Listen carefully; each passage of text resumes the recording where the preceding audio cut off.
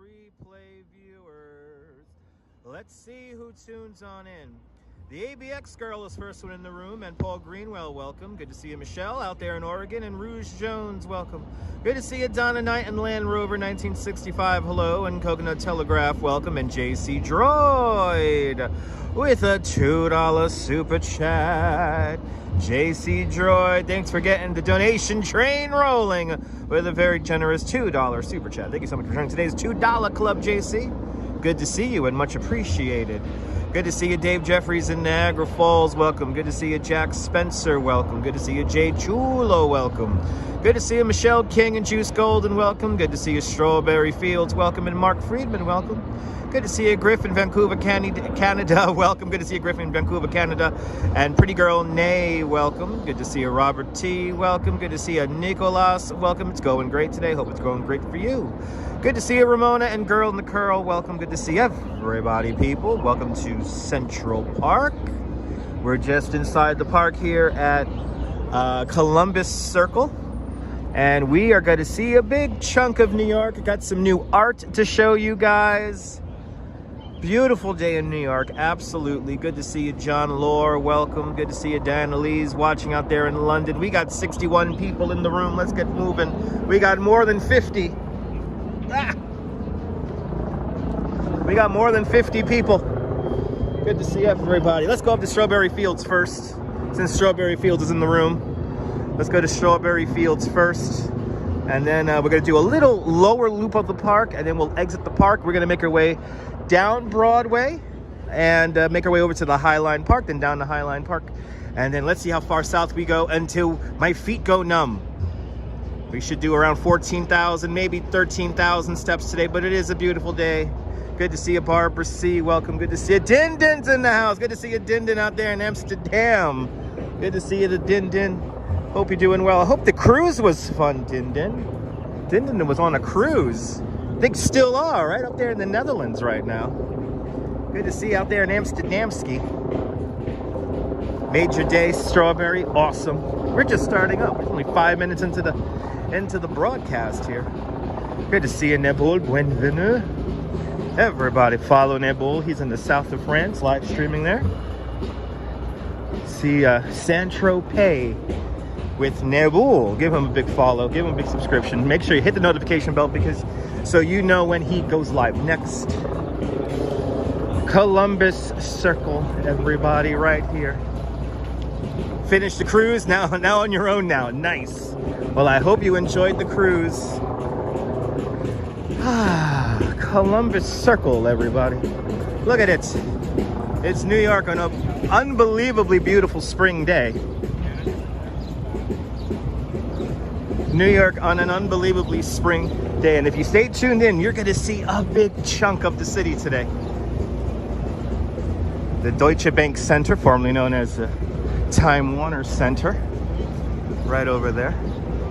And Bailey with a £5 super chat. Bailey, thank you so much for the very generous £5 super chat. Thank you so much for joining today's 5-pounder club. Much appreciated. Y'all guys, y'all just bought my Metro card out here. So thank you so much, Deb and JC Droid, for sponsoring today's live stream. Is the Bill Murray going to get a workout today? We'll find out. Good to see you, Brian Davis. Welcome. Good to see everybody, people. Let's get into this park. 27,000 trees, 9,000 benches, 142 miles of drainage pipes, 11.5 million cartloads of topsoil, 3,000 plants. Natural landscape that is Central Park. Should have a fun one today. Have a fun route set up for you guys, and more importantly, we have a fun, and this is for Nebul, a new graphic. Nebul's gonna love the new graphic I'm gonna unleash a little bit later on in the live stream. But good to see you, Micah, back home. Welcome. Good to see everybody, people. This is for Nebul. The top 10 largest parks in New York City, including Prospect Park, has 11th place. There you go, Central Park, 843 acres large. Good to see you, Michelle. Welcome. Good to see everybody, people. If I missed you, welcome to the show. We're gonna be here for at least 3, maybe 4 hours today, because I haven't been on in the last 5 days. So y'all get a nice long live stream today, since I haven't been on for the last few days. But here we are, Central Park. We'll start with a lovely walk in the park before making our way south. Have a fun little route lined up for you guys today. And Jack Spencer with a $5 super chat. Jack Spencer, thank you so much for the very generous $5 super chat. Thank you so much for joining today's $5 club. Much appreciated. Go Bills, go. Are they playing right now? Are the Bills playing? Jack Spencer, thank you so much for the very generous $5 super chat. Much appreciated. That the Buffalo Bills? Good to see you, Tamara. Welcome. Good to see everybody, people. You guys are being awfully generous in the first 10 minutes of the broadcast, so thank you. Let me entertain you for at least 3 hours. Probably longer today. I want to get some steps in today. Been taking it a little easy the last few days. Good to see you there, Neil. That's right, Nebul. That's right. That's right. Good to see you, Sally. It is a beautiful day out. Good to see you. It is a beautiful day. You think you're gonna write a children's book? Oh, that'll be a cute children's book. Nebul lost in the park. Look, we got these trees that do like, you know, I literally just saw an Instagram video about these trees, and I already have forgotten the name of these trees. These type of trees here, they bloom like 3 times, I found out. And we got a couple right here. If anyone knows the names of these trees here, let me know. But these guys here bloom like 3 times. So we got lovely blooms here. Beautiful day out there, Neil. Beautiful day. Really, really, really, really nice.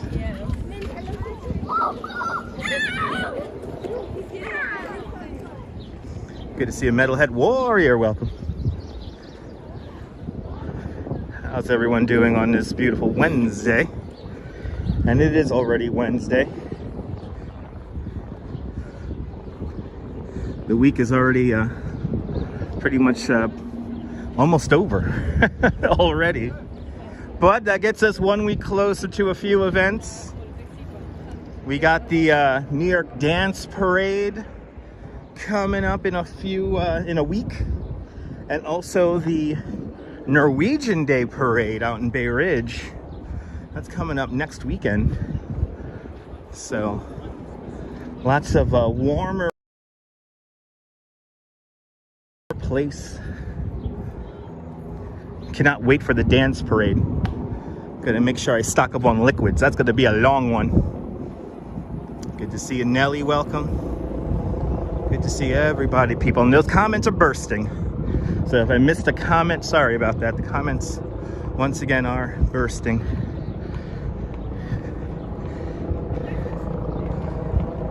I have a feeling that has something to do with the VPN. As long as we maintain a nice solid signal for the images, that's really all that matters. Beautiful skies here today. I could officially say that today is Goldilocks weather. Not too hot, not too cold, but just right. Nice little breeze coming out of the northwest at the moment. And hazy skies. Evidently we have some of the haze from the wildfires making its way all the way across the coast from Canada and Washington State, which is interesting. Tavern on the Green coming up on my left-hand side. Tavern on the Green, the former sheepfold for the sheep that used to live to my right-hand side. That's the Sheep's Meadow. Sheep's Meadow, roughly where a German family-owned rock quarry used to exist. An entirely engineered landscape. They had to dynamite out the rock in that area. And I don't know, something just happened. Something just happened. Did we just catch something on stream? You might have just caught something on stream. Good to see you, Stu Parker. Welcome. Good to see you, Colleen. Okay, the guy turned around. He's coming back. What happened here? Did he drop something? Good to see you, Frank M. Welcome. Hope you're enjoying the beautiful day too. What's happening here? What just happened here?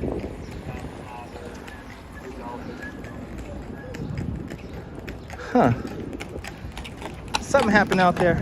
Don't know what. The guy turned around though, came back. Did he drop something? Is that it? Okay. Well, they're walking back together, so I guess nothing much is happening. Good to see you, Mirmichan. Konnichiwa. And Phyllis, welcome. Good to see you, Phyllis.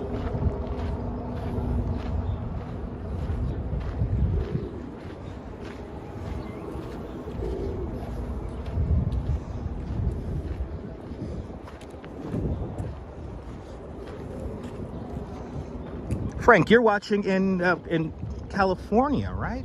Frank, where are you watching from? I always figure, or is it Philadelphia? Which coast are you watching from, Frank? I forgot.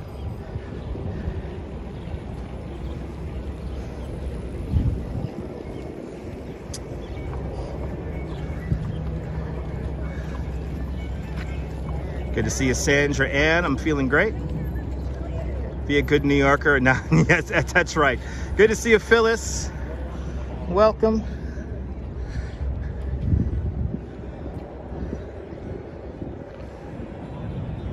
Good to see you, Pineapple Water. Welcome. The Ghostbusters building right down the way there, 55 Central Park West. Robbie Batista, welcome. Let's look at the Ghostbusters building. Activity 79, welcome. Jersey, that's right, Jersey City, that's right. Good to see you out there in Jersey City. I'm trying to remember where everyone lives, especially if you're a moderator. But as we look at the Ghostbusters building, 55 Central Park West, the top 4 levels of the building recreated almost full height out in California for the movie, for the original Ghostbusters movie. But they did film the closing scene out in the street right in front of that building. 55 Central Park West, the Ghostbusters building right there. Is this an ice cream day? I think so, girl in the curl. I think later on we'll have an ice cream. Stay tuned. Good to see you, Leela Sorensen. Welcome. Good to see everybody, people. Let's continue on. Let's go to Strawberry Fields. See the scene up there. And then we'll make our way over to Angel of the Waters. And we'll walk our way down the mall. Got to make my way down Broadway, because I have a new graphic to show you guys. Have a new fun graphic to show you guys, and I hope I have at least 200 people watching, because it's going to be rather entertaining. A new graphic that's going to be rather entertaining, and maybe a new feature on the broadcast here when we're out and about. Good to see you, Chillidian. Smoke them if you got them. I was telling you about it. I was like, I'm worried that they'll forget. Beautiful day here in New York City. The trees are really green. It rained a lot a couple of weeks back, so today is the day we see the fruits of the rain that we've gotten. Good to see you, John Capola, welcome. And Laureen, welcome.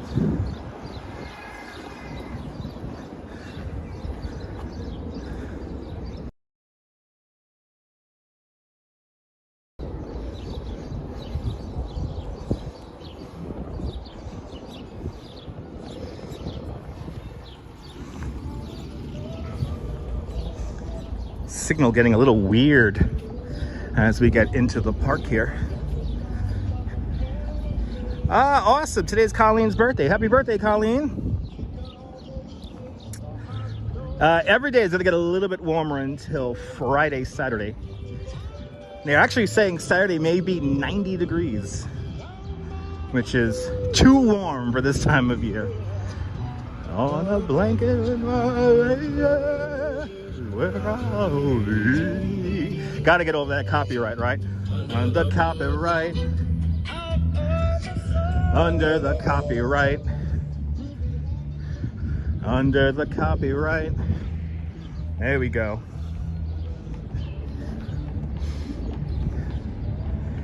Making our way up to Strawberry Fields. It's a beautiful damn day here in the city.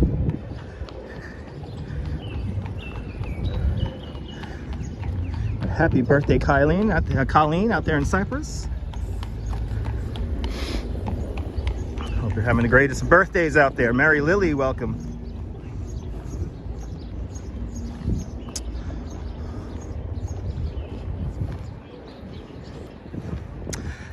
Cammy G, welcome.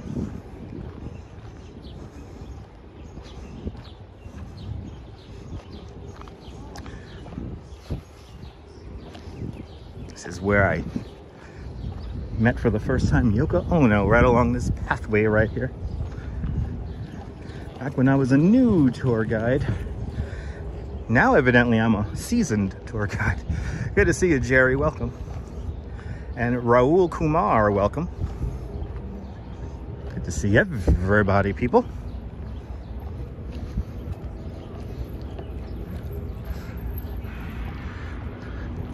Twin towers of the majestic apartments right here in front of us. Robert De Niro used to have an apartment in there. Not anymore. Well, probably one of my more favorite residents. Monica, buongiorno, ciao Italy. Gregory Kelly, welcome. Everything's all right. Good to see you there. The algorithm, welcome. Fairy Mary, welcome. Well, I gotta really scroll back now.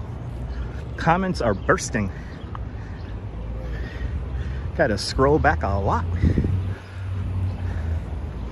But good to see everybody. Welcome.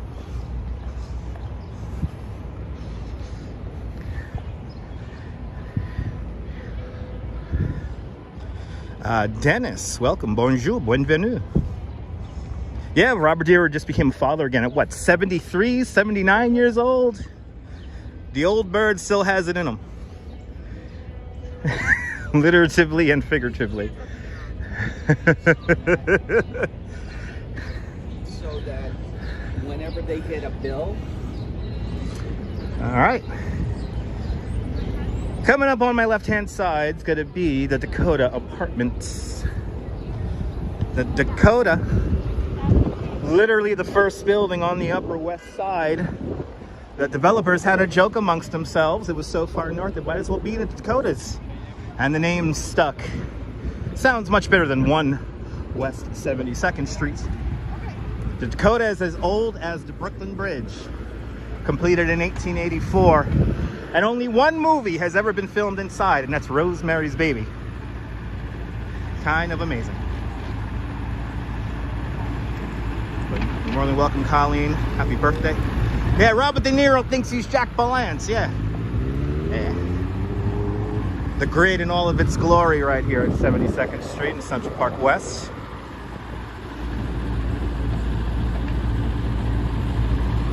But it is a very beautiful day here. Now we're going to make our way into Strawberry Fields. Strawberry Fields officially opens up on John Lennon's 45th birthday, October 9th, 1985.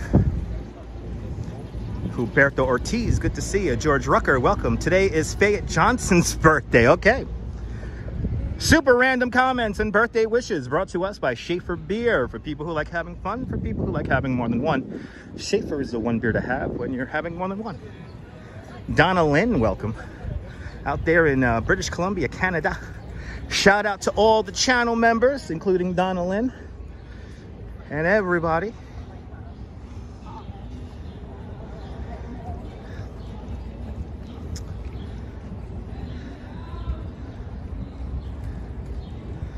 John was quite young when he passed away. In this area right here, when Strawberry Fields first opened up, this area featured 18 strawberry bushes from all around the world. Unfortunately, the little strawberry bushes do not last very good in our cold New York City winters, and the little pigeons and the birds like to eat the berries. But the main feature of Strawberry Fields is still here, and that's the Imagine Mosaic. The Imagine Mosaic is a gift from Naples, Italy to the city of New York. A simple black and white tiled mosaic that says Imagine. The black and white tiles are made from clay from Mount Vesuvius at Pompeii. I'm going to be quiet as we go into Strawberry Fields so you guys could feel the energy and feel the music as we walk through. But right before we go into Strawberry Fields, it is recognized by 151 countries as an international peace garden. But here it is, Strawberry Fields here in New York.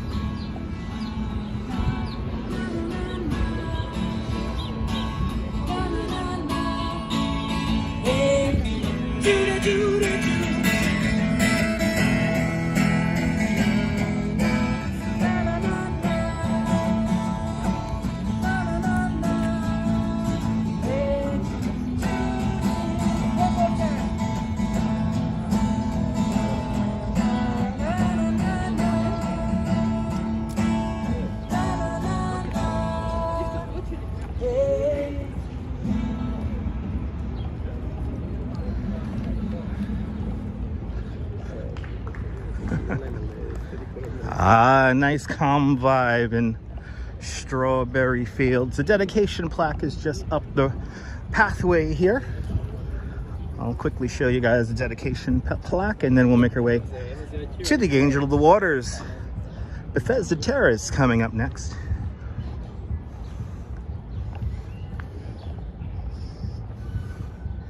But here is a dedication plaque for Strawberry Fields.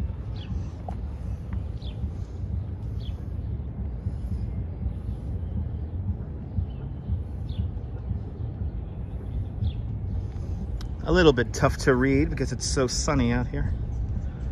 But DeBailey celebrating 16 months of Dutch Moms Plus. Deb, thank you, and all the channel members for being such lovely members. Wait until you see the virtual city. It's finally coming back together for like the 8th time.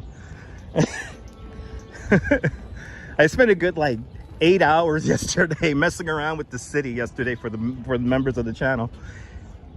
So be ready to be wowed. Just waiting for one more update, which is going to release on the 23rd of May. City Skylines is making official Brooklyn, Queens scenery. So it should look good when all that comes together in a few weeks.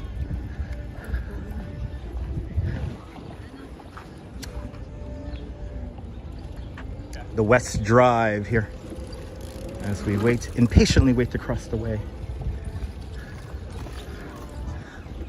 Kia ora Les, welcome.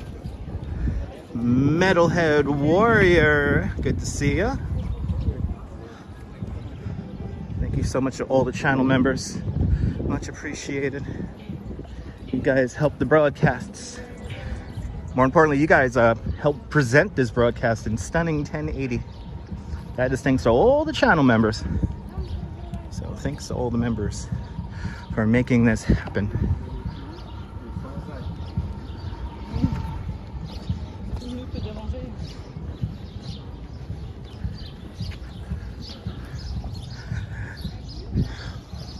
And who is that? And Gregory Kelly with a $5 super chat.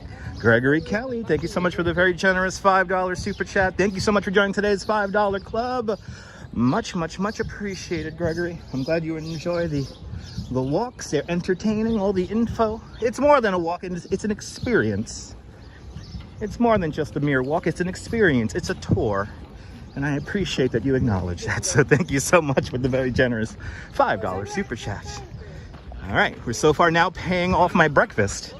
So thanks so much, guys. Had a sausage, egg, and cheese on a croissant. And I'll say it French style in a croissant. Croissant. And of course a iced coffee.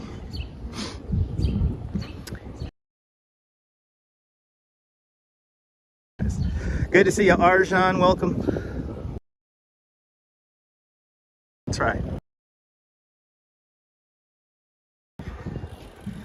And we're going to see some cool stuff today. Some cool new art along the High Line that we kind of saw a few weeks back. But today we're going to get up close and personal with the new art. We're going to make our way down, no doubt, a very crowded High Line. If my feet feel good, we're going to make our way over to Washington Square Park. And I think if we're feeling really good, we'll make our way all the way downtown.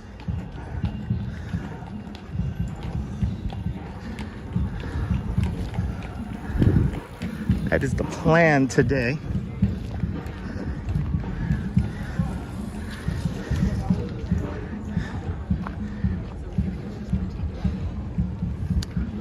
But it is a perfect day here in the park. Got some parks enforcement people up there. No doubt they're clearing out some of the illegal vendors. Good to see you, MC Dirty Jersey. Yeah, I just did a Dunkin' Donuts black iced coffee. Nice. Yes, indeed. Yes, indeed, Diana. I appreciate that nibble. Even though I think I'm not going to be able to accept public tours for the next few months. There's too much stuff happening in the home situation, so I don't think I'm going to be able to accept any public tours for the time being because my time is very limited. But Arjan, let me see here. Yeah, I hope you get out of the hospital there, Arjan. Please feel better. Let's see what's going on here. They have surrounded a pedicab driver. Interesting.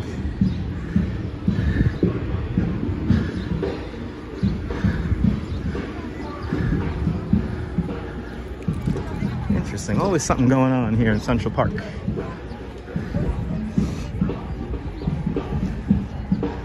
Good to see you there, Regular Foot. Welcome.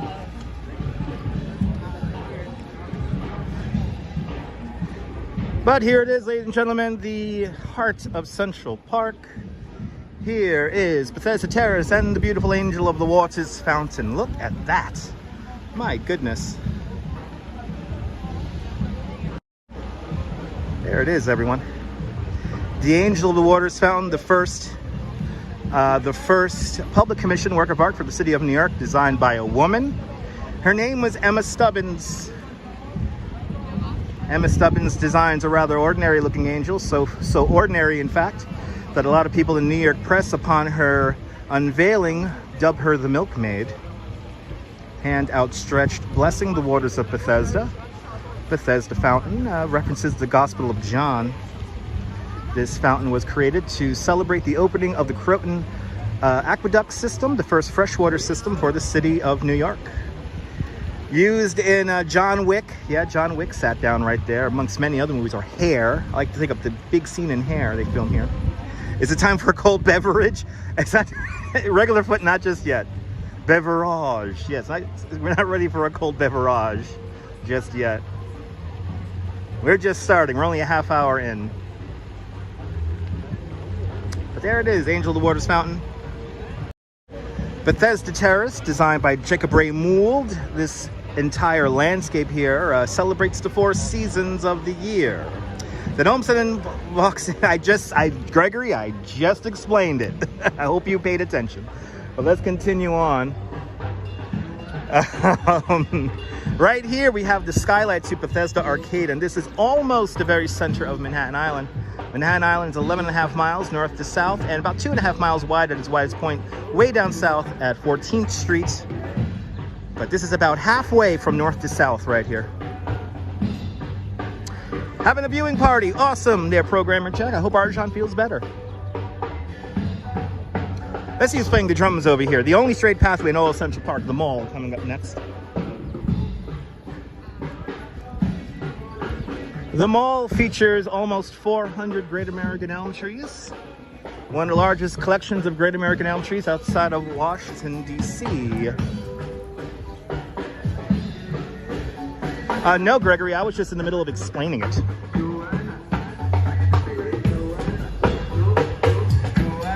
So usually there's no need to ask questions if I'm going to explain it. All right.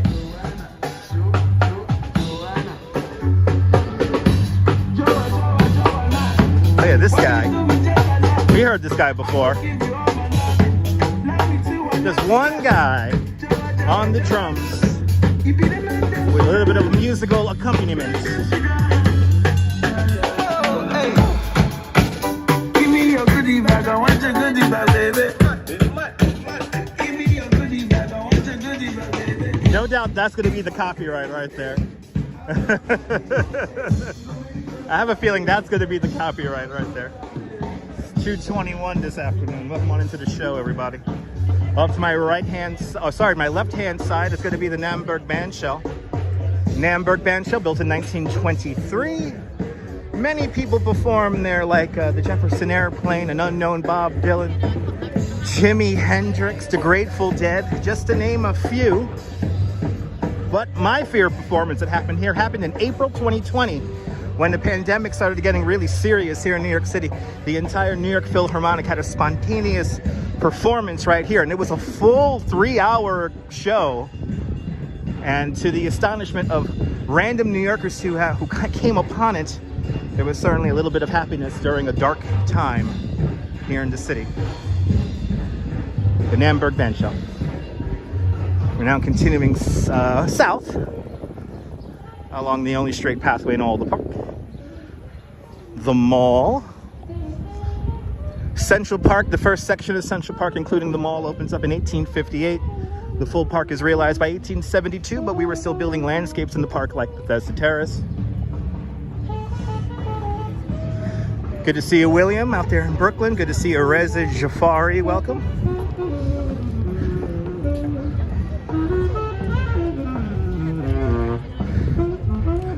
Friend Ralph.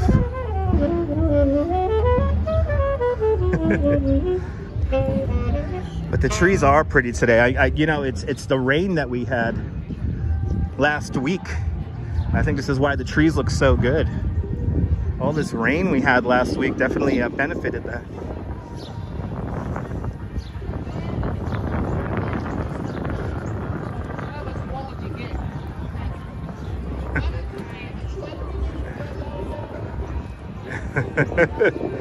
Oh boy. Great American elm trees that you see around. This is like the second or third planting of these trees. These are a lovely Central Park hybrid version of these Great American elm trees. These are a Central Park unique mutation of the Great American elm, very resistant to various bugs and diseases.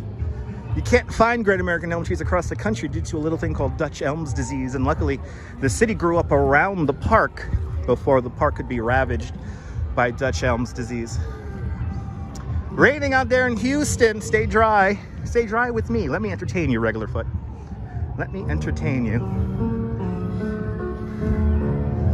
The park is alive today. Remember the rain last week there, Nibble? Yeah. Yeah, it poured last week. But we got out of it. And as a result, the trees are super, super green. I mean, nice conditions here in the city today. And we're gonna hopefully see a good chunk of the city today. And we're just getting started. We're still in Central Park. We're gonna make our way. Let's see how far south we can make it before my feet start hurting.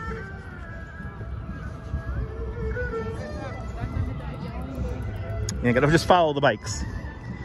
I'm actually gonna go against the bikes for a little bit, Nibble, John Lore.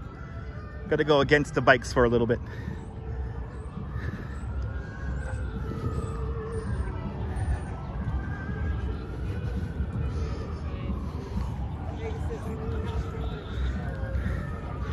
Really gotta have a fun tour today, and stay tuned because a new graphic for Nibble is gonna be shown off in a little bit. The women's rights pioneers statue right there. For many years, we had many statues of famous men. One statue of a famous dog, but no statues of famous women until recently. The women's rights pioneer statue here at the mall. Approaching a literary walk.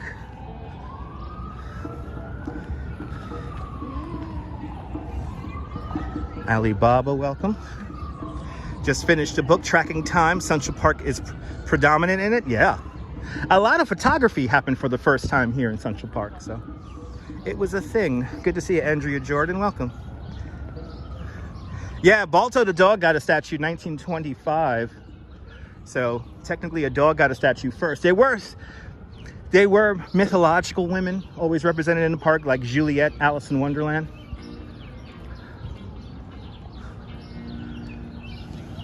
The women are bigger than you expected. Yes, a little bit larger than life. The women's rights pioneer statue. Hi. As we now look at Christopher Columbus. Yes. He got the fence around him again.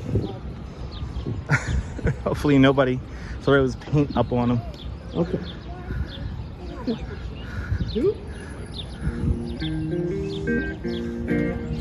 And if you see a lantern fly, squash it. Kill it. Gotta kill those lantern flies. They gotta destroy the park. It's funny how, like, saw them in the news, saw a couple of lantern flies one day, now they're just like everywhere. Anyway. Feels like that episode of The Simpsons when they bring the frogs to Australia. And the frogs take over Australia.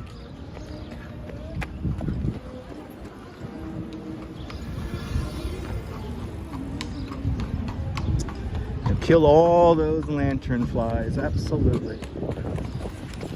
Why is Central Park in the shape of a rectangle? Central Park is in the shape of a rectangle because of a little something called the grid plan. The grid plan, laid out by John Randall Jr. in 1811, at all the major intersections of this grand grid plan. There was no park, actually, in that original plan.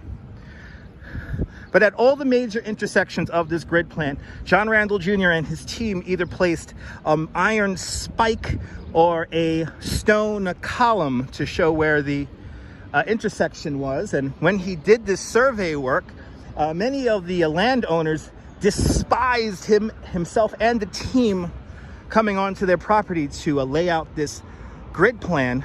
And garbage was thrown at him, words were thrown at him, And in the 1990s, early 2000s, we wondered, are there any of these grid markers left?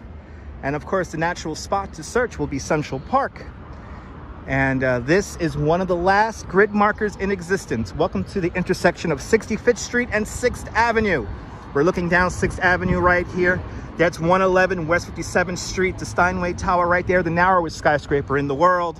And right here, right there, one of the last grid marker bolts. Now we know this is a grid marker bolt because it's made of iron, and more importantly, there's mercury around the base of it.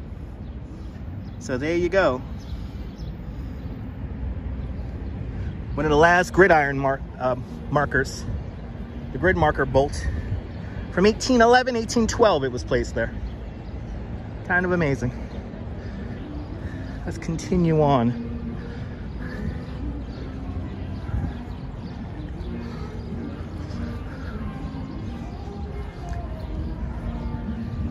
Amazing indeed. But yes, there are lanternflies all around. Yeah, I've seen a few already. It's a cool story, MC Dirty Jersey. One of the coolest things you could see if you know where it is.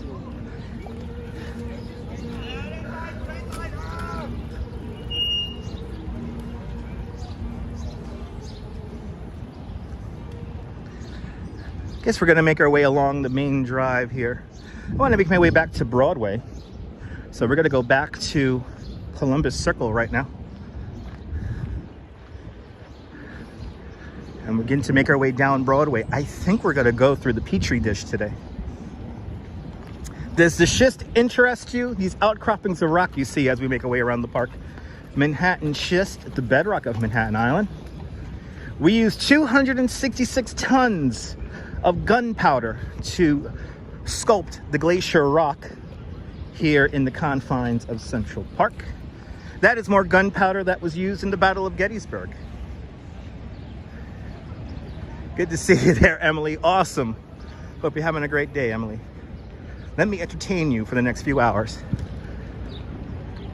The tall, boxy glass building now in this shot. Technically, the building with the highest occupiable floor in the Western Hemisphere, that's the Central Park South Tower. Some of us tour guides call it the Nordstrom Tower because there is an 8-level Nordstroms at the base of that building. The apartment at the very top, one of the most expensive residences to ever sell here in New York City, selling for $235 million. Technically, the penthouse apartment is about 60 feet higher than the observation deck at One World Trade Center. One World Trade Center is officially the tallest building in New York City at 1,776 feet tall. The Central Park South Tower just short of 1,600 feet.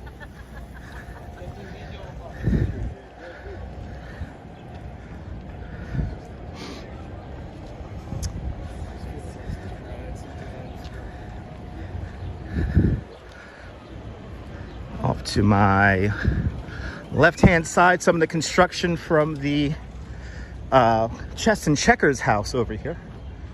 They're reconstructing the Chess and Checkers house at the moment. Chess and Checkers house built in 1955, where you could borrow a chessboard or a checkers board for absolutely free during the spring and summer seasons, when it's open, of course. But on the site of the Chess and Checkers house used to be Kid Mountain, the only formal play area for children. It was literally a rock with some handholds in it. The narrowest skyscraper, oh, sorry about that, sir. The narrowest skyscraper right here in front of us.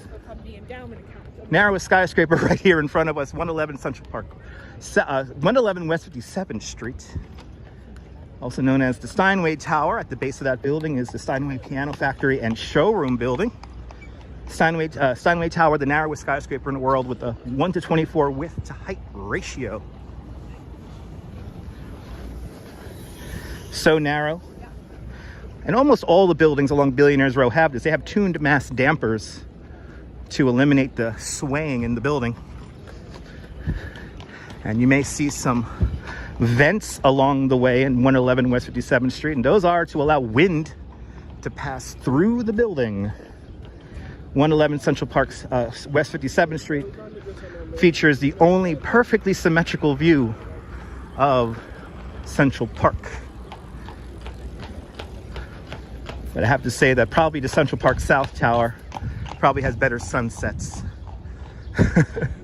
Right up here to my, let me see here, where are we? It's on the other side here, just off to my right-hand side, we have an outcropping of rock. And that is where they filmed the scene for the Bird Lady in Home Alone 2. That's filmed right over yonders over there.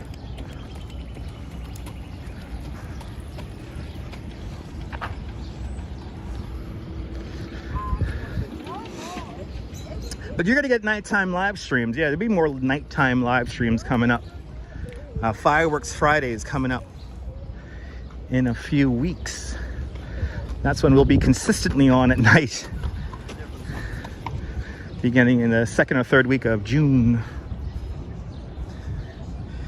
I'm glad you enjoy that there. Привет.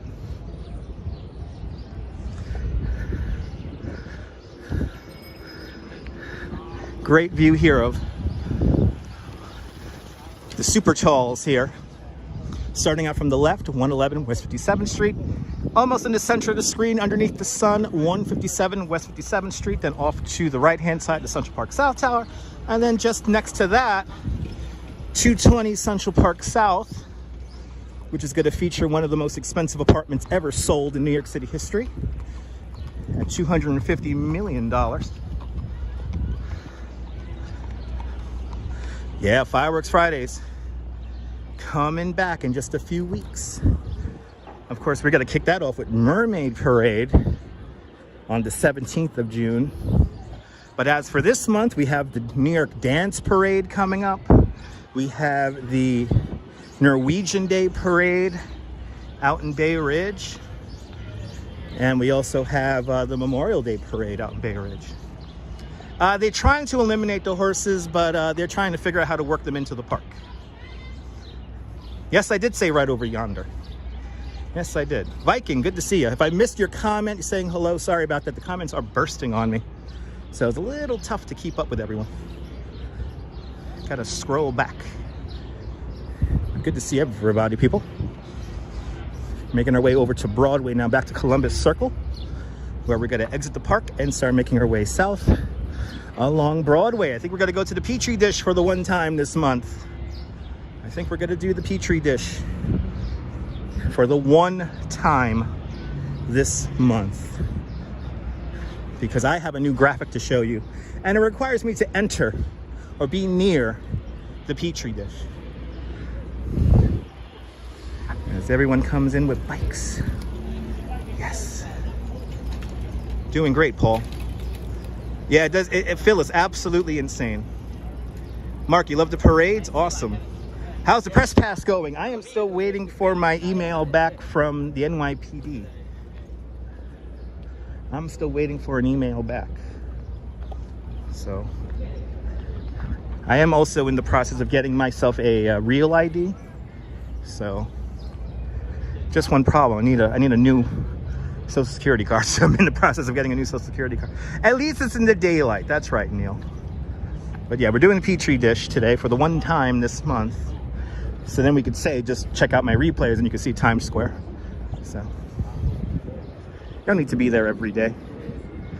But we are going to see a spot in there. We're going to walk through it. I think we're going to take Broadway all the way down to 34th before making the right-hand turn at Macy's, and then make our way over to the High Line. Where are the fireworks? Coney Island. We've been covering Coney Island Fireworks Fridays on this YouTube channel since 2010.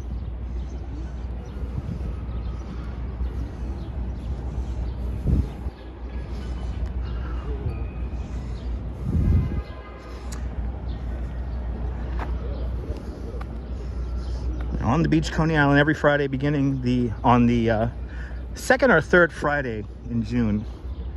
We're gonna have Fireworks Fridays here on this channel. And that's what I'm gonna get accused every week of copying some other guy. I don't know how I gotta copy somebody else when I've been doing it since 2010. Well, that's what usually happens. Making our last round here in the park before making our way out into the city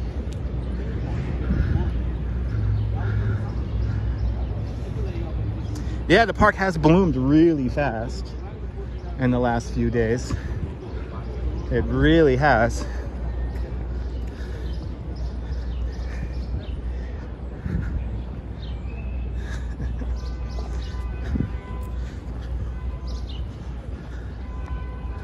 The Dipway Arch we're about to pass underneath right now.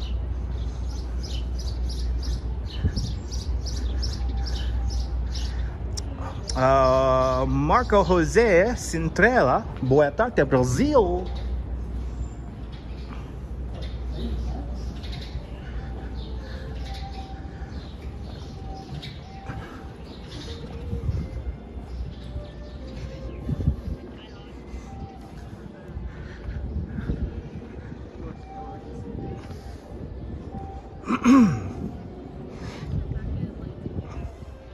It is a mighty fine day here in the park. And it's kind of funny how I barely scratched the surface of Central Park and it's already 50 minutes. Good to see you, John Burke. Welcome. But the Vikings are tuning in out there in Liverpool. If you're new to the broadcast, tell me where you're watching from. Let me give you a shout out. Welcome to Central Park here in New York City.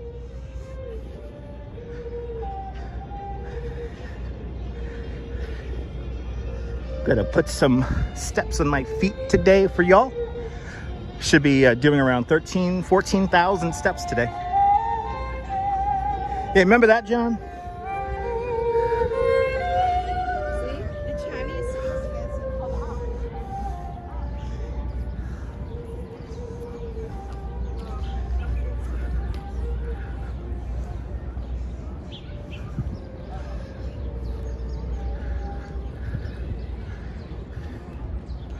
Making our way out towards Columbus Circle.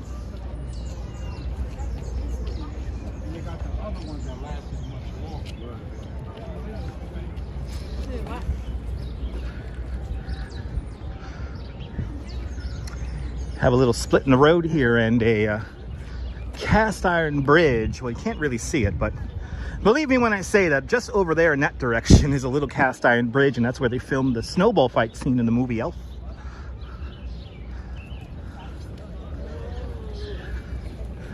Okay. But if you like good music, I'm gonna have a really funny segment and a new graphic in a few moments. So stay tuned if you want to be properly entertained and if you like good music. Sorry, TikTok.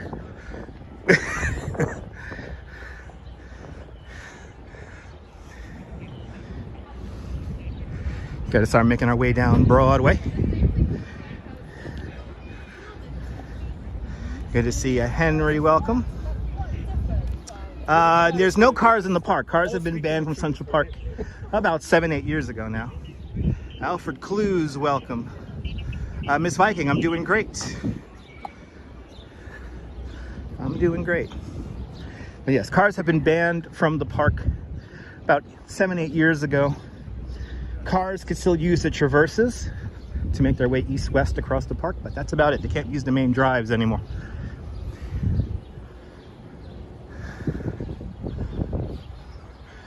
Okay. Janice, good to see you, Janice. Welcome.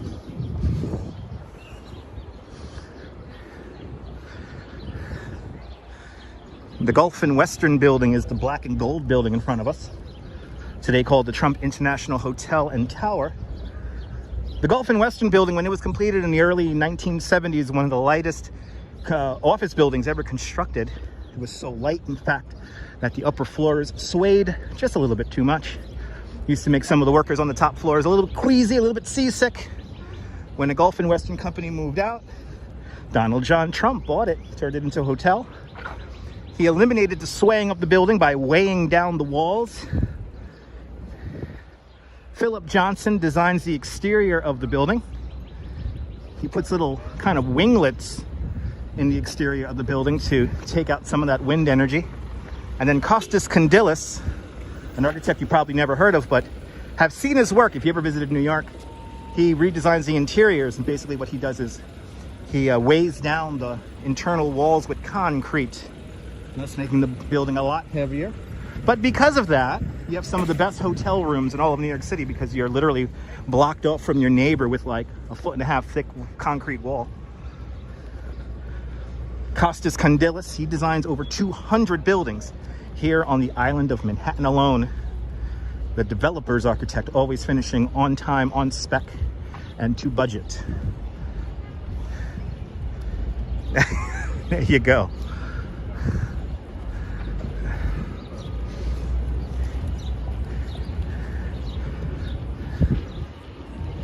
Making our way back out once again, Columbus Circle.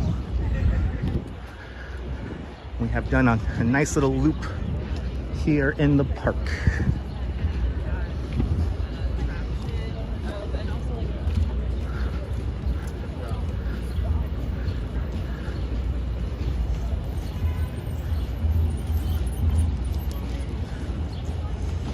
Is it the Eurovision? Is the Eurovision happening? Is the United States in the Eurovision this year? It's like Creed is in there, right? For the United States.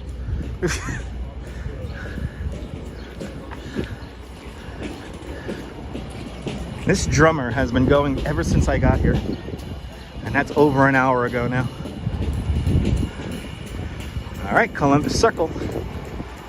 59th Street, Broadway. We're gonna start making our way south along Broadway.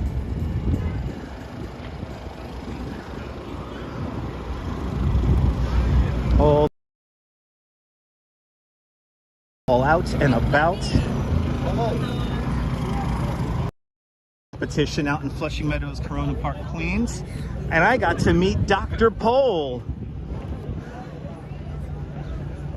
That was pretty cool. I actually sat with Dr. Pole. And we were in the same section of seats at the Billie Jean King Tennis Center on Saturday. That was pretty cool. Yeah, the Eurovision is this week. Awesome. Shout out to ABBA. Is ABBA in there this year? Who's in there this year? Is it Creed?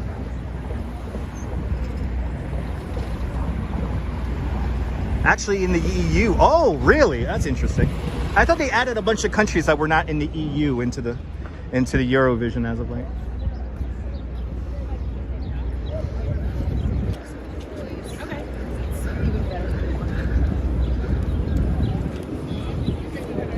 Making our way down Broadway.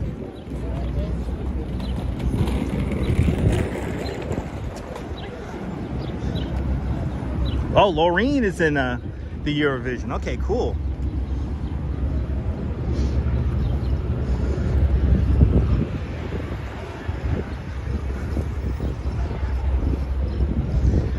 But yeah, I got to meet the incredible Dr. Pole, the famous veterinarian, on Saturday. That was pretty cool. And realizing how chill and calm it was in the Billie Jean King Tennis Center. I might try to live stream that next year. I could have totally live streamed it. But it was nice being in the moment with my wife, enjoying the dogs.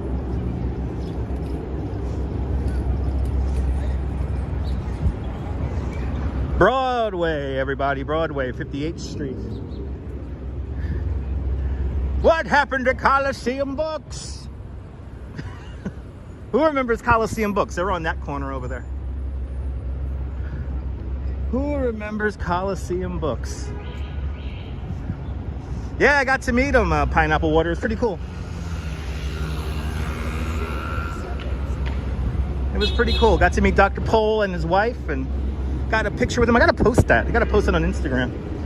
Me and my wife got a lovely picture with Dr. Pole. Got to see him on the way out. Didn't want to bother him during the competition.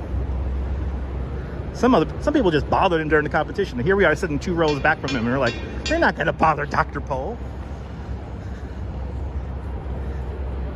Yes, Dr. Pole.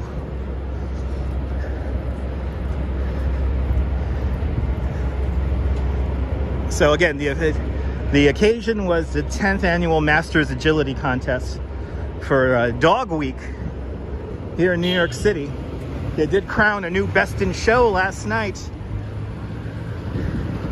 And it was some dog that I'm blanking on the name of. It has like 4 names. but we saw the Masters Agility competition, and it was really, really good. Very entertaining 4 hours in the Billie Jean King Tennis Center. I hope they bring it back there again next year.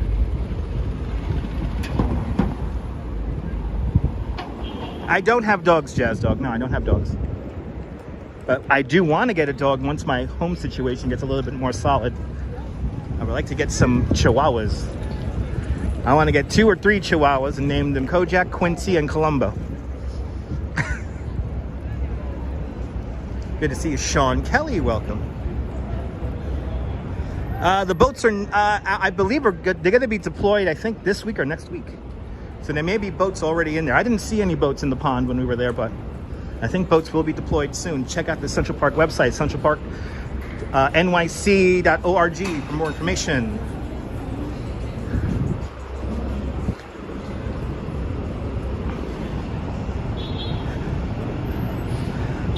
Yeah, Trant was crowned. Yeah, that's right, Truant. Truant was crowned the Masters Agility champion. I think he was a right? Was he like a shepherd dog, a sheepdog, an Australian sheepdog? Something like that. In my eyes, they were all winners. In my eyes, they were all winners. But it was fun. Seeing those dogs go around a massive course like that in under 30 seconds was amazing. McLeod's a good name too, yeah. Cool pup names. Good to see you, Diana Marie. Welcome. Good afternoon, touring different places. Welcome. 56th Street, Broadway, making our way south. Patsy's right down the block. Good Italian food in Patsy's.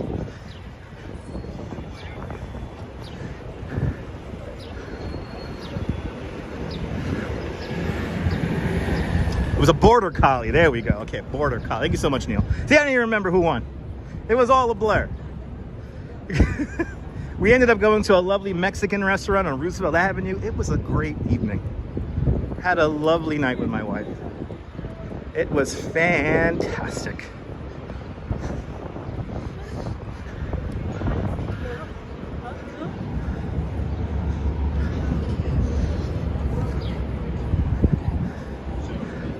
Powerball, $109 million. $109 million. Gotta play the Powerball when it hits 300. Then I can play around with that money. Across the street here, 55th Street and Broadway, we have the Applejack Diner. The Applejack Diner, where they came up with the concept for Ain't Gonna Play Sun City. It's right over there. Pretty much exactly the same as I remembered from back in the 90s.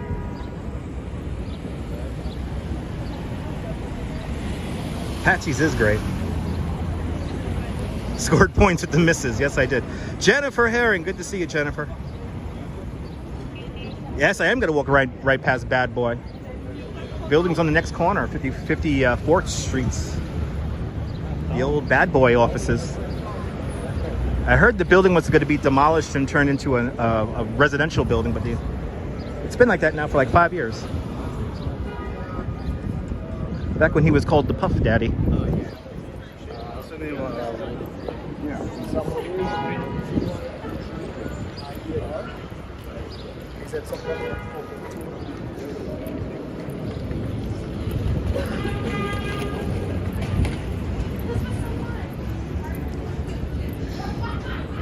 Here it is.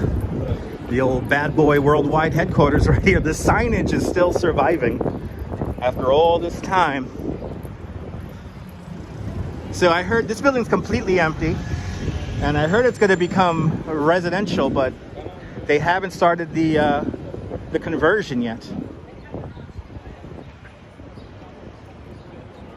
Oh, Jack, the Chihuahuas will be our doorbell accompaniment. So I'm ready for it, Jack. I'm ready for it. Coming up, the Stephen Colbert Show, the Late Show, the Ed Sullivan Theater, formerly known as CBS Studio number 52. Sorry, 52. He originally was built as a vaudeville theater in the 1920s. The entire original run of The Honeymooners was filmed in there. The Dick Cavett Show was filmed in there when they had the main theater section partitioned into 2 television studios. Of course, the entire run of the Ed Sullivan Show was there, and of course, the Late Show with David Letterman. A lot of TV history in that building. Of course, today we have now the Late Show with Stephen Colbert. And currently on hiatus because of the writers' strike. So if you're watching me because you're tired of repeats, if you want live content that's unscripted, make sure to subscribe to the Dutch Miles family of networks. Always try to keep these live streams entertaining, informative, with always a good laugh.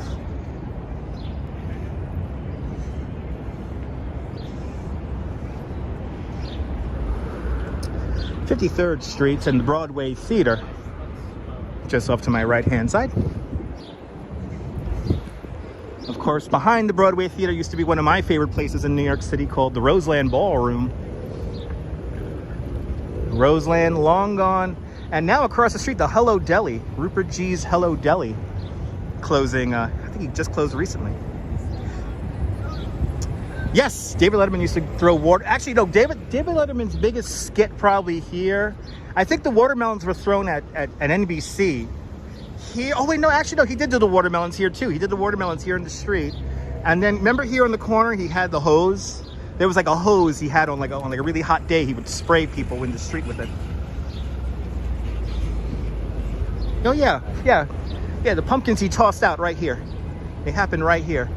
But yes, the infamous Roseland Ballroom. That's where I went to go see my first ever concert. The years go by. I went to go see Radiohead. That was my first concert. Was Radiohead. And I was at the Roseland Ballroom. I could still smell the cigarettes. So Nebul, whenever you smoke a cigarette, it reminds me of the Roseland Ballroom. What happened to Roy Rogers? There used to be a Roy Rogers right here, but now it's a Bank of America. But the Sapphire Dolls is still here.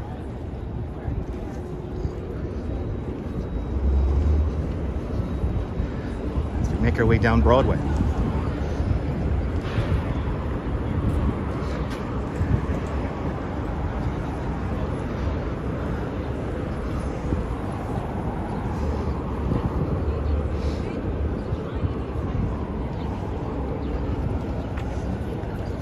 They played Creep. It was the brand new song, Mark.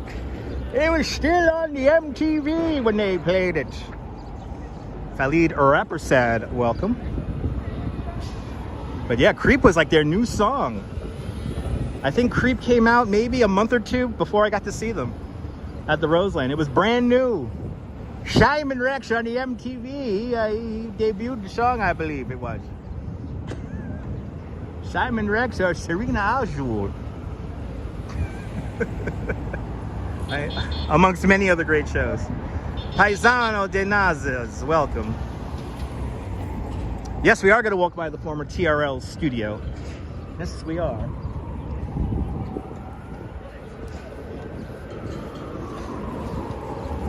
The old glass.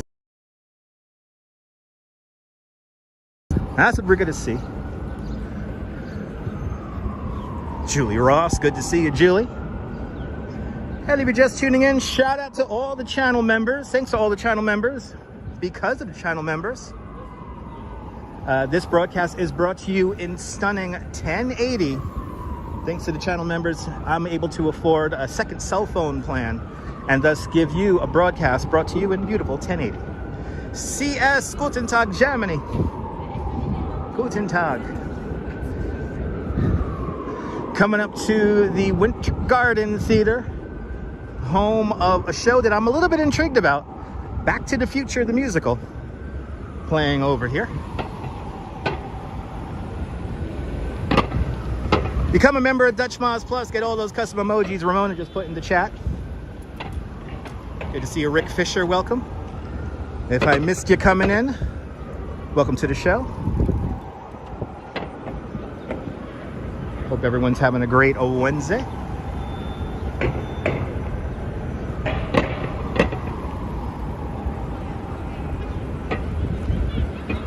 And I can't believe it's already Wednesday already.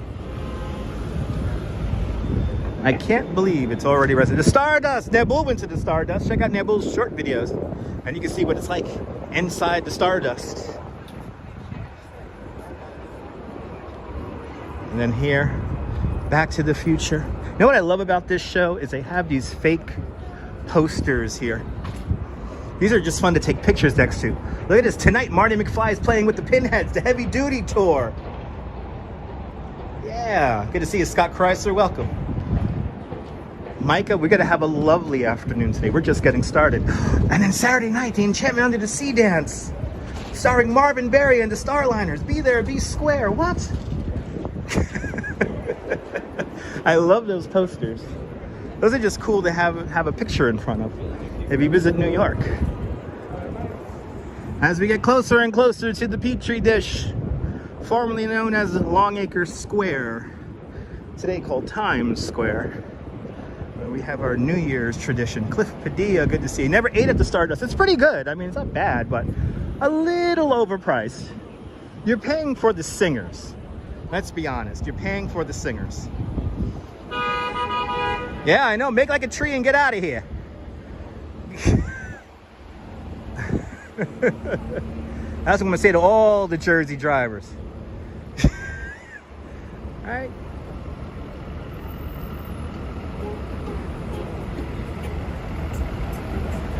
Freaking awesome indeed, Back to the Future. I have to agree. Across the street, the Paramount Building, Paramount Plaza. A lot of offices for media, for that media company in there. And now I hope, Nebul, I hope you're watching, Nebul. I hope you're watching because it's time. We have an all-new graphic on the live stream that I am about to release. And you might like it. Exactly, you pay for the singers, exactly. All right, so Nebul is in the room. He's gonna like this one.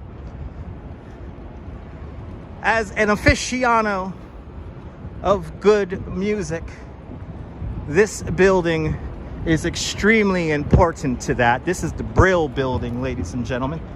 The Brill Building, home of many, the home of many songs. Many songs were written here. Hal David, Burt Bacharach first met here, amongst many others. Jose Torres, Huepa, Puerto Rico, bienvenidos, Jose Torres.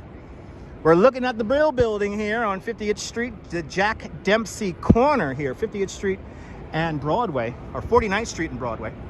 The old Colony Records is now a CVS. But this is for Nebul, you gotta like this. So many songs have been written here in the Brill Building. And I have 30 of my favorite songs, guys. So what songs have been written here? Well, Mrs. Babbage, please let us know. The Chiftins and One Fine Day was filmed here in Benny King and Stand By Me. And Take Care of My Baby, Bobby V, and Elvis Presley, Jailhouse Rock was written here. The Shangri-Las, the Leader of the Pack was written here. And also the Righteous Brothers, You've Lost That Loving Feeling. Oh yeah. The Clovers and Love Potion number 9. And Man Freed Man with the do-wah-diddy-diddy-dum-diddy-do. And Walk On By. And the Carpenters and They Long to Be Close to You. And Burt Bacharach with Billy Kramer and the Dakotas, Trains, Boats and Planes. And the Shirelles with Will You Love Me Tomorrow. That's right. And Jerry Butler and Make It Easy on Yourself. The Ronettes, Be My Baby, I Can Tina Turner, River Deep, Mountain High, Jackie DeShannon, and What the World Needs Now. That's right. And the Beach Boys, and I Can Hear Music, and the Coasters, and the Yakety Yak. And Tom Jones, and What's Up Pussycat, and Little Eva, and the Locomotion, and Sandy Chawn. And There's Always Something There to Remind Me.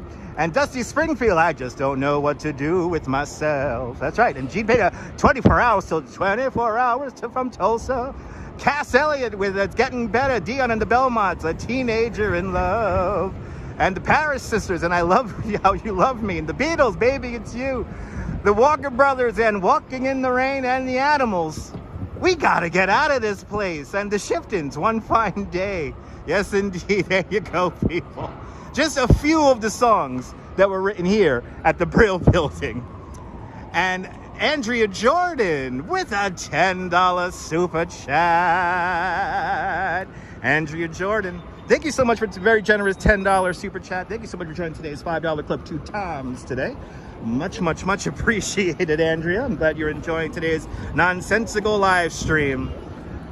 Thank you so much there, Andrea Jordan. Much, much appreciated. Thanks for joining today's $5 club 2 times today. But such great music has been written here, behind that tree, in the Brill Building. Yeah, Neil, did you like that? I know there were some songs written in that CVS. Yeah. All right, let's continue on here. We have gathered an audience here, so I got to keep moving. We have gathered an audience. See, what is I talking about good music? And that was only 30 of the some 100-something songs, like songs that are like everybody knows that have been written there. But those are just some of my favorites. Steve Cruz, good to see you joining late, but we're just getting started. Good to see you, Steve Cruz. And Denise, welcome. Good to see ya. I know, Cliff, too bad it's no more Colony Records, right? Missed that place. Barry Garrett, good to see you. That is a lot of great music. A lot of great music. Colony Records, probably one of the greatest stores where you could buy sheet music, and that's long gone. Kind of sad.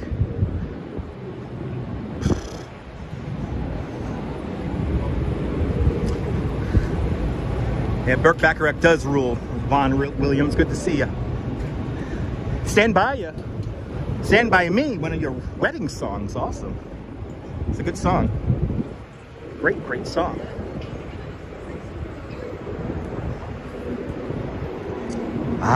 The Petri dish, people. Times Square. There it is.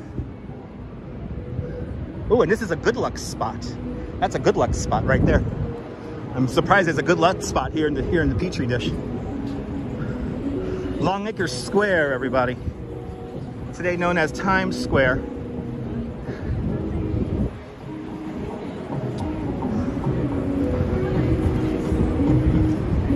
Ooh, and this is a hugging spot.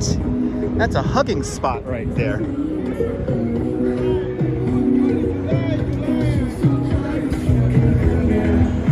Oh, this is kind of funny. It says, no 360 cameras allowed here. I think that's a 360 camera if I'm not mistaken. So, what? What? Okay. Oh. Hey, you want to pay $10 to take a picture with your own camera? Well, that's what those things do. Anyway, just missed... Oh, you're near Carnegie Hall, Roger. Enjoy the day, Roger. It's a beautiful day here in New York. Good to see you, Roger. Gonna make my way down to the Highline Park. But first, a romp through the Petri dish, also known as Times Square. Gotta do my best though. It smells like a wet car in here. Yeah, it smells like a wet car. Like somebody got like went into a car with wet boots on. That's what it smells like in here. And Slava Ukraine, Roman. Slava Ukraine. Slava Ukraini. Let's see who's going to be making TikTok videos in here.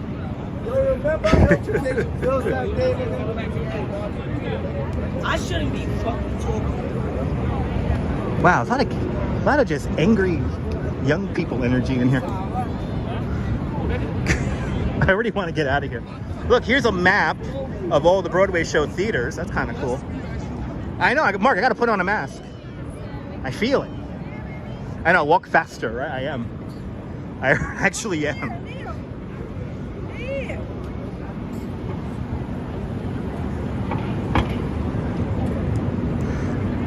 One Times Square right across the street. And you can see the new facade that's the Allied Chemical facade you see at One Times Square, soon to be all replaced by a new facade. They're going to build a park up there, and it'll be the one cool thing to see here in Central Park, here in Times Square. They're going to put a park at the base of where the Times Square ball drops right there. Pretty cool. That whole building's going to be elevated, well, the roof of it at least is going to be an elevated park. So very exciting what's coming to One Times Square. And from what I've heard, the elevated park will be free to access It's going to be legit like a park. Probably no different than a Pier 57. So pretty exciting. Taking your antibiotics there, Steven. Good to see you.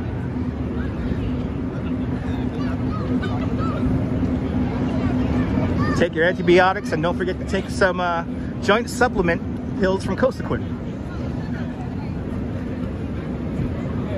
So behind the little bears is gonna be the old glass studio from TRL right across the way over there. Naked cowboy. How you doing, man? Great. You see, all the characters are here, so I just want to keep moving. How many stories up, Rick? It's gonna be all the way up there. I want to say that's like 30-something stories. I don't know the exact height, but it's gonna be roughly at the base of where the ball is. There's gonna be a deck that comes out, and you'll get a fantastic view of the Times Square ball. Right over here, this was the old glass studio where we filmed Total Request Live. And today, this is where the CBS Morning News does their broadcast from. The Viacom building, 1515 Broadway.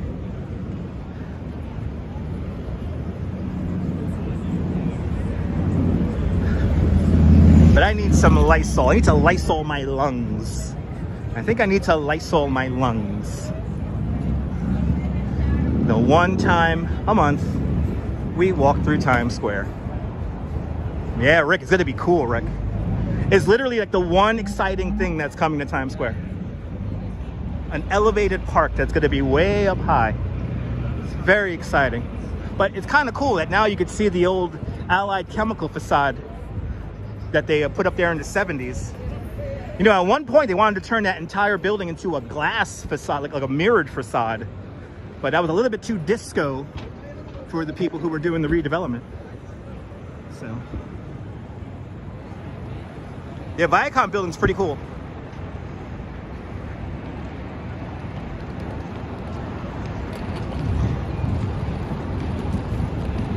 You know, Pineapple Water, you don't have to visit Times Square if you don't want to. But if your hotel is nearby, you know, it's kind of like a pick your own poison. There's literally only one cool thing that happens here in Times Square, and that's the midnight moment. That's the midnight moment. He had to get in front of the camera. That's the midnight moment. The midnight moment happens every night from 11:55 to midnight. And that's when half of the advertising screens in Times Square turn to one big art piece. Most people don't even realize it's happening, but if you want to check it out, get to the top of the red steps at 11:55 at night and let it entertain you for 5 minutes.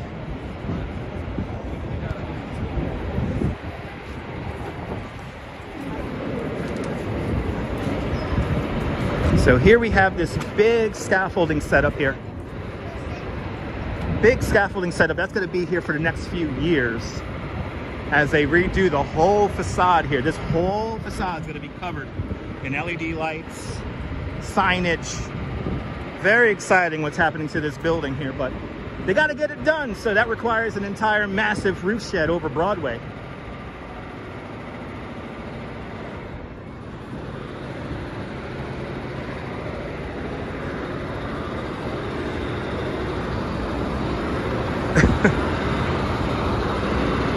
This is a drab corridor, I tell you what. Very drab. But it is what it is.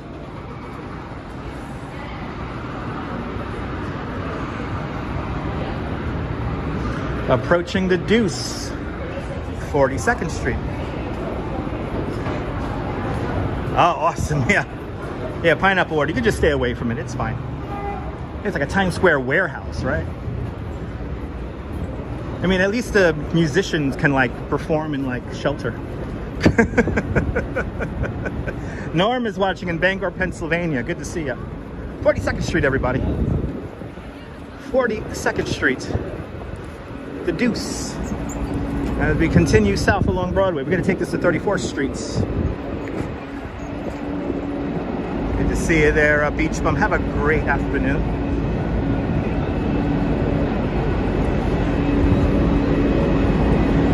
We have survived another romp through the Petri dish. Yes, best neighborhood to stay in is downtown. There's better food options downtown than in Midtown.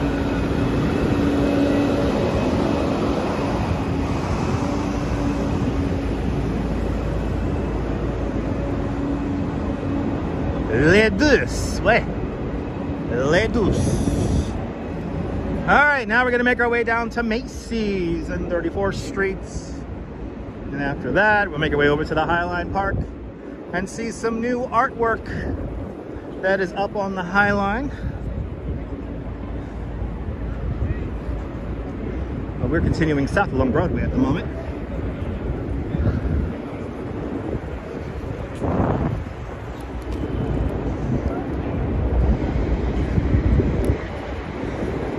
Yeah, it's not the deuce anymore, I know. I want to bring back that old terminology back, Rick. I want to bring that old terminology back there, John Lore. I want to bring the old terminology back.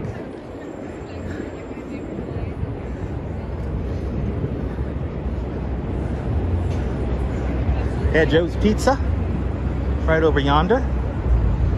A perfectly fine, acceptable slice. M. Zambrano, good to see you. Long Island City has some of the best hotel rates in the whole city. So Long Island City, I highly recommend staying in Long Island City. And like literally staying in Long Island City, I'm gonna be honest guys, staying in Long Island City is like staying in Midtown. So you don't gotta go very far for anything. Oh boy. That's some angry people here. Let's see what's going on here. Gotta move a little bit faster here. Got somebody who's randomly yelling at people here. So I gotta keep my head on a swivel. Coming up on 39th Street. It's a way cooler vibe downtown. I'm quickly realizing why I don't like it up here. But I guess I have to do it in order, you know. So, gotta take the poison pill sometime. All right, let me check my 6 here. Oh yeah. Yeah, we have a character. Definitely a character back there. Who is like, he seems to be randomly picking fights with people.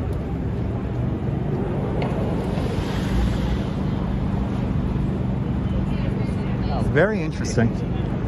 Very interesting. I'm just gonna keep on moving.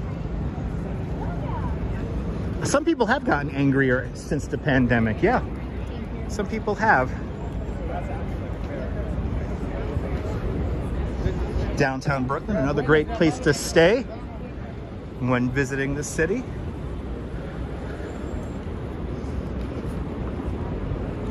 Former blocks of rent Macy's.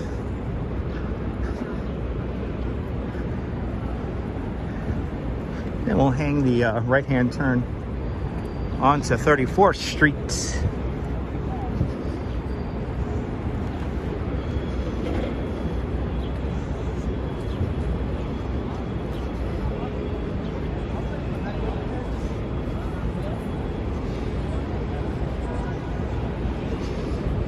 The garment district.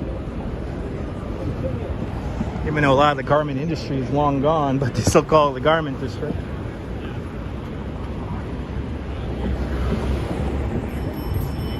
Pike Lane, move! No. Pike Lane, move. That's the first one. I've become much kinder too, Pineapple Water, but in my process of becoming kinder, I have gotten rid of a lot of people who, to say it in a light way, I used to gaslight myself. Just to appease people who really don't give a crap about me. So those people had to delete from my life. And I know they're watching on the DL, which is fine. They will know some of those people, actually. Anyway. To think I used to gaslight myself just to make people feel good about themselves. Yeah, no more. That's part of the new me that emerged out of the pandemic. I'm not here to coddle you or make you feel good about your own decisions. You don't blame me? Yeah.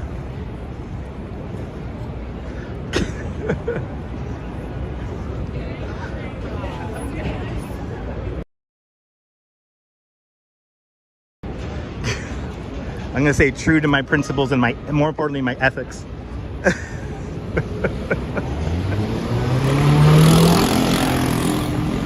All right, where the hell am I? 37th Street, everyone. 37th Street, Broadway.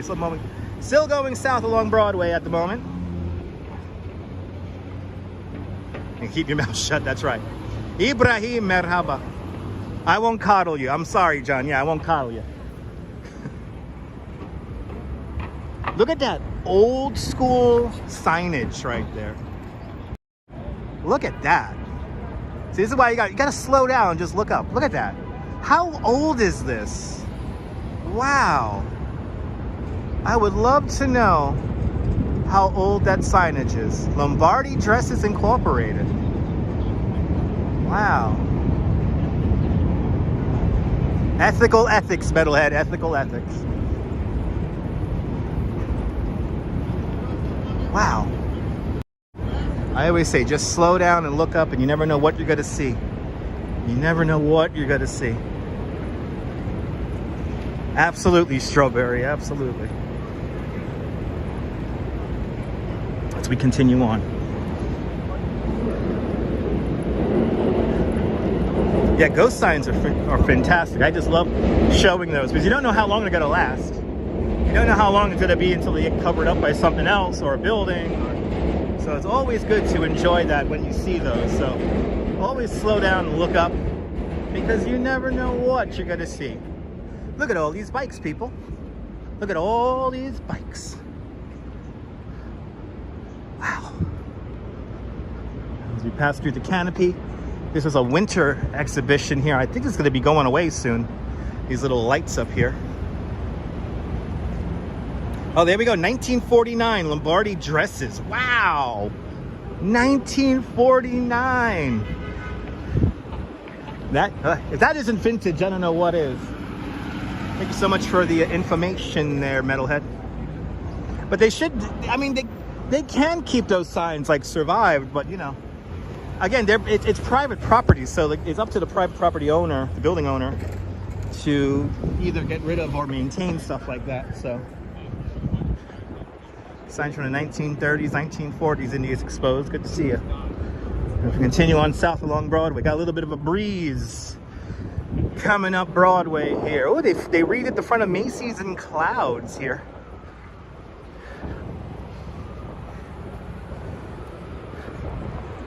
Ride the wooden escalators here in Macy's. Escalators from a bygone era.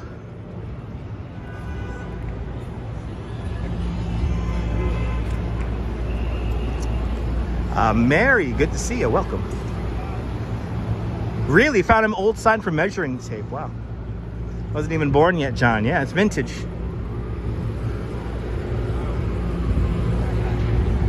It's vintage. All right, Macy's, everybody. Macy's. Herald Square. Right here. We have made it to 34th Street.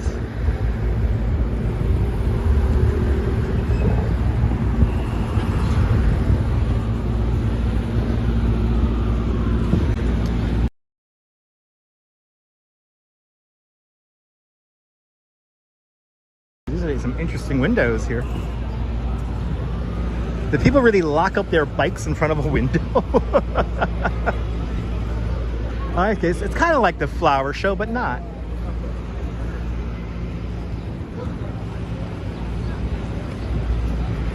I tell you, online shopping definitely hurt these places, but you know, you'll still have places like Macy's to come to. Oh, these are Mother's Day displays here. These are Mother's Day's displays. Buy a new dress for mama here at Macy's, Herald Square. Gonna get ready to make the right-hand turn on 34th Street. But first, one of the greatest skyscrapers in the whole world is gonna be coming up next, and that's gonna be the Empire State Building. There it is. The Empire State Building. Tallest building in the world for the longest amount of time, just about 44 years, until that was beaten out by the original Twin Towers of the World Trade Center.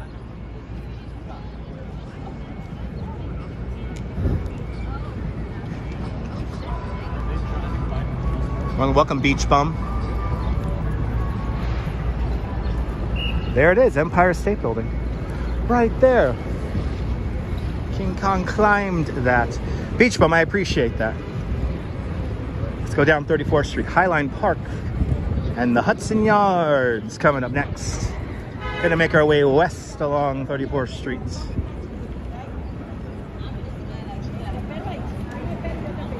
You wanna see Minerva and the... Sorry about that, Grant. I am already on my way. Now that would require me to go into one of the parks there. We are already on our way.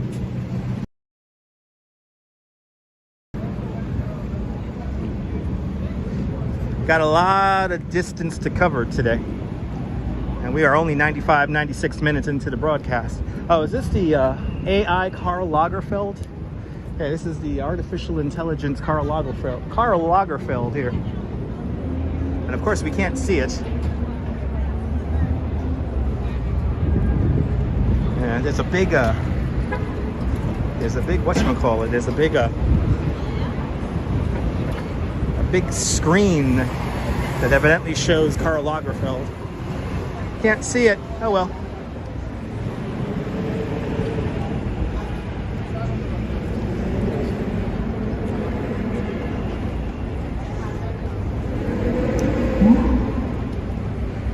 Across the street from us, where you have all these low-rise department stores, this is where they want to expand Penn Station to. They want to build a new Penn Station roughly in this area across the street from Macy's. It has to go through a lot of approval process in order to happen, but if approved, this whole area across the street will look vastly different. The new proposals for the new Penn Station are quite radical, quite interesting. One of them does include moving the Madison Square Garden a block over, 2 blocks over.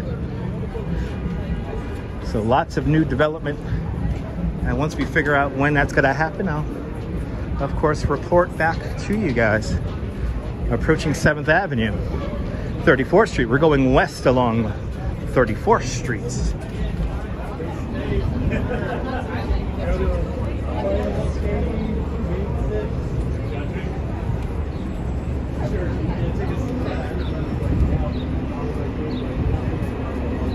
I walk fast because I have a lot of ground to cover. It's a tour, not just merely walking.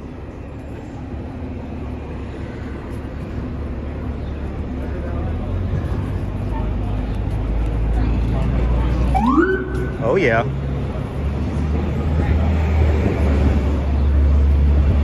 Wow, the Penn Station has a new reface. It's like putting a silk hat on a pig. That's what the new reface here at Penn Station is.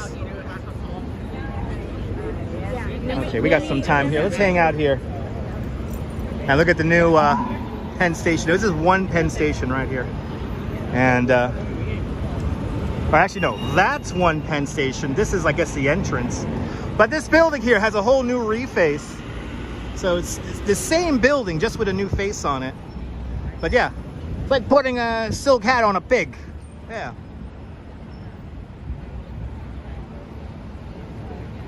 Ah, that's awesome, Metalhead. That's awesome news.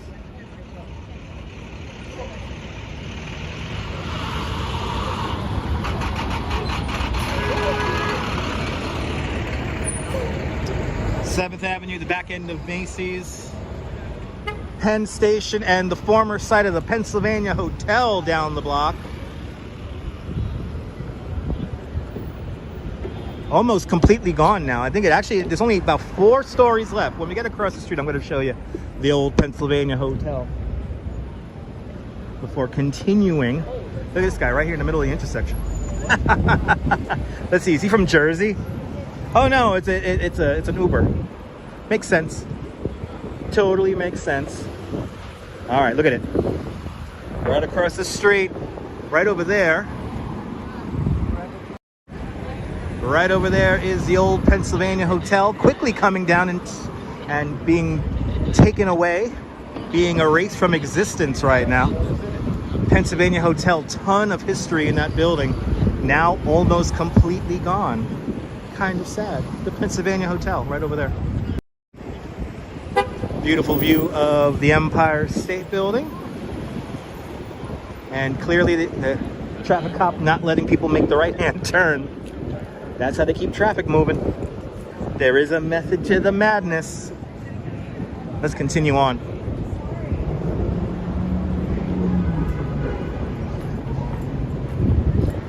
Ooh, my screen dimmed. It's too cold for the screen to be dimming. What's gonna happen when it's like 90 degrees out here? Yeah, Pennsylvania Hotel, I know in his last 20 years was a rather weird place to stay. And actually in the past, the only people who I've known who stayed at the Pennsylvania Hotel usually worked in the airline industry. So they were like flight attendants or pilots.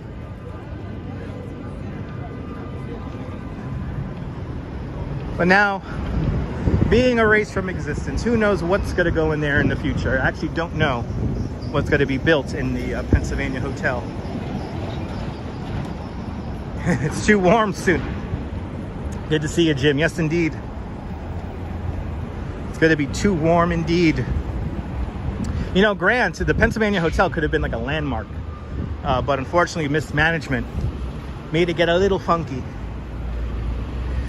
I've heard some horror stories, to be honest, out of the Pennsylvania Hotel. So.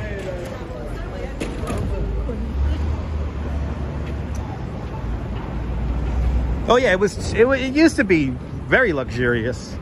One of the premier hotels in the city. But by the 1990s, it wasn't in good shape. Of course, they used the ballroom to film many TV shows. Probably the most famous and long-running TV show to be filmed out of the ballroom at the Pennsylvania Hotel was the Maury Povich show. How many people were deemed not the father in the Pennsylvania Hotel ballroom? Oh, I'm sorry to hear that, Raul. Sorry to hear that.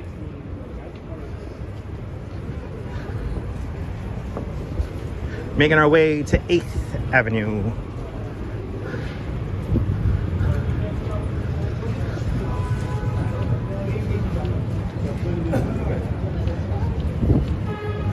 This is where you gotta kind of keep your head on a swivel.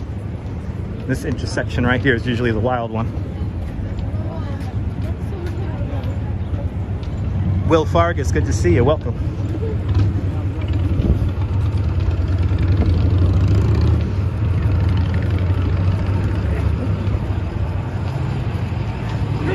Eighth Avenue and the infamous McDonald's here on 8th Avenue. Just to my right-hand side, the infamous McDonald's featured in the New York Times article where they featured... Hi. You are a YouTuber? Yeah. Yes, me too. Yeah? What's your channel name? I'm not just popular. I'm just in Mongolia. Oh, okay. Awesome. Thanks for coming out to New York. Yeah. Enjoy. Okay. He's just videoing me like a hawk with his iPhone 8. Well, he's a YouTuber from Mongolia. I'm gonna be looking for his channel now. Will I end up in a short video? We'll find out. Can you see the edge? The edge is in the screen. 30 Hudson Yards. We call that building the Duck on this channel. Doesn't it look like a duck? Approaching the Manhattan Center. The Manhattan Center, another spot where they film lots of TV shows. Probably one thing that was filmed here that nobody has ever remembered was, who remembers the America's Talking channel? This is where the America's Talking channel emanated from, was the Manhattan Center. So they had like a 24-hour talk show channel on cable. And this is where it all was broadcast from, right here.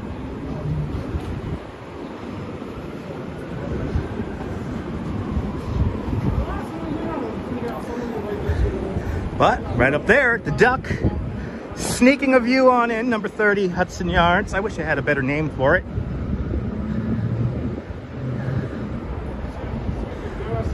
You remember the America's Talking Channel, Rick? Rick, you were like one of like maybe 100 people. or maybe Coney Island Jim remembers the America's Talking Channel too, right? Remember that channel? It eventually will become a little channel called MSNBC.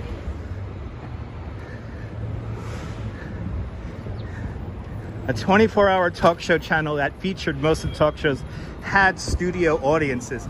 New York One emanated originally from the national television over on 42nd Street and what was that, 9th Avenue or 8th Avenue? And then eventually New York One is now broadcasting out of Chelsea Market. America's Talking was a cable network that didn't last very long. Lasted maybe a year and a half.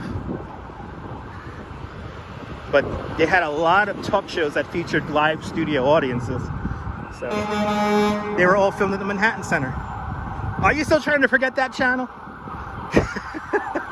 Jim, remember all the money that went into the America's Talking Channel? It had so much press. It was like the CNN Plus of the 90s. Oh my God.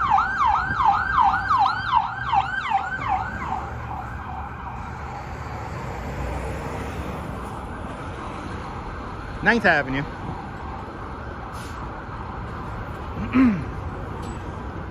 9th Avenue, 34th Street, B&H Photography Computer Store, right across this street here. I will cross the street. After all, I do spend a lot of money at B&H.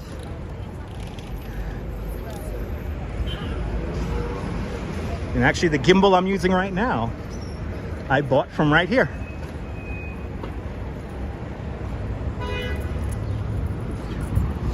One of my favorite diners across the street, the Skylight Diner. Was Richard Bay one of the shows they filmed out of there? Wow. I always thought that was Richard Bay's show was, I think that was 9 Broadcast Plaza out in Secaucus, New Jersey, but you never know. I think maybe Richard Bay had a short run at the Manhattan Center. Hammerstein Ballroom, that's right. Another name for the Manhattan Center. That's right. I saw Portishead inside the inside Hammerstein Ballroom. I saw Portishead inside there. Now that was a good show there. That was a mighty fine show.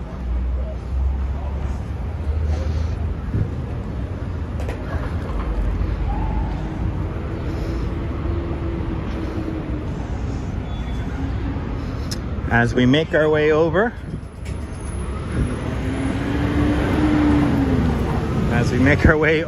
to the Hudson Yards development. Yeah, I was a fan of Richard Bay. I remember where Richard Bay filmed 9 Broadcast Plaza with Sarah Lee Kessler and Lloyd Lindsay Young doing the weather. I did that yesterday for like 90 minutes. I binge watched old WWOR and old WNYW Metro Media. I binge watched that for a bunch of hours.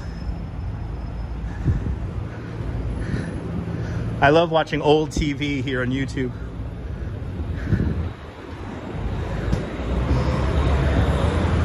Nine Broadcast Plaza at Secaucus, New Jersey had a studio audience for the news. And then 9 Broadcast Plaza will eventually become the Richard Bay show. And then Richard Bay eventually turned into an adult Double Dare without the games. Great song from Portishead. Yes, indeed. Great song indeed. Spiral right here. Which, it doesn't look as green as the renderings made it out to be. That building was a complete lie.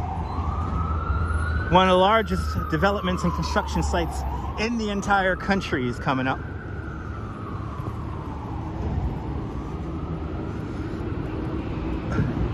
Hudson Yards. It is 3:38 in the afternoon, 72 degrees, a few degrees above Goldilocks weather. I always say 65 degrees is Goldilocks weather.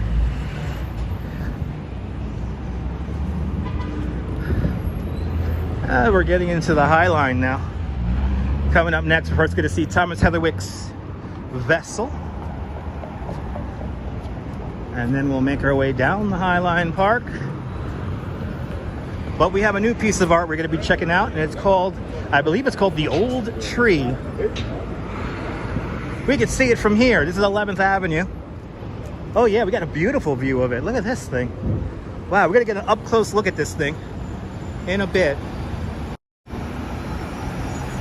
Look at how cool that looks. Wow.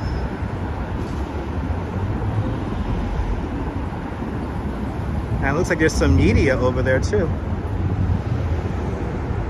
So that's our next thing we're gonna see. We're gonna see that piece of art right down there along the spur of the High Line Park. But first, we're gonna see Thomas Heatherwick's Vessel and the Hudson Yards development here, the courtyard of the Hudson Yards. We're directly underneath the edge. Can't even see it from here. The duck, as we like to call it on this channel, titled Old Tree. I knew I had it right. Pamela Rosenkrantz. Thank you so much, Neil. And that sculpture is going to be there for quite some time. I heard it's going to be there until like November. It's going to be there for a few years.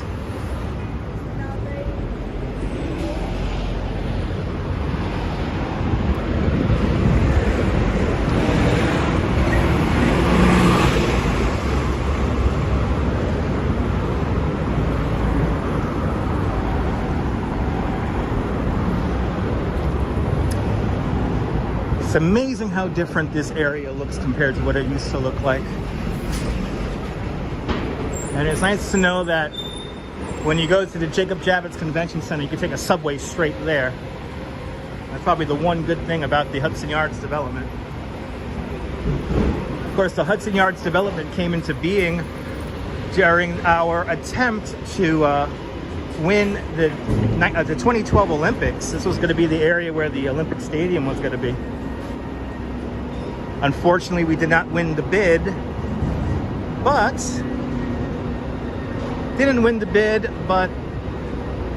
the development still ended up happening anyway. So the piece of art's going to be there until 2024. Okay, there you go. Okay, so I knew it was going to be there until like winter. It's going to be there for quite some time. We will be doing a elevator ride. Yes, we will be doing a elevator ride. Yes, Virginia, there will be a elevator ride.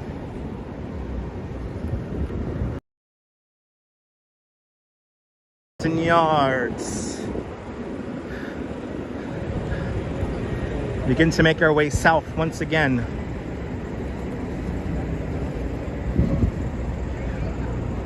And the shops at Hudson Yards, presented by Chase Pay, off in the distance.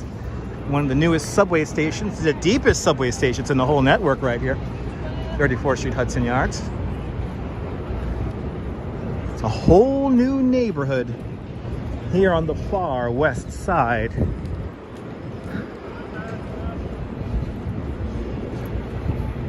It's funny the lengths that people will go to try to get onto the camera. Just totally faked out somebody. Some of y'all might have noticed it. As we look at Thomas Heatherwick's Vessel, who knows what's going to happen to it? I heard it might be dismantled. I heard it may be they may just keep it empty. I do not know the fate of the vessel at the moment. But I could assure you that nobody is walking the vessel. You could only get into the base of the vessel. Unfortunately, it became a magnet for suicides. Yeah, daily reminder indeed.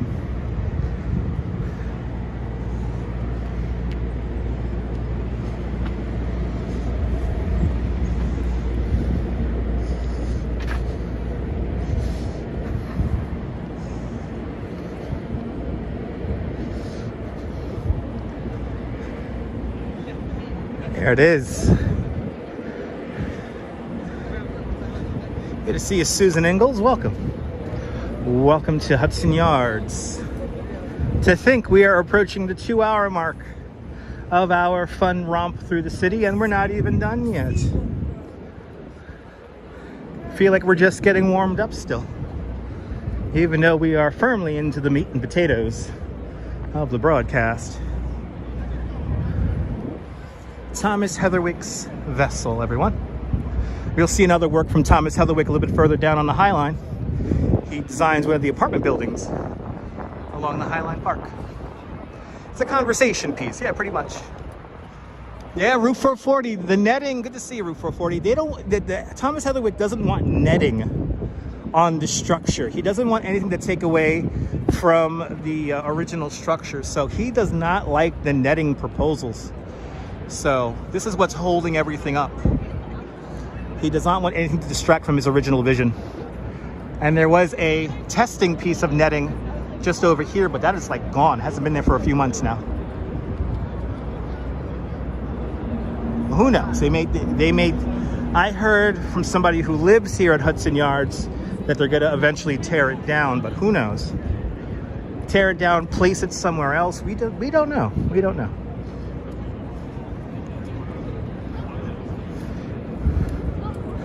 Here are the shops at Hudson Yards. Presented by Chase Pay. And now we're going to begin to make our way down the High Line Park.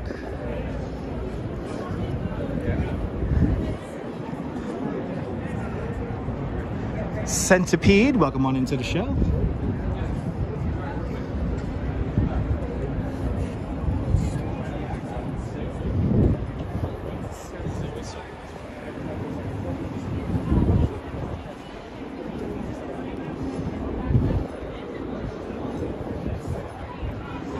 Amazing buildings indeed. Maybe, yeah, maybe, Gary, maybe. On my right-hand side is the shed. The multicultural shed that was opened by Bjork was the first performer to ever perform in this space. The entire structure rolls back to create an outdoor performance space. But just one problem. They didn't build the building correctly, so it doesn't roll back evenly. So when it rolls back at a bit of a tilt, at a bit of an angle. So thus they've only rolled it back a handful of times and they kept it closed ever since. So an engineering triumph that became an engineering white elephant. So I'm going to attempt to explain how this building works. Inside these wheels, there are motors. And the motors help push back this entire structure. So this whole thing slides back. And unfortunately, one of these sides was getting hung up. So thus when it rolled back, it didn't roll back evenly. It kind of just started getting to an angle. And yeah, they didn't necessarily compromise the structure. It just didn't work properly. So thus they keep it closed. And it's probably going to be always in the closed position forever and ever and ever. I'm going to come around the side here. I'm going to show you where it's supposed to end up.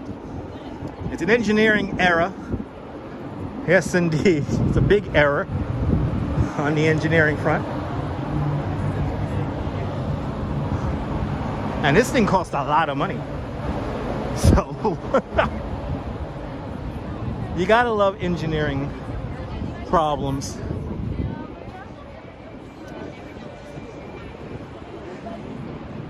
And can somebody, I wonder if it's a union or a non-union company they made. No, you know, it may not be permitted. No, probably not. But anyway, this whole thing, see, this whole thing here, right? It broke and never opened again. Yeah, there you go. So it's never going to open again. And this thing whole slides, it's supposed to slide back into that notch right there. And yeah, opened it, it broke, never again. And I was very excited about this structure. But the multicultural shed right there. Yeah, you even got grass growing on the track work, yeah.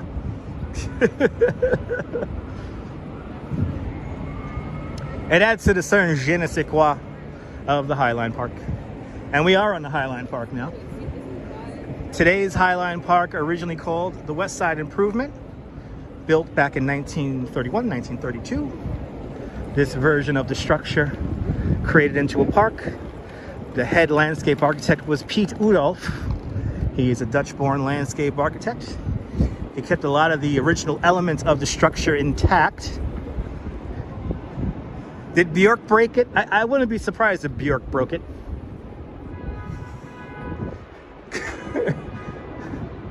Bjork and her crazy singing broke the multicultural shed. Wasn't she like flying around in the structure? Like I heard like she was gonna be like suspended from the building and she was gonna fly and stuff. And anyway. Liz, good to see you. Yes, they are videos of the shed opening. There's like a sped up video I know that I have seen in the past. But yeah, there are a few videos showing the shed opening for the 1 or 2 times it did. Coming up to the final section of today's Highline Park to open. Opening up about 5-6 years ago. This is the Spur. And what was Hudson Yards like before development? There was nothing here. This was a rail yard. So there was nothing here. Like there was a club and a parking garage or 2, and that was it. There was really nothing here. Here is the old tree, the newest piece of art here on the Highline. I'm still hoping they build the gigantic pigeon here.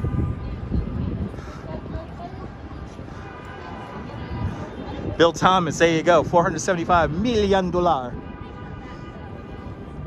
So the old tree here meant to represent the veins, the blood vessels of a human.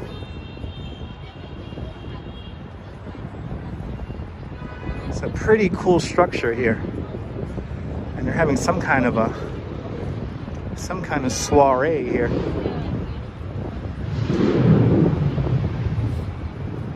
Very cool.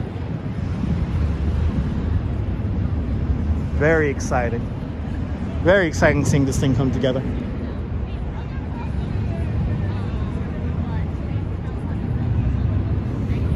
And I think it's made out of like a resin or something like that. Let's see. I think it's like a plastic resin. Yeah, it's like a plastic resin. Jeanette Trainer, good to see you. And if we come over here, look at this. Good to see you, Blondie. Yeah, it's a little creepy.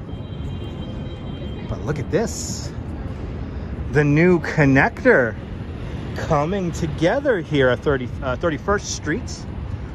This is the connector here. This is the Highline connector that's going to take you to the Moynihan Transit Hall. Quickly coming together. I heard it's going to open in a few weeks. Behind those trees, you can see an amazing truss bridge that's made of wood. That's going to bring you over 31st Street here. An amazing structure quickly coming together. So in theory, you'll be able to hop out of the train at the Moynihan Transit Hall and then make your way all the way down to the Whitney Museum via the Highline. A new amazing piece of infrastructure quickly coming together. The old tree is made of comprised of man-made material, so like a plastic. Like a plastic. Very exciting seeing this all come together. I like the color.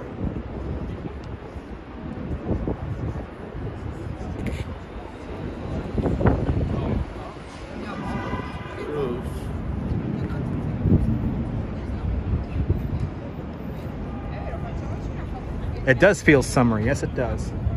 Steel polymers and pigments, there you go. More information, scan the QR code.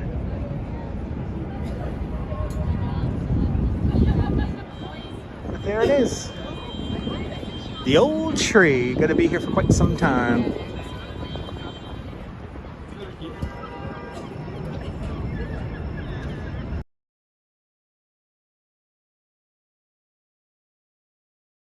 To the High Line. High Line's like a little under 2 miles long. It's roughly 30 blocks.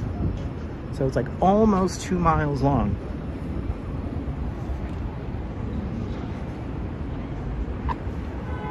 And that is counting the northern spur too, that takes you all the way up to 34th Street.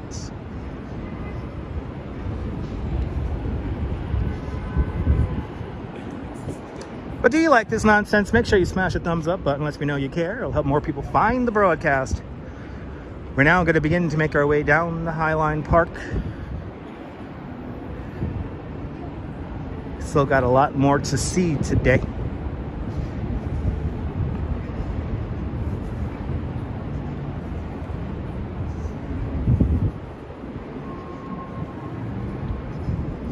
We're now on to the High Line Park itself.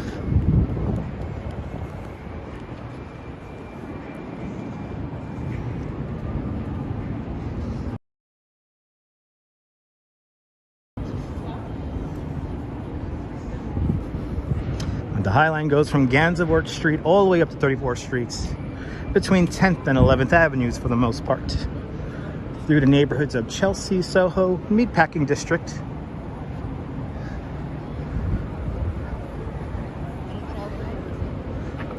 it is time to make our way south. Yeah, Barry, I prefer Lower Manhattan too. Lower Manhattan's way more entertaining than Midtown.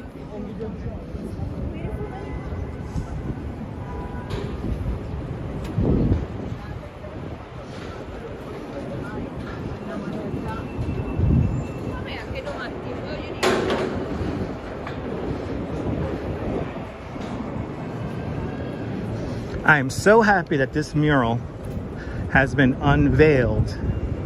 This mural ahead of us here with the hearts was covered up behind scaffolding for like 3 years. And it's now showing beautifully. So Jerry, that was the agreement with the landlord of the High Line, CSX. The agreement is that they could turn this structure back into a freight rail line. So what they did was they labeled all the tracks. They then had the tracks removed. And then once the park was all coming together, they placed the tracks back exactly where they were taken away from. So that was the idea. But I'm so happy this mural is still here.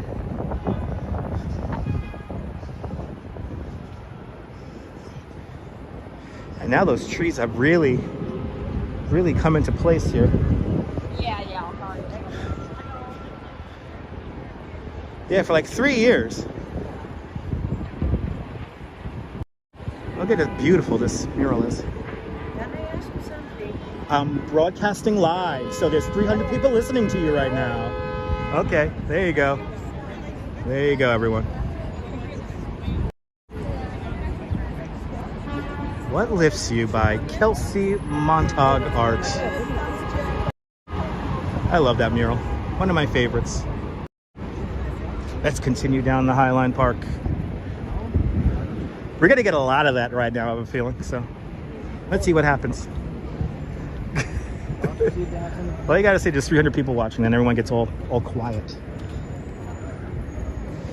As we slowly make our way down the High Line Park. 2003, the first section of the High Line Park opens up. Don't worry, that's the squirrels. Oh. Pretty narrow, just 8 feet wide in spots.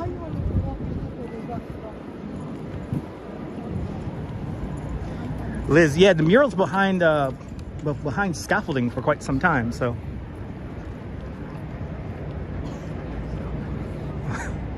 Good to see you, Julie, UK, welcome. Yeah, check out that mural, especially come by here in the winter. If you're here at the winter, you get a really cool picture where it looks like you're kind of blowing hearts out of your hand. If you know how to angle the shot just right, it's pretty cool. Zaha Hadid's last structure she ever designed is right here up to our right-hand side. Beautiful apartment building. I will take an apartment on the 8th floor. If anyone wants to super chat me that.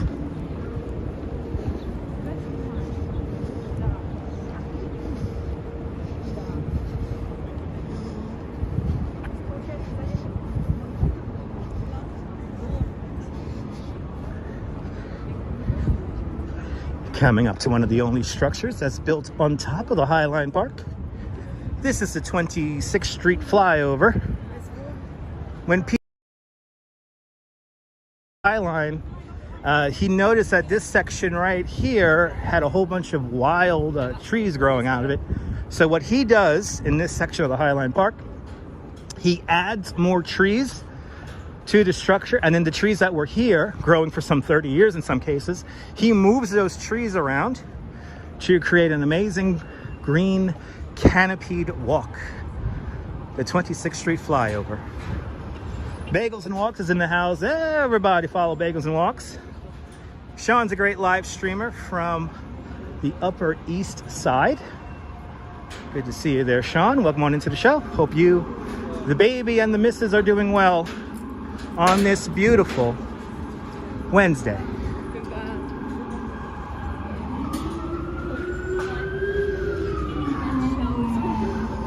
Now this is very summer-like up here. Very summer-like.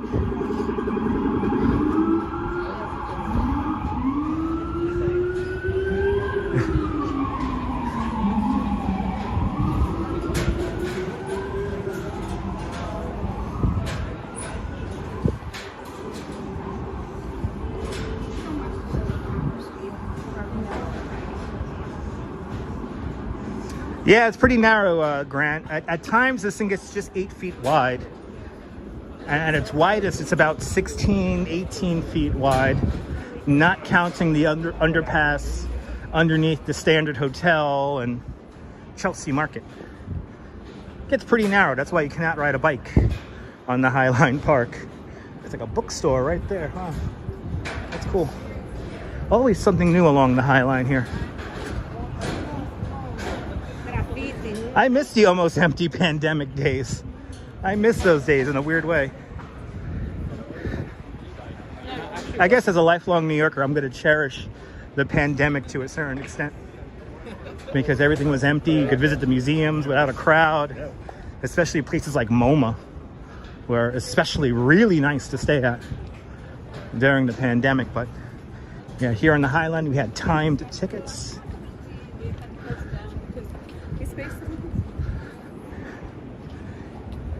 Oh, the Tasmanian Devil piece of art is still here. The little tornado is still here up on the High Line. It's just discs of foam rubber spinning around with a electric bike motor or scooter motor rotating it. Yep, it's art.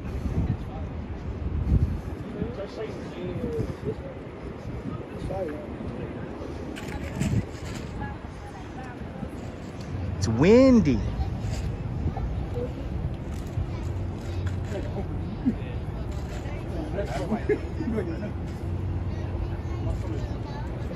It's windy, people. It's windy.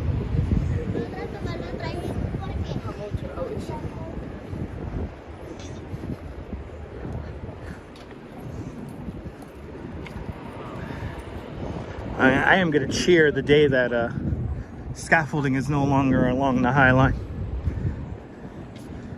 Approaching 23rd Street now. What's great about the High Line is that you just cut through all these streets. It feels like it's like a shortcut in a weird way.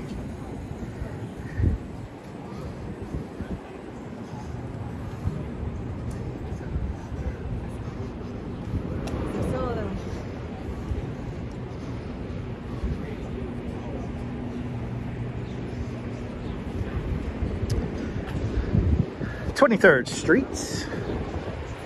One of my favorite channels uses this intersection to open up, City Beautiful.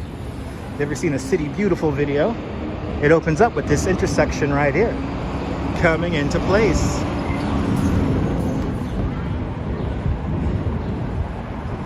Oh, okay. Is President Biden in town? That's awesome.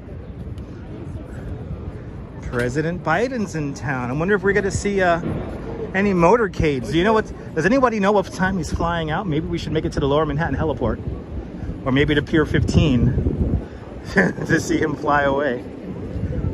Make it all the way downtown.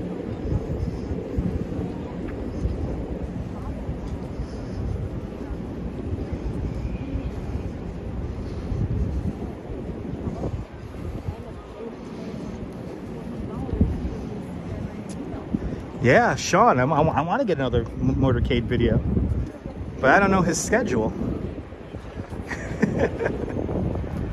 I'll make it to Pier 15, damn it. I can make it there in 90 minutes about.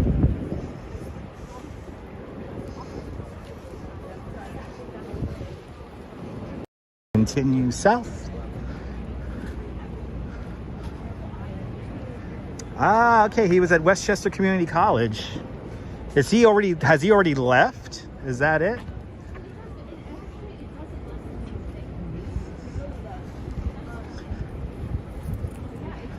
I would love to catch the motorcade again.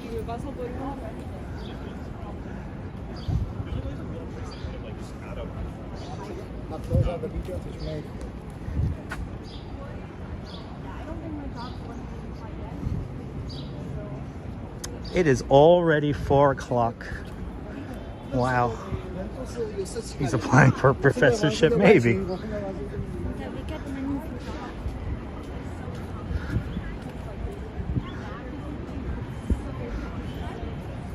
Good to see you there, RJ, out there in Colorado.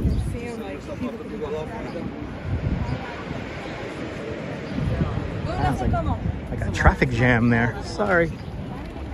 A whole little traffic jam there. And I got another traffic jam here. Good to see you there, JP. Welcome.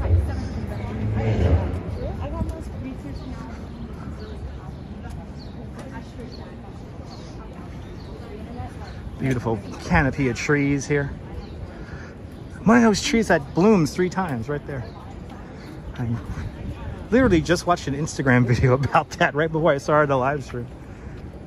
And I already forgot the name of the tree. On my right-hand side is going to be the site of the Renegade Cabaret, a series of concerts in 2009. Happens right here on a fire escape. There was a Broadway show musician where this fire escape is, and for like a year and a half, she has concerts right there. There is a Renegade Cabaret YouTube channel to see a lot of those performances. Is right there. So check that out here on YouTube. And then right next door in this building right here, which is today a residential condominium building, this is where, amazingly enough, right next door. So President Biden is leaving New York at 8:30. So that means 8 o'clock he'll be down at Pier 5. I'm not going to stay on that long. Gotcha. I'm not going to stay on that long. But thanks for the information, Mary. Robert, good to see you. Good afternoon. Welcome to the show.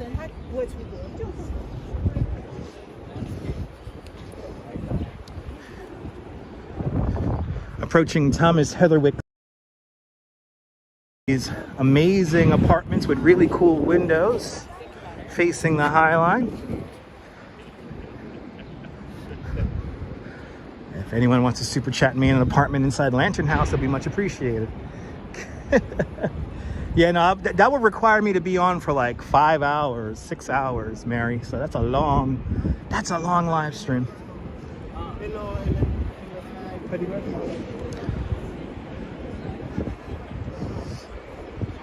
Right, so you can sit. Yeah.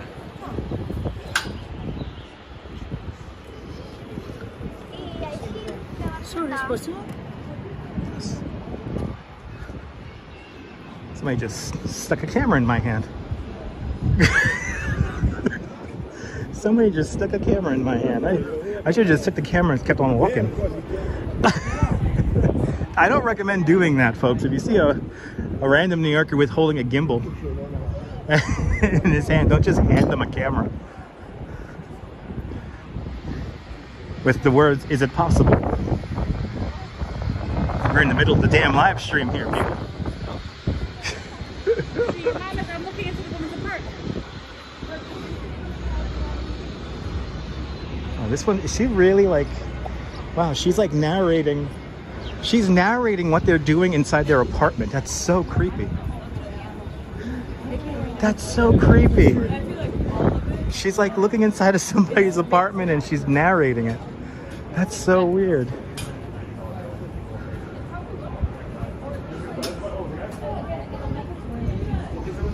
Anyway, this is one of the last sections here of the High Line with scaffolding on it. I am going to celebrate the day they take away this scaffolding here. Oh, that's really creepy. Anyway, one of my favorite murals is right across the street. Mahatma Gandhi and Mother Teresa right over there. And then just behind both of them is the Empire State Building. Right over there. Noisy much? It gets noisy. Blah, ciao, buongiorno. Buongiorno.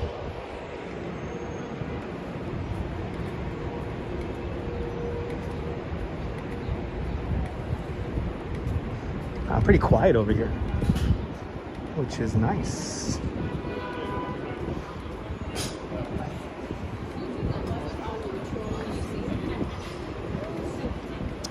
And Blondie with a $5 super chat. Blondie, thank you so much for the very generous $5 super chat. Thank you so much for joining today's $5 club. Much, much, much appreciated, Blondie. Much, much, much appreciated. Thanks for sponsoring today's live stream. Enrico, good to see you. Welcome. Making our way south along the High Line Park. Gonna make our way all the way down to Gansevoort Street. And I think after that we'll make our way to Washington Square Park. And we'll continue on. John Costello, good to see you. If I missed your comment, welcome to the show. Comments are bursting on my end, so it's a little tough to sometimes catch everyone's comment.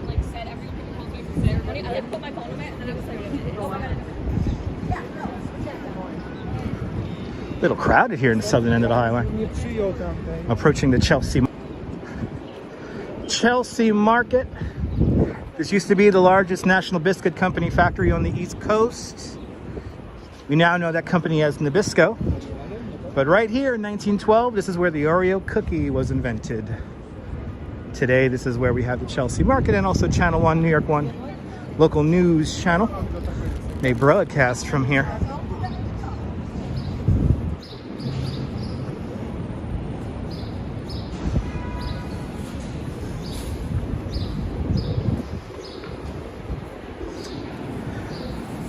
But if you're still with me since the beginning of the show, thank you so much. And to everyone who has joined us, welcome to the show. New York City is astonishing. At all times it is.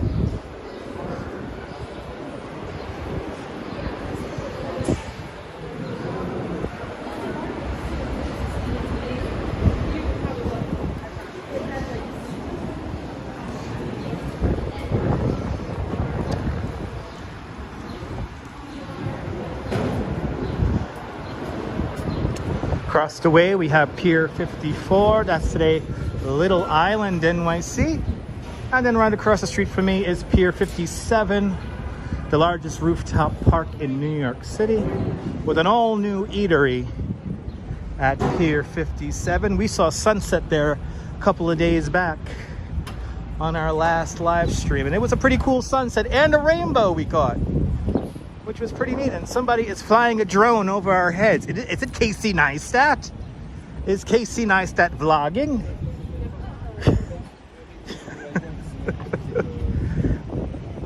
I don't think you're allowed to fly a drone here, but it could be a sanctioned drone flight. Who knows?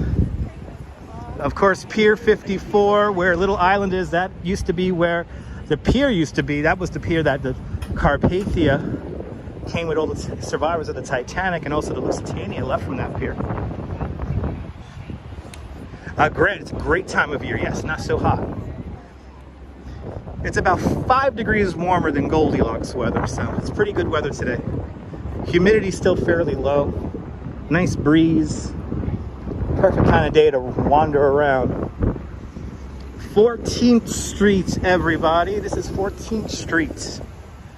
Manhattan Island, 11.5 miles from north to south, and 2.5 miles at its widest point. And this is its widest point, the longest crosstown street in all of the island of Manhattan. 14th Street, everybody. Great view of 14th Street right here as we look towards the east. check out my community page. We saw an amazing picture 5 days ago of the moon rising, lined up perfectly, or almost perfectly, with the grid of Manhattan Island. Manhattan Henge is coming up in a few weeks also, which is very exciting. Yeah, ABX girl, those are the rules. But you know, people still fly drones. There it is, 14th Street. We're gonna go all the way to Gansevoort Street. Coming up once we pass underneath this building, it's gonna be the Standard Hotel.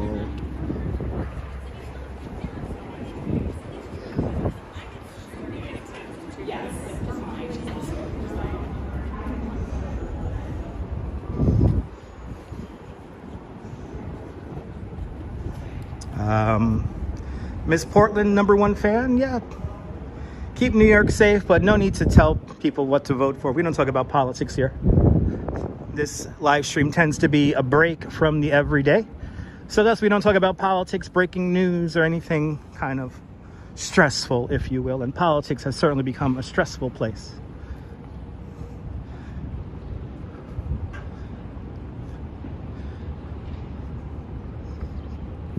Chilling, okay. Welcome on into the show, Mighty Bull.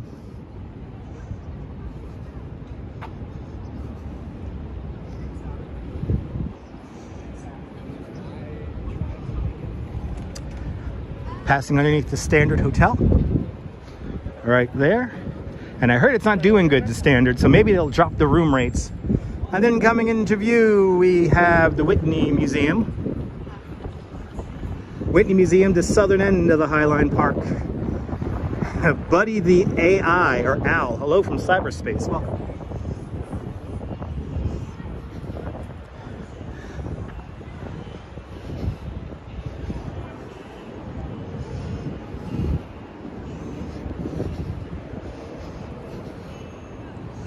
Almost coming to the end of the Highline Park. Then after this, we're gonna make our way through, I think we're gonna go to Washington Square Park after this. See the scene at Washington Square Park and then continue south.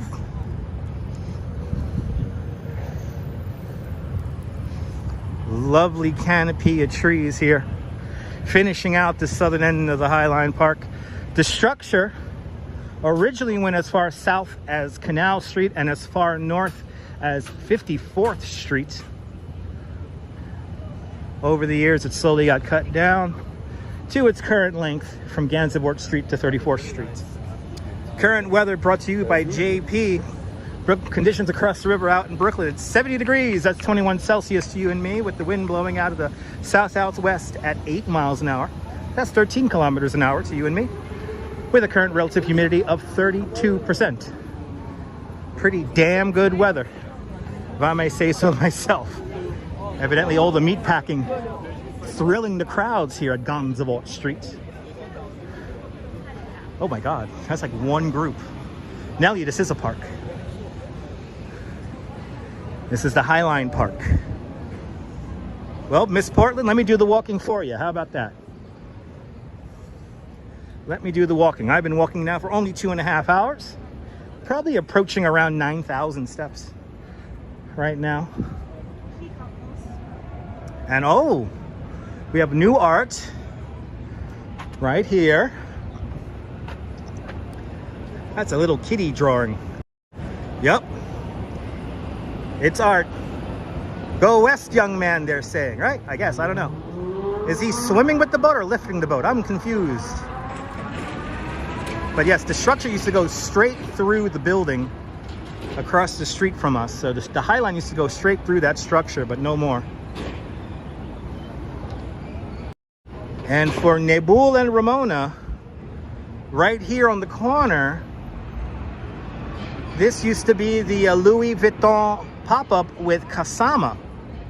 Happy we got to see that together, but that's no longer there. That is now an empty storefront, which is pretty cool. Chelsea, the Chelsea Vader at the Highline. There you go, Ian.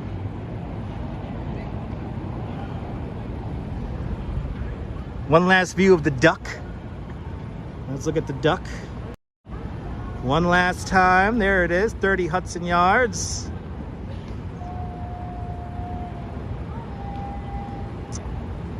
Miss Portland, we already came from Times Square, so check out the replay. This is the one time a month we go to Times Square on this channel. And is that a whole flock of bicycles that just came up onto the High Line? A whole big flock of bicycles just came up on the High Line. You are not allowed to ride a bike on the High Line.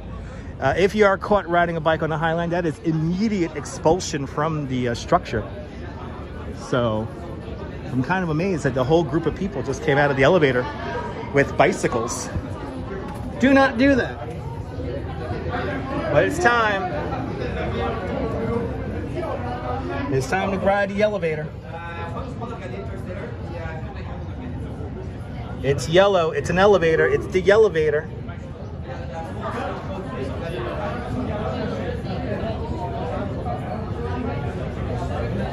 Yeah, it's way too narrow, Blondie.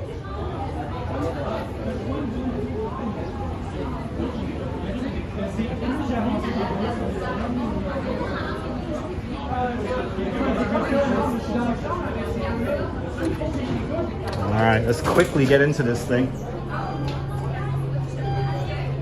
Oh, thank goodness.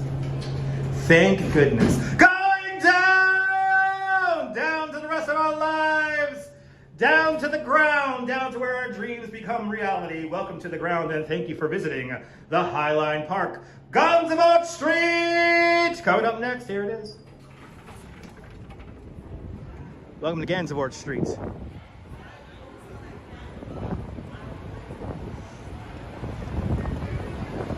Welcome to Gansevoort Street. We're gonna walk along this for a few blocks. And let's actually change it up a little bit. I normally will go down Gansevoort. I wanna go down one of these guys down here. I wanna go down one of these little quiet side streets here. I wanna give you guys a nice view of the West Village. Yeah, let's go down Horatio Street here. Let's really wander around the West Village here and make our way over to Washington Square Park coming up next.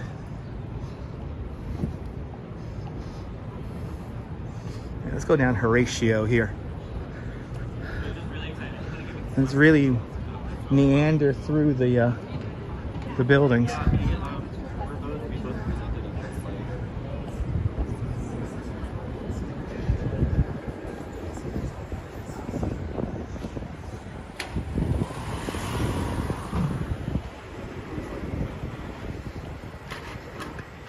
I just love the kind of low-scale architecture here in the West Village. And it's always so nice to walk these streets after you've gone through Midtown. Yeah, $20 lattes, yeah. And a little dog named Gansevoort, who lives in a doorman building, always walks down Horatio Street. My dog Gansevoort. He is just the cutest dog. He wears his Gucci every day. He wears his Gucci and his Louis every day. Where's the Donut Pub? The Donut Pub's over on 14th Street. 14th Street and I want to say 7th Avenue or 8th Avenue.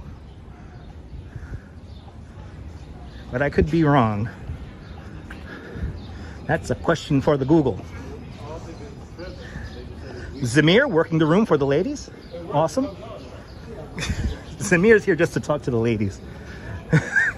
I'm just background. Please let you know. Google it. Google it, touring different places. Google it.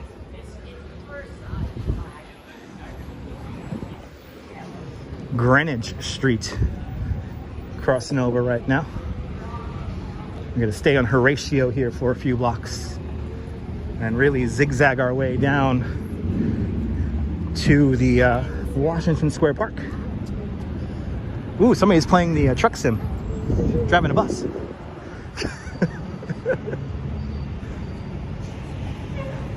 Nelly, I show you the real New York. So I appreciate those kind words.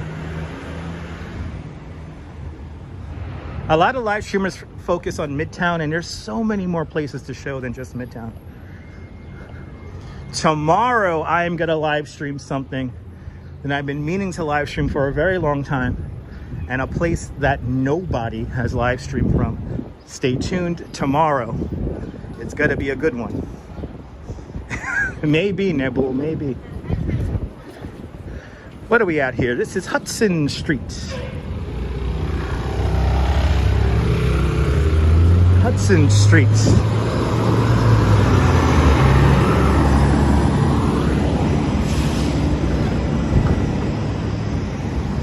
Great view of the duck from here. 30 Hudson Yards, just sneaking on in right there. I am close to the Friends building there, Lee Matthew Gaming. Yes, I am. What is that on? That's on Bedford and what? Maybe we should go there. We should go to the Friends building. It's like right around here somewhere. It's like Bedford and something. Tell me where the Friends building is and we'll go there right now.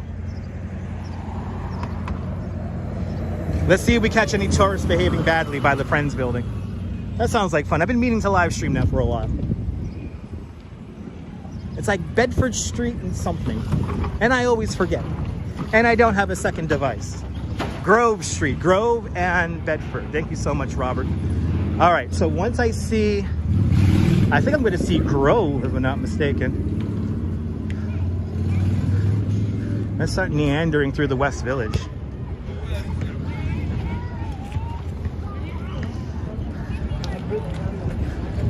Let's do that. That sounds like fun. I've been meaning to show it. 90 Bedford. There you go. You're going to be there tomorrow. Awesome. 90 Bedford. So where am I going? I'm hanging the right, right? I'm going to hang the right.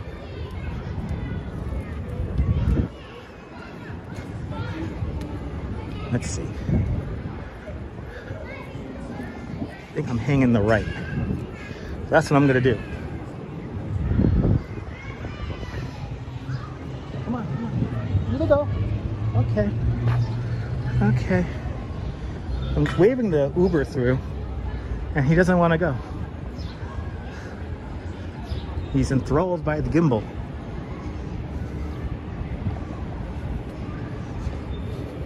All right, this is 4th. Got to cross the street here and then make a right. So I'm going to say it's like it's over here. It's over here somewhere. Where are these info signs with the maps when I need them? Let's go down this guy right over here. Yeah, I want to see if people are still writing graffiti on the walls. Yeah, I want to check that out, Grant. I want to see if we catch any tourists behaving badly. Bleecker Street Pizza, great spot for a slice. All right, there's Jane.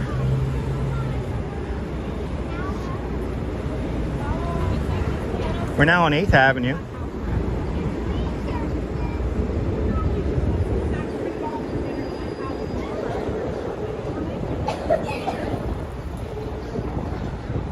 All right, that's West 4. Oh, try to take a video of the motorcade. Oh, so sorry to hear that, Sean. That's pretty cool, though. A lot of stuff happening whenever the president's in town.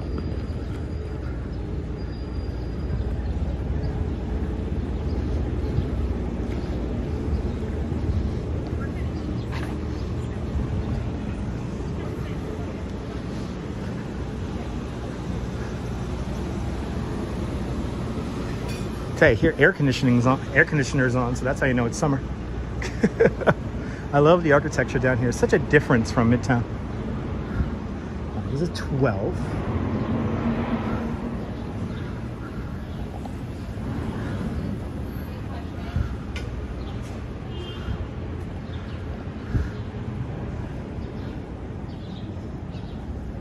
Yeah, Nibble, Bedford and Grove, yeah.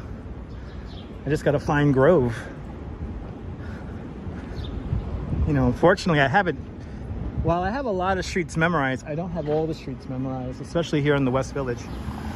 And this is a grid that parallels the Hudson River, so this is slightly, this grid is slightly askew. Great spots indeed, Roger.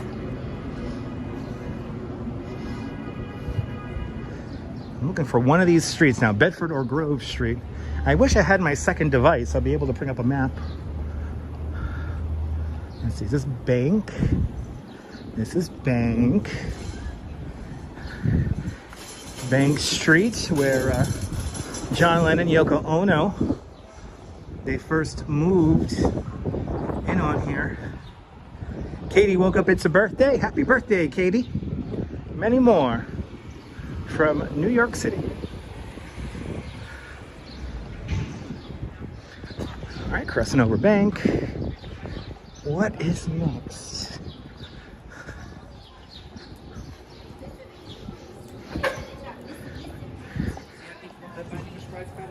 Here's some beautiful streets here.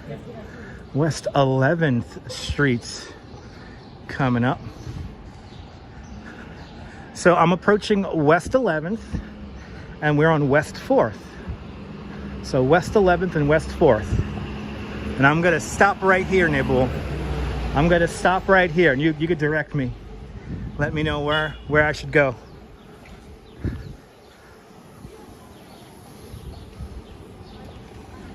Here you are. If anyone wants to help me get to the friend's house, I'm on West 4th and West 11th Streets right now.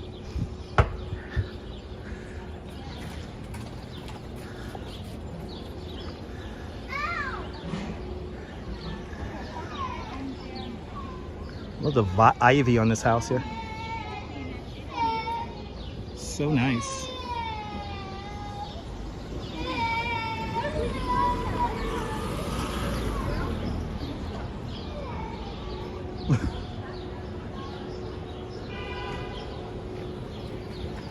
So where should I go? Pretty neighborhood indeed. Yeah, this is one of the funny intersections, I know. Rashid, good to see you. Welcome. One of the most pretty neighborhoods in the city is right here.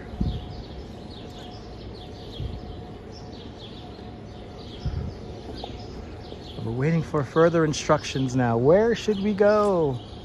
Should we go east? Should we go west? Where should we go? Let's see if Nibul can figure it out. Or any of you guys. 5 blocks south of me along West 4th is Grove. Oh, okay. So let's keep on going this way then. Let's keep on going along West 4th here to Grove. And then I hang I want to say I hang the left on Grove, right?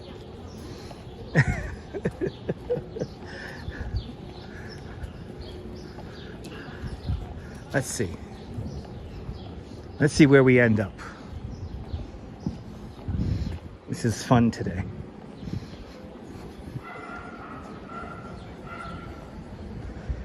West to bleaker than south. Okay. Well, I'm gonna go what Sean said. I'm gonna keep on going down West 4th to Grove. And then I'm gonna hang either a left or a right. I'm pretty sure I'm gonna hang the left.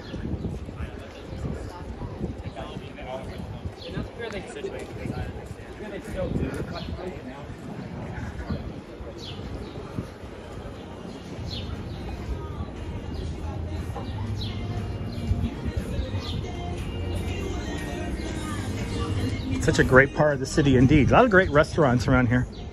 Restaurants, cafes. Definitely a neighborhood where, like, if you're like into the party scene, very convenient. Charles and West 4th.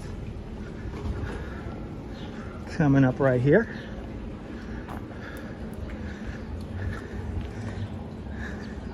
Yeah, it's totally like being lost in Central Park. Totally.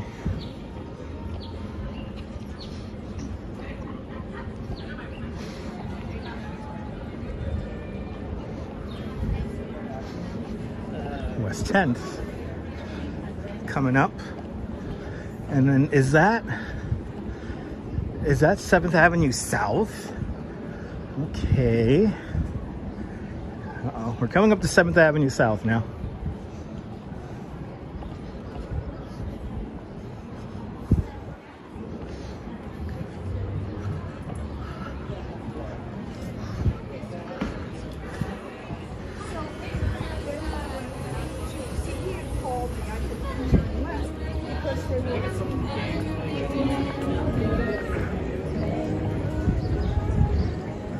7th Avenue South.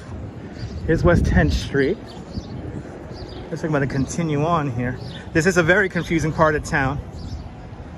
You'll make a right on Grove. I knew I was going to make a right on Grove. Okay. I make a right on Grove.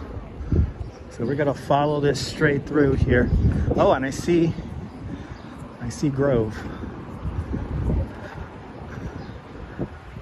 I see Grove. So I'm making the right. Making the right. Across the street, the Stonewall National Memorial, or not National Monument, and the Village Cigars store, featuring that very weird anonymity in the street, one of the smallest private lots in the whole city. Correct, Christopher, then Grove. I got it. Yeah, this is a very interesting part of the city.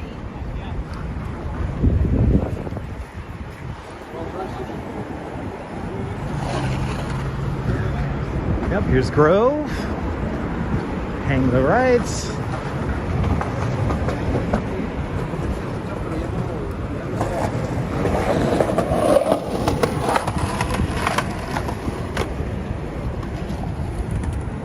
Good to see you, Dave, in Bangor, Maine. Welcome. All right, we're on Grove. Marie's Crisis Cafe. I feel like we're getting closer.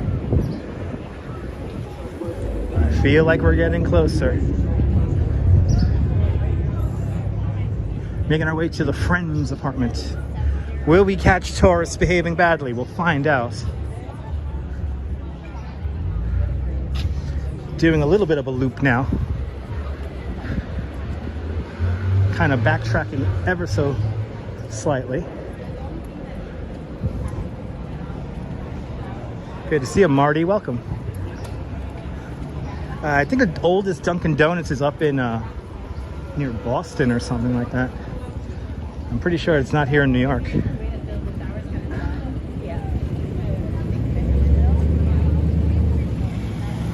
So we're kind of going west right now. 7th Avenue South is just to my left-hand side here.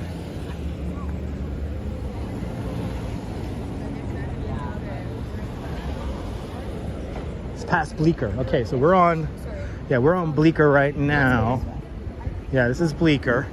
So one more block west. Thank you so much, guys. Just past your favorite bar, Pestilinos. Nice. Pestilinos. I tell you, after this walk, I could go for a beer. One block on the left. There we go. I think I'm on the side of the Friends apartment. Let's see, will we catch any tourists behaving badly? Let's find out. This is such a nice block.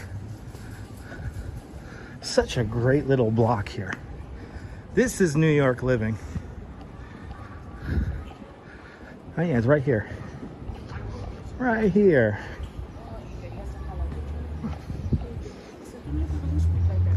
You got a mother, right? Here it is, Bedford. Ooh, and there's a whole group of tourists across the street because it's on this side of the block. The building is right here. So we're in front of the Friends apartment building right now. But see, everybody's across the street because that's where you get the view. So let's get across the street and recreate the shot from the TV show. Because again, none of this is real. This is all a movie set.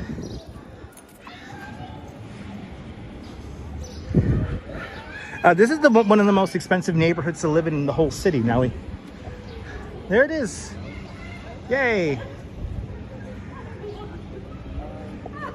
Bedford and Grove, here it is. I like how everyone's looking up at it, including us. Shelly Bell, good to see you. Thanks for the information about the Dunkin' Donuts. Oh, there it is, everyone. The Friends apartment building. Everybody wants a picture of it.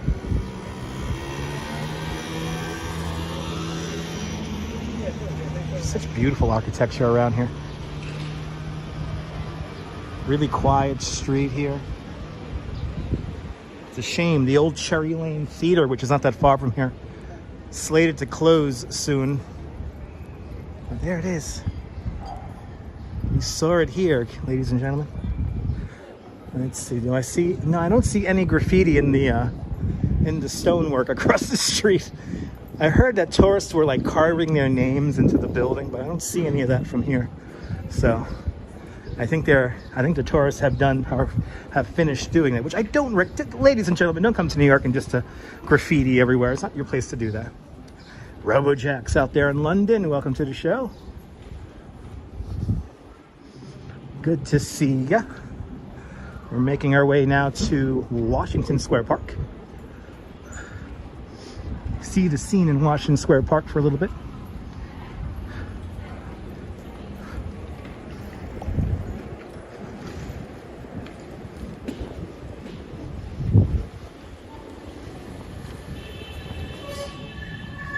Yeah, the tourists are busy in Times Square.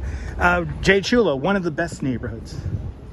Like legit, one of the best neighborhoods in the whole city. Commerce Street. And here is the old, oh, here it is right here. The old Cherry Lane Theater. Look at this beautiful theater that unfortunately will be closing soon. This block here is straight out of a movie. Look at it, how beautiful this is over here. Very sad that the Cherry Lane is going to be closing soon. Viking, have a great day.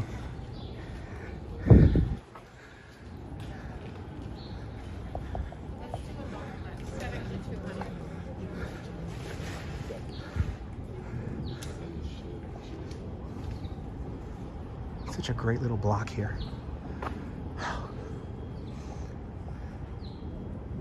Yeah, Phyllis, I don't really watch Friends that often myself. Wow.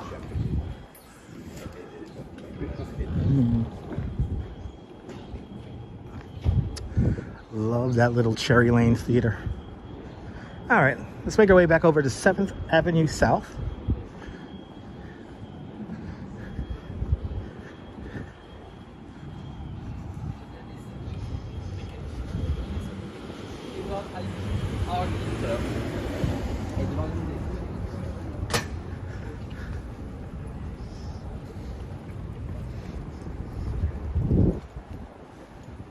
Yeah, Nelly is one of like legit one of like the best neighborhoods to live in, because it's just so quiet and you see like the scale of everything. Super cute, super tiny. But yeah, that block is totally like a movie set. Just the way it all functions and everything. And as you see, this sidewalk here is super narrow.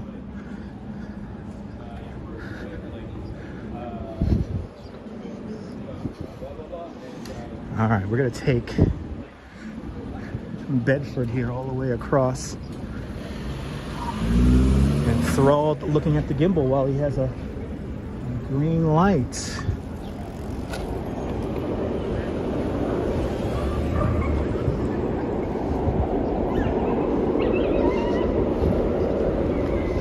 All right, 7th Avenue South. Straight ahead of us is the cheese grater building. We could just see that peeking up.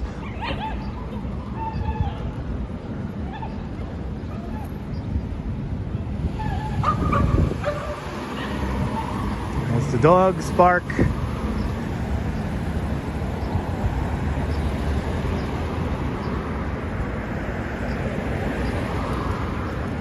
I'm going to continue east now.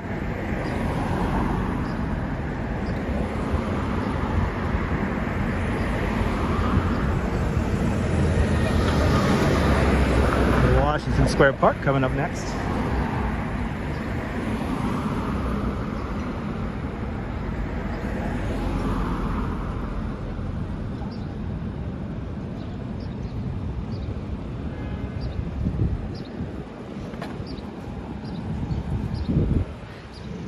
have a flock of tourists following me now. Gonna try to lose them.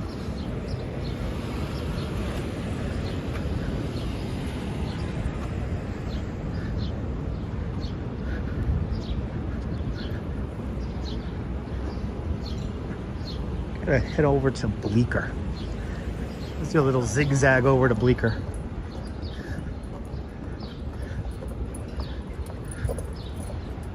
And take Bleecker over to the park. Washington Square Park coming up next.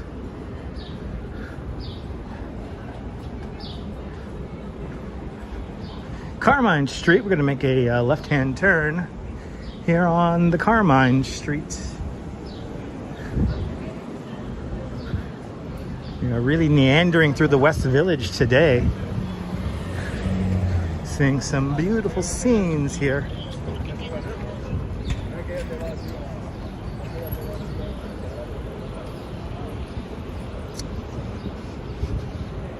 So I'm gonna do this.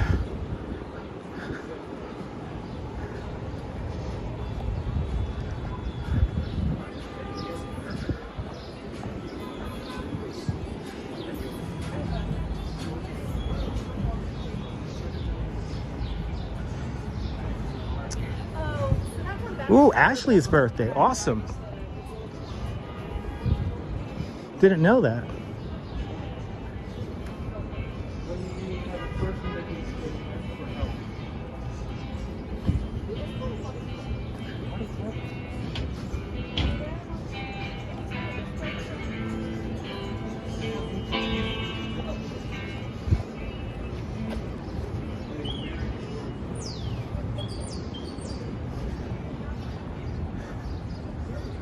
John's Pizza on Bleecker is phenomenal pizza. Absolutely. One of the best pizzas you could get in the whole city. Sounds about right, Grant. Still singing the... Jennifer's still singing the theme song to Friends. Awesome. Whatever happened to the Rim Rants? Whatever, they had that one song, right? They had that one song.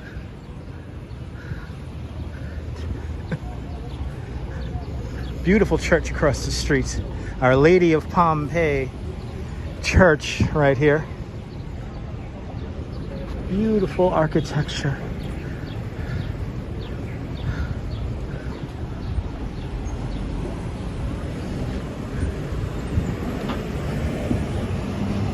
Okay, now we're on Bleecker. And we're gonna follow Bleecker across to Washington Square.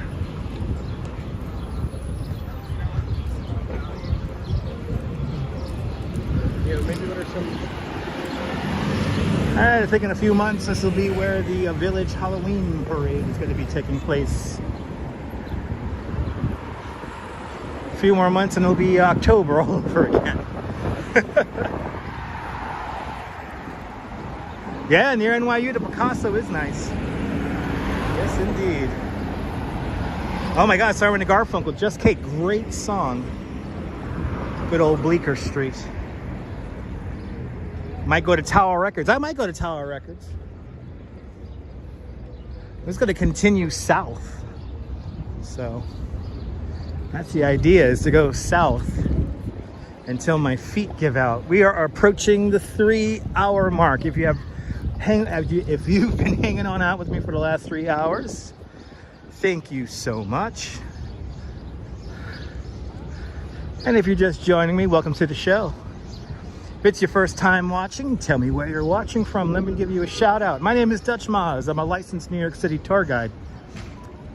Been a professional tour guide here in New York City for 11 years. Today we are seeing a big chunk of Manhattan Island, and I'm not done yet. Love this piece of art.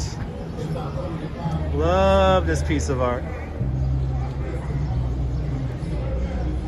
I want to buy that. Every time I come here, I want to say I want to buy that.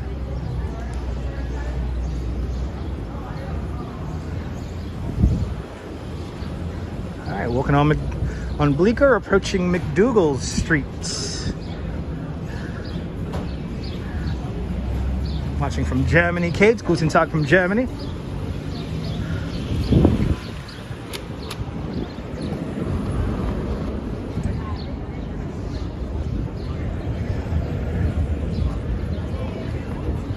Coming up, my favorite dispensary in the city, and that's Smacked in the Village, NYC.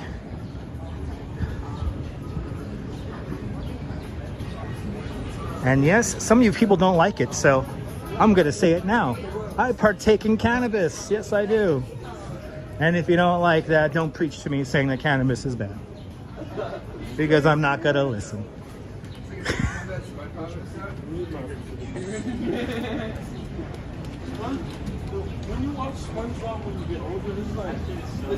Centipede, I appreciate that. Veronica Lynn, good to see you. Welcome. Welcome to the show.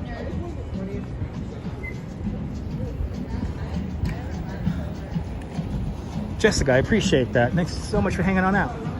It's cool with you, Michelle. I appreciate that. Thank you so much. And I get people who've been preaching to me as of late in the DMs. If you don't like it, don't have to watch me. There's other people to watch. But I partake in cannabis. It's the only way for me to deal with the nonsensical comments I see sometimes in the chat.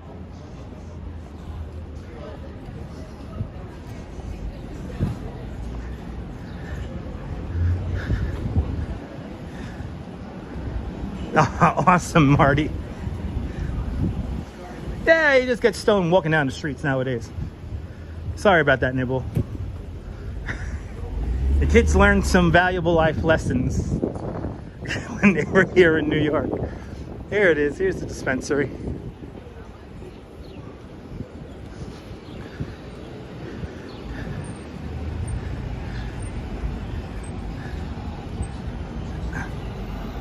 Yes, Brian, the chatter, the nonsensical chatter drives me to smoke. Been partaking for 47 years. Jack, beautiful. Yeah, Tower Records closed down since the 90s. Are they good? Yeah. I miss Tower Records. Here's Smacked and LaGuardia Place coming up. Let's hang the left here on LaGuardia Place and make our way into Washington Square Park. It was actually trying not to judge. I appreciate that. And some people have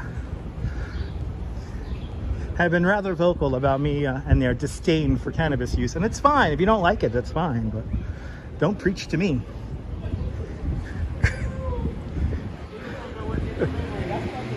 I appreciate that, Phyllis. You missed listening to the, oh my God, the Tower Records listening stations. Oh yeah. Cannabis can be an expensive hobby, but it's not really. For me, it's not.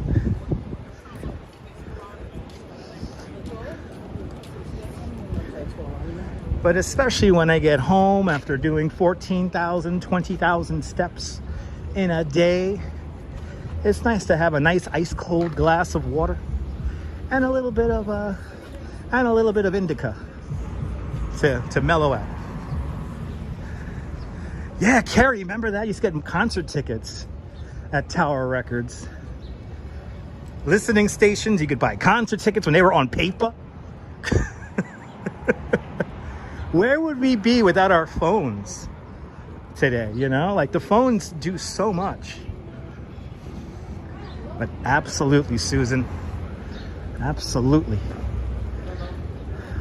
All right, so now we're going north again. Approaching West 3rd.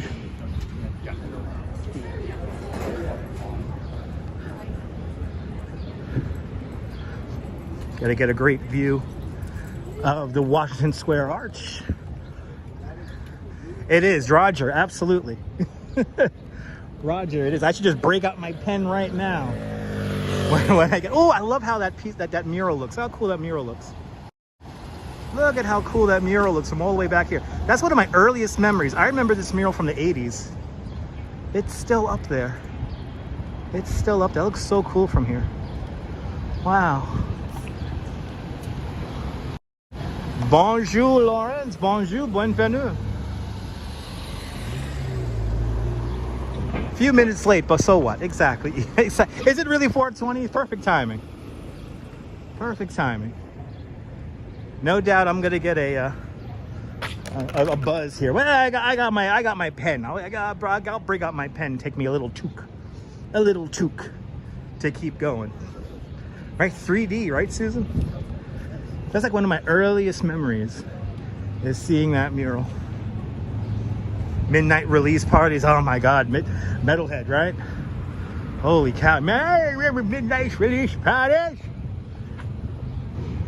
What was it? The PlayStation 2 had a midnight release party. The PlayStation 2, and I think also the Dreamcast. Was the Dreamcast $99.99, something like that, right? And I'm very proud to say I have a Dreamcast. I have a Dreamcast, damn it. But the 80s, the 90s, they were fantastic times to live in. The kids will never know. The kids will never know. I'm so happy I went to high school without internet. Oh my God, that's like a blessing in disguise, man. I know you can get your tickets without surcharges because they print the damn thing out right in front of you. They would print the damn thing out right in front of you. It was a simpler time.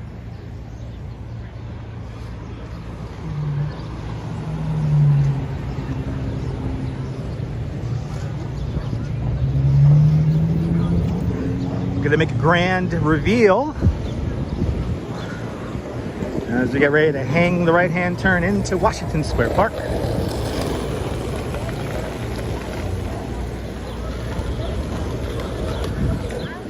And there it is! Washington Square Park, right there. To think they wanted to build a highway through this. The Lower Manhattan Expressway was supposed to have a artery road that led to it, and it would have came right through the park here. Luckily, that did not happen. But look at it today.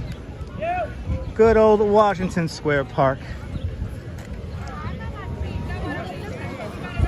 And the fountain's on. Good to see a fish paws. Doesn't get more New York than this.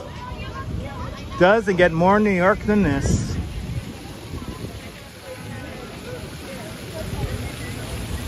And since I'm in Washington Square Park, I'm gonna have a hit of my oil. Because why not? We still have a few record stores in San Francisco. Nice. I'm gonna have munchies when I get home, metalhead.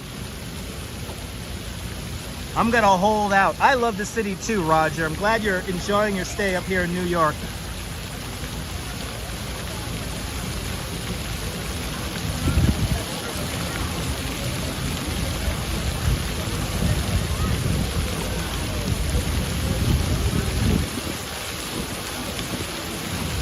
All it takes is one hit. And I'm a happy camper. Ah, there we go. Looks like a lot of people are in graduation mode here. Got people taking graduation pictures. 'Tis the season. To the graduates of the year 2023, congratulations. Soon you will be controlling the earth like me.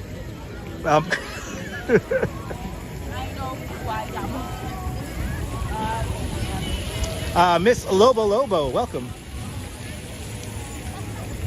Ooh, got a little bit of mist coming from the fountain. That feels fantastic. All right, let's make our way over to Broadway. We're gonna rejoin Broadway and go south along Broadway.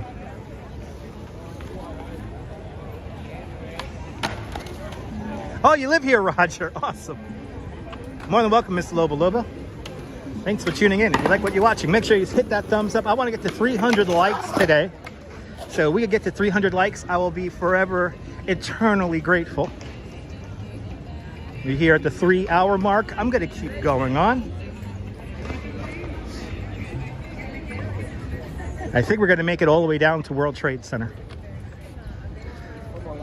And then you will not be able to say that you did not see a good chunk of New York City today. Yeah, I know. Got rocket shoes on, yeah. Yeah, graduation's all set. Graduation time here in New York. I wonder if I have any people graduating on my tour tomorrow morning. I wonder. Gorgon, welcome, and Victoria, welcome. Just liked it. Awesome. Thank you so much, Victoria. Purple gowns for NYU, yes indeed. And coming up on my left-hand side with a little bit of construction scaffolding on it, the Triangle Shirtwaist Factory is this building right here. And this is where a tragic fire happened in the 19-teens. And for some 90 minutes, young women jumped from the top 3 floors here to their deaths in a horrific fire. But because of the tragedy here at the Triangle Shirtwaist Factory, a lot of the laws we see today for OSHA and work environments all came out of the tragedy here on the corner of Green and Washington Streets. Unfortunately, let's see if the plaque, oh yeah, the plaque is available now. Let's see the plaque. And Roger Still with a $10 super chat.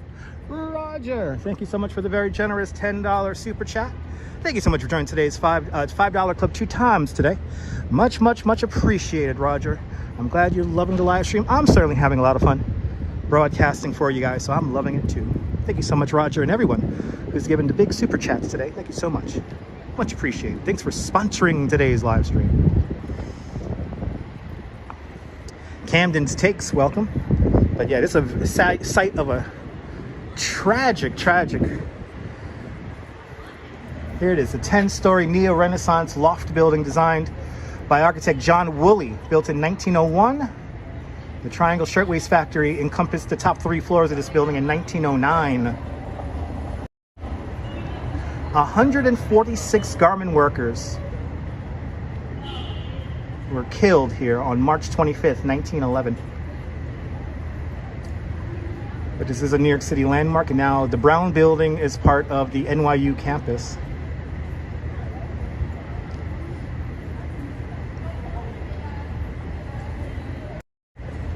Tragic.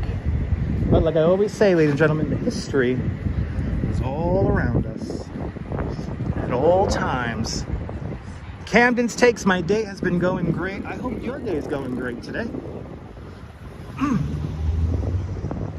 We're keeping on. And by the way, those 146 lives, that happened within the span of 90 minutes. So what happened was that people gathered from all around the city when they heard about the fire. People gathered, watched this horrible thing take place for 90 minutes. And but it's because of the Triangle Shirtwaist Factory tragedy that we have strong unions today, a lot of workplace rules, United labs there, the UL labs, keeping everything safe with certain standards for fire protection. So out of tragedy comes a learning experience and eventually triumph.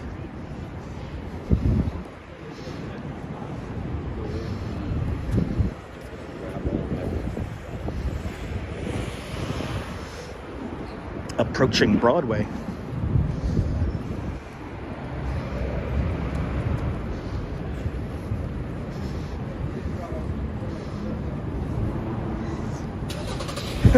You know, the McDonald's and the Foot Locker have been here for as long as I could remember. The Foot Locker and the McDonald's. The couple of things that have stood the test of time here on Broadway. I think we're going to take Broadway all the way down. We're going to go all the way down now. I'm still feeling it in my feet. I'm going to continue on.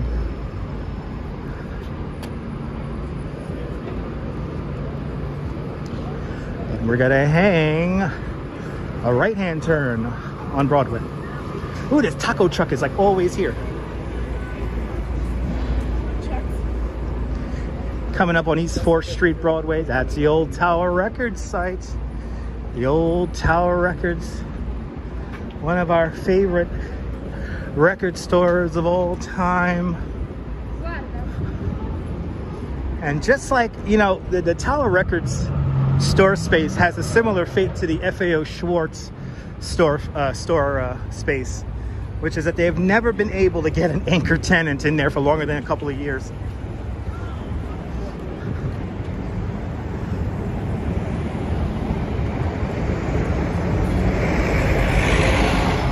RoboJacks, yes indeed, RoboJacks. Yes indeed. But the old Tower Records, as we remember the New York of the past, right across the street. Privyet. Privyet to my Russian and Ukrainian viewers. And WGW out there in Colorado Springs, Colorado. Welcome. Good to see everybody, people. Smash that thumbs up. Can we get to 300 likes? That'll be fantastic. That would be fantastic. Now, for you hardcore old school New Yorkers, for the real old school New Yorkers, the people who really lived here, we have Tower Records, which was right here, but who remembers what this was? Who remembers what this was? Who remembers that? We have Tower Records, but what happened right next door? Let's see if anyone knows in the chat. Who remembers?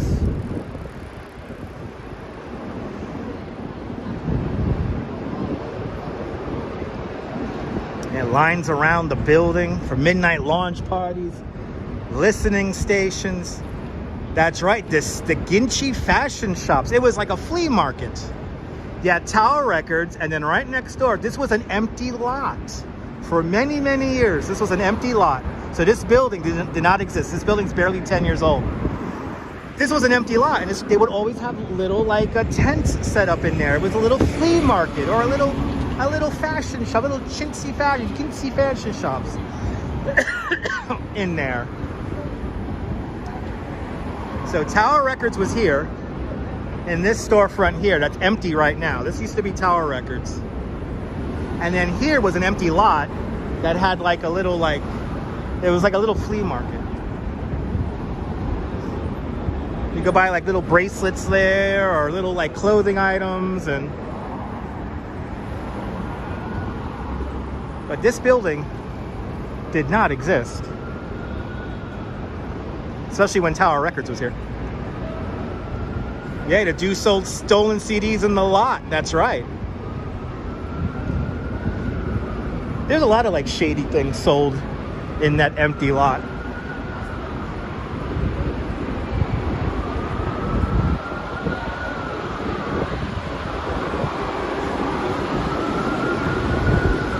Let's continue on. We're now going south along Broadway, Great Jones Street. We're about to cross over. All right, Black Market Heaven, yeah. East 3rd once again. East 3rd, everybody.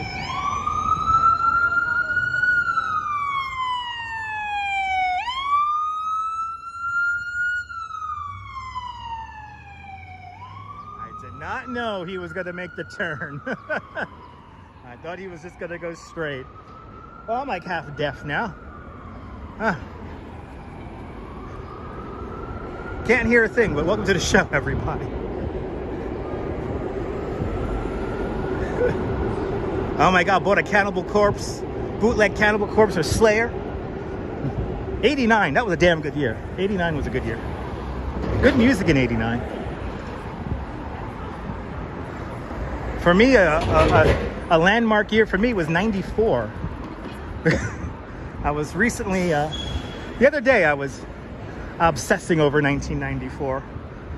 And more importantly, I was obsessing over the music in 1994.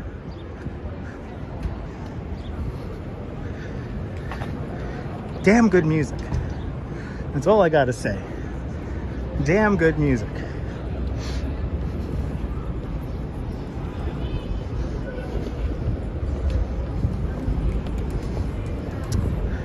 Once again, approaching Bleecker Streets.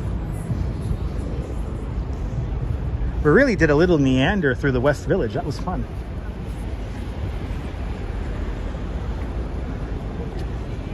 They go back 30 years, 1964. Yeah. Again, Al Rutledge, good to see you. I wish I could visit the 64-65 World's Fair. I know it was terrible.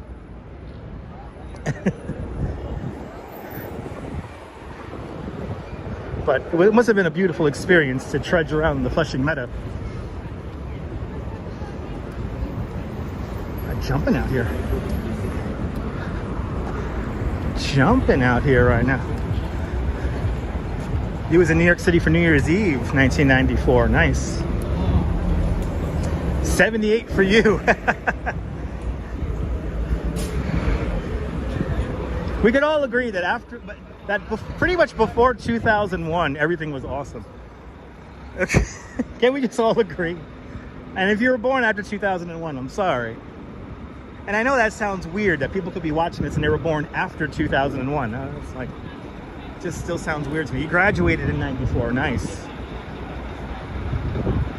78 in New York was a zoo. That's an understatement. It wasn't a zoo. It was an amazing adult amusement park with no rules. It was the action park of cities.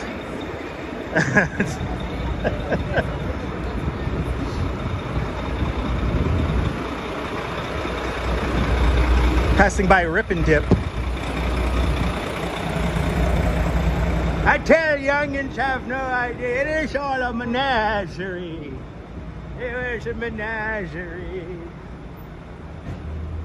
And now once again, the old man's got to recollect about stuff before Instagram times. Now for me, this was a gateway to Lower Manhattan. We are here at Houston Street now. Houston and Broadway. And this whole building didn't exist back in the day. And on the wall of this building right here, there was a big, huge mural for DKNY. Who remembers the DKNY mural that used to be right here on the corner of West Houston, East Houston, and Broadway? Who remembers that? The old DK, and for the youngins, look it up. Look up the DKNY mural. That's all you need to look up. It was a very famous mural that was up for like, I think 15 years. Mostly in the 90s. I remember it in the 90s. I always like to say, if you're my age, and if you're sleeping with a girl who never saw the DKNY mural, she's a little bit too young for you. Hey, you remember that? I remember that. Yes. Yes, that's right. Yeah, your bus used to pass it every day. I wasn't born yet in 62. Good to see you, Ahmed. Merhaba from Turkey. Welcome. But right there, the old DKNY mural. Right back when it was black and red. I remember, yes, remember that? Hey. You remember it despite wanting to forget? Exactly. That sounds about right about the memories of the 90s. You remember it despite the fact that you wanted to forget about it. It's a fantastic time in the 90s. Fantastic time. All right. Let's see if the signal gets weird. So far we're holding on. In this section we're coming up to right now, we usually have bad cell service. So let's see if we hold the cell phone service here.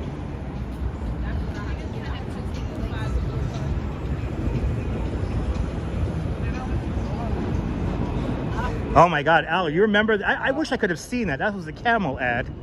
There was a Camel ad that used to blow smoke across Times Square. That was like from like the 50s and that was like the 50s and 60s and 70s.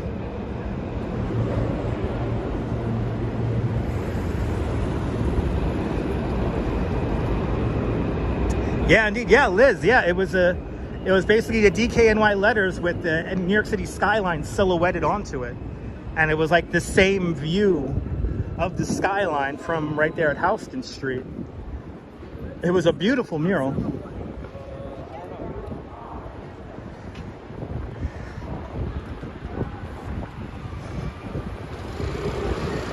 approaching Prince and Broadway. Going south along Broadway. Crowds getting a little thick here in the shopping area.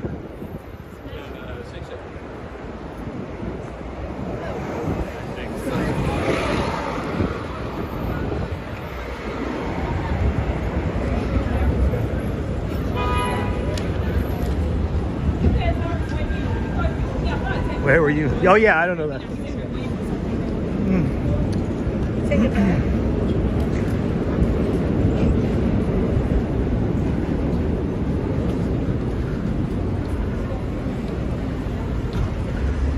I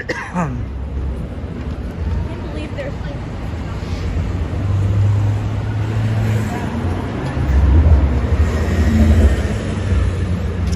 Yeah, Al, you remember all the cool times, Al. Would have given anything to see the parachute jump in operation.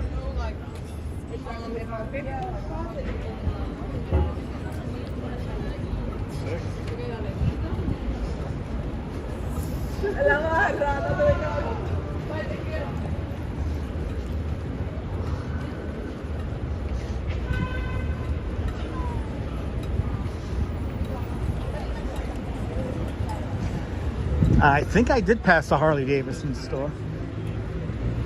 I think I did. When the crowds get like packed like this, I have to keep moving.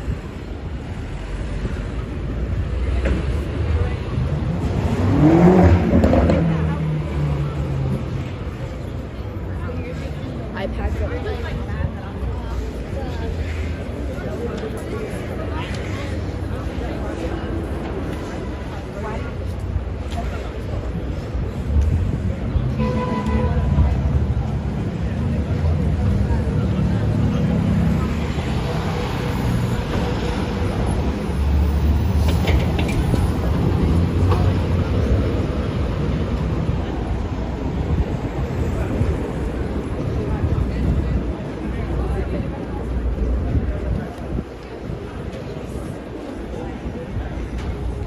My arm hurting? No. Why would my arm hurt? Nike store coming up. Yes, indeed. The official sneaker of the Dutch Miles live stream. Official sneaker. Also the Levi's store. The official jeans of the Dutch Miles live stream. But my arm will not be hurting. I've only been holding this gimbal for 3.5 hours. When we start getting to like the 5-hour mark, then it's gonna... Then stuff starts. I mean, if anything, my feet hurt, but my feet really don't hurt right now. The feet are doing very, very good, I have to say. I'm amazed how people can't imagine somebody doing this. It's not that hard to do.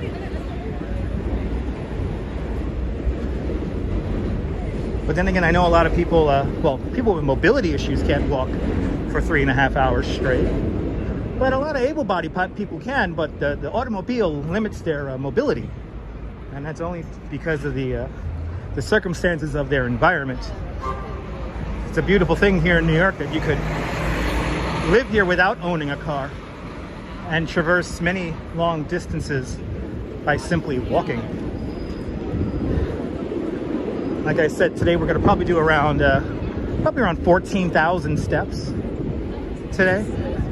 Gotta walk about 5.5 miles, maybe 6, because we did start all the way up at Columbus Circle, and we did do a loop of Central Park before beginning to make our way south.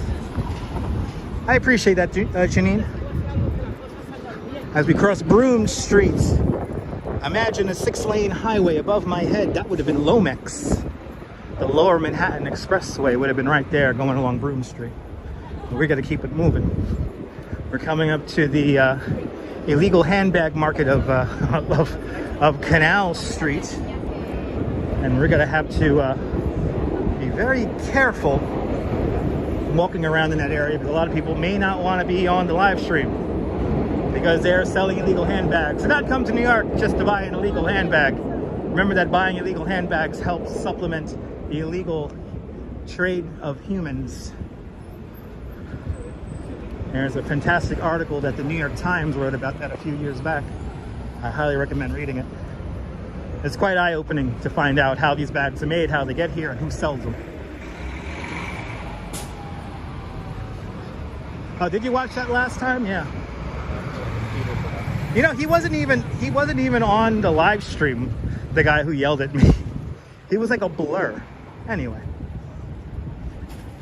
Oh, American Graffiti. Okay.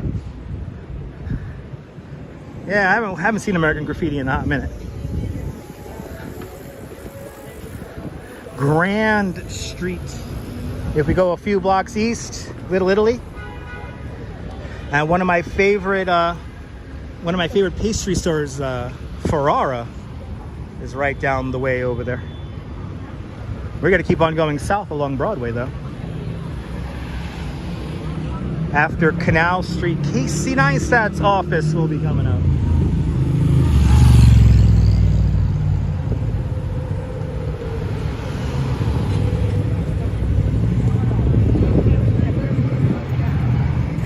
As we continue south along Broadway.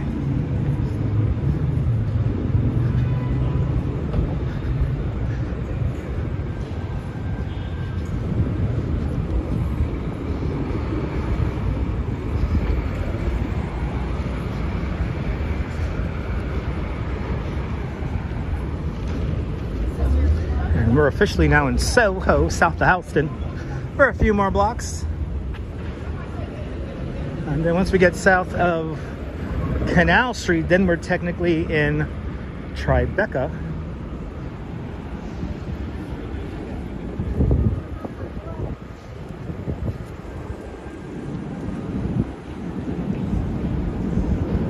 Oh, really, Leela, wow. All right, Howard Street coming up next. And then we're gonna be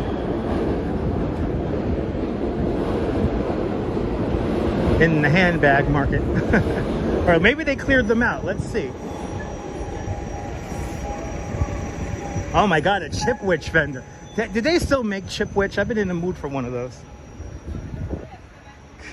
Good to see you, Shaman Zito. Welcome.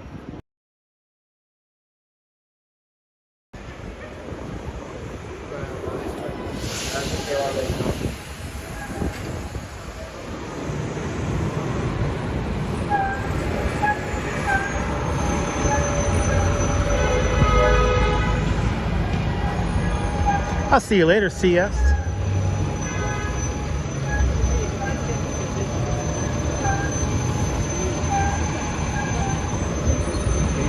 Right, they still make Chipwich, but they're not the same, right? They're like smaller now, right? Anyway. All right, so far, nothing on this corner. Oh no, here we go. We got some handbag sellers up there. Oh, they're on sale this week. Good. Thank you so much, Jim. Gonna have to walk in the street on the next block because that is where the sellers are, and there's so many sellers of these illegal handbags that I gotta walk in the street. Look at all these cars from look at this, right? All these cars, almost every other car here has a New Jersey license plate on it. Every time you come down Canal Street, notice how many Jersey license plates you see.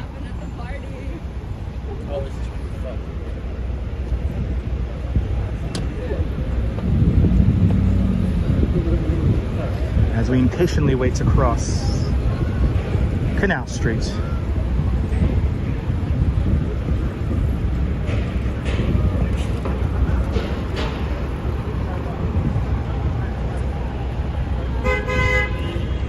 Gotta use the turn buffer here because I'm gonna just walk in the street because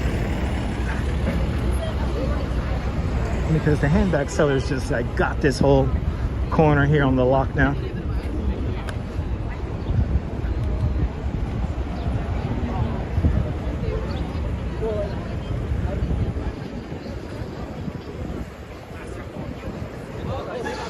It's 1999. Ian, good to see you. Welcome.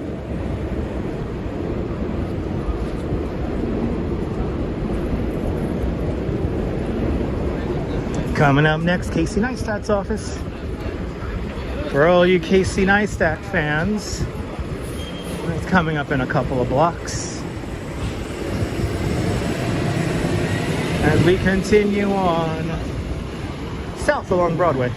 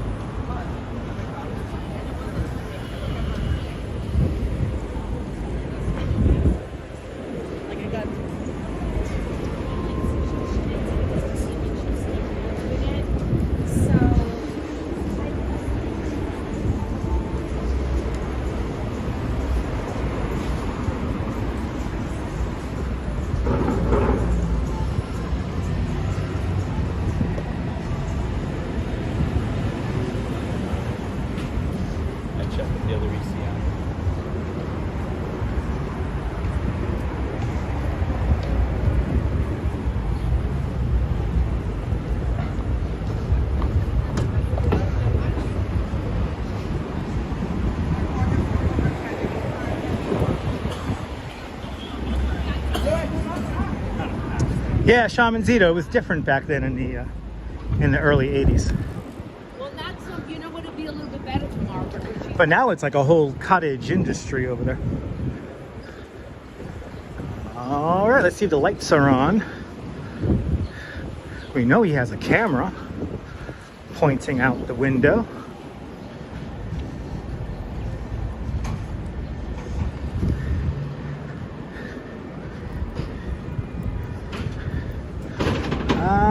Here it is, ladies and gentlemen. We're at 368 Broadway now. And the lights are not on. Casey must not be at the office. But here it is, ladies and gentlemen. Casey Neistat's office. How many millions of subscribers does he have on his channel? Many. There it is. Casey Neistat's office. Right there. One of my favorite YouTubers. The only vlog that I always look forward to watching. Well, other than Adam the Woo and Casey Neistat. But having a great afternoon here, hanging out with all of y'all. Just past the 3.5 hour mark. We started way uptown at Columbus Circle, did a little loop of Central Park. Made our way down Broadway, down the High Line, across 34th Street. Now we're in Lower Manhattan, or approaching Lower Manhattan. Probably going to finish up over at the World Trade Center today. Because I think 4 hours is enough. Probably going to do about 14,000, maybe 16,000 steps during today's live stream. Walking about 6 miles.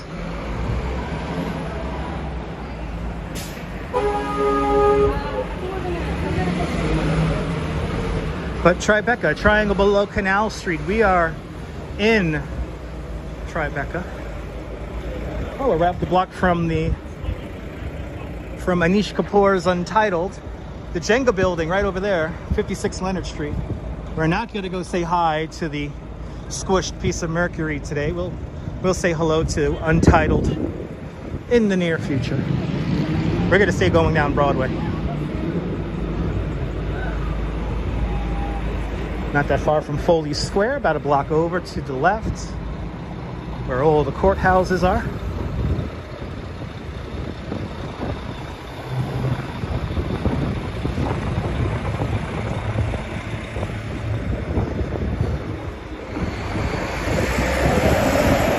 We are below Canal here in TriBeCa. Carrie, I'm in okay shape. I want to say I'm in great shape.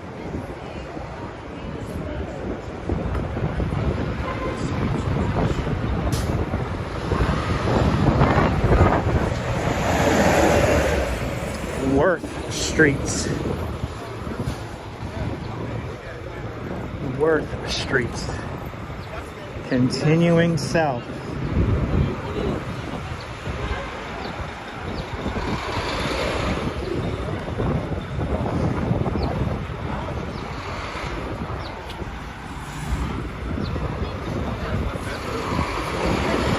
Getting a little bit more crowded once again as we get into the lower Manhattan area. A lot of courthouses around here. Across the street is the immigration offices here at the FBI building here.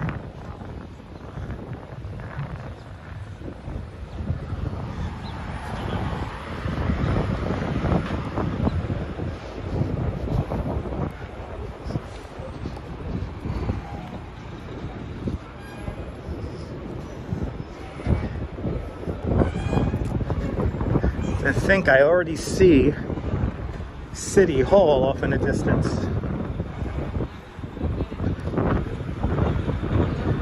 You can't say you didn't see a big chunk of the city today, and tomorrow we're going to see a very unique corner of New York. Make sure you tune on in tomorrow, probably around 2 o'clock tomorrow. I'll be live. I got to take the subway to where I want to live stream. But you're going to see a very interesting piece of history. I'm Sembrano. I'm glad you enjoyed the live streams.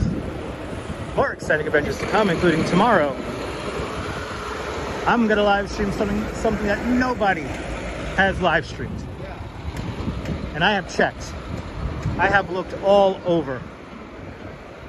And I keep checking. And nobody has covered the spot I'm gonna live stream tomorrow, so stay tuned.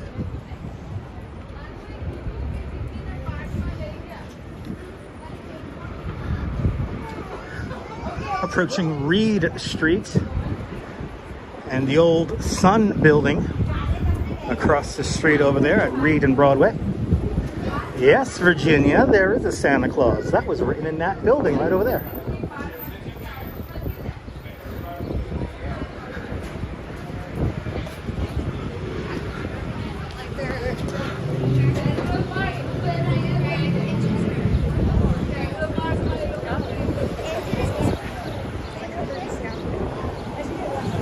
It's already 5:30. Wow.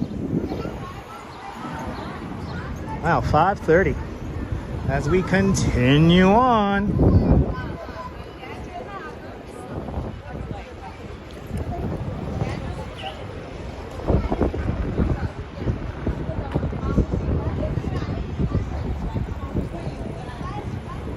In the movie Last Action Hero, where's the theater? I have no idea. I don't think it's in New York. Chillidian. I don't think it's in New York. City Hall, the Silver Building that just came into the view. That is New York by Frank Gehry. One of the largest luxury rental apartment buildings in the city. And then coming into view, we have the Tweed Courthouse, home of the New York City Department of Education. And then down the block, we have the Municipal Building. Let's enjoy the Municipal Building really quick before we continue on. Just crossed Chambers Street.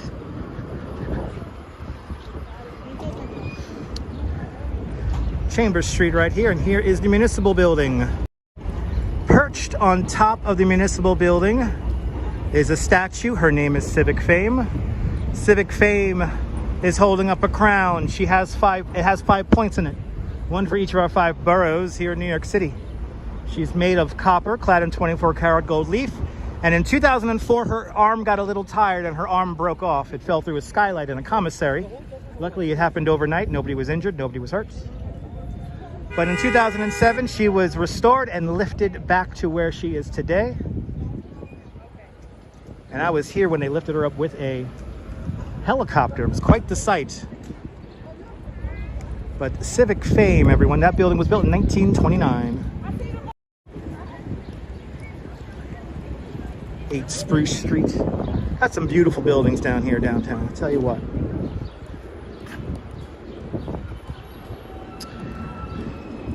Tweed Courthouse amongst the trees right across the street.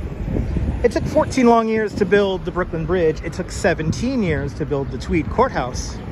When construction began in 1861, boss Tweed, William Marcy Tweed, one of the most corrupt politicians in New York City history, got all his friends in on the construction job. So they totally fixed prices. The next amount of money I am not adjusting for inflation. But in 1871, they paid a stonemason $273,000 for 10 days of work. The New York Times found out what was going on in the construction of this courthouse, and they decided to call out Boss Tweed and all of his thievery. So for an entire month in 1872, they added a bright orange piece of paper to the daily newspaper, and it was basically a price list of everything that the city paid for and the actual items cost. It was the boss's last stand. Boss Tweed is then convicted of capital theft and murder and sent up to Sing Sing and to bust boulders. Just one problem. You could imagine this fat old man of 76 years of age breaks out of prison and makes his way down to Florida. He is on the run from the authorities here in New York City for 2 years. Makes his way all the way down south to Miami, tries to hop on a steamship to go over to Cuba. That doesn't work out. So he ends up hopping on a steamship to go out to Spain. Eventually, one of the dock workers recognizes Boss Tweed by a Thomas Nash. It was Thomas Nash. He used to do these little illustrations, and Boss Tweed was one of his favorite characters to draw to describe what was going on here in the halls of government. So you can say these drawings went kind of viral for their time. And a dock worker recognizes Boss Tweed from one of these Thomas Nash illustrations. Boss Tweed is quickly arrested. He returns back to New York, stays at the Ludlow Street prison. Right here on Ludlow Street. The building's still there. It's a school today. But the Ludlow Street prison, a prison that Boss Tweed opened up himself as a New York State Senator in 1855. Boss Tweed ends up spending the rest of his life in this prison.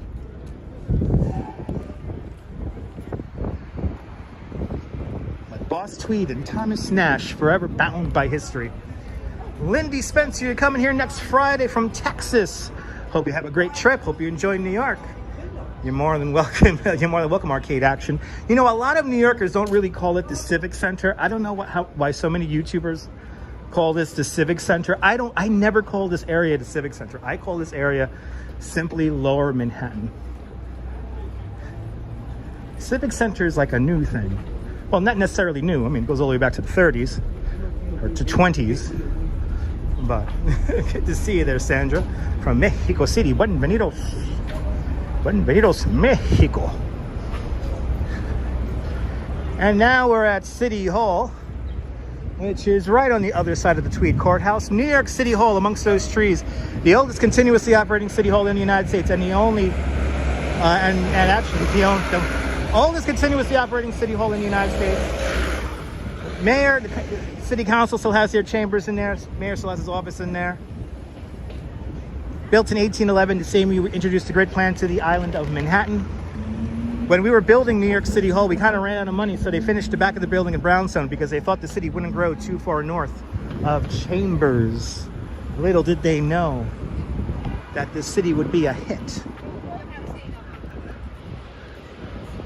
Crossing over Murray Street.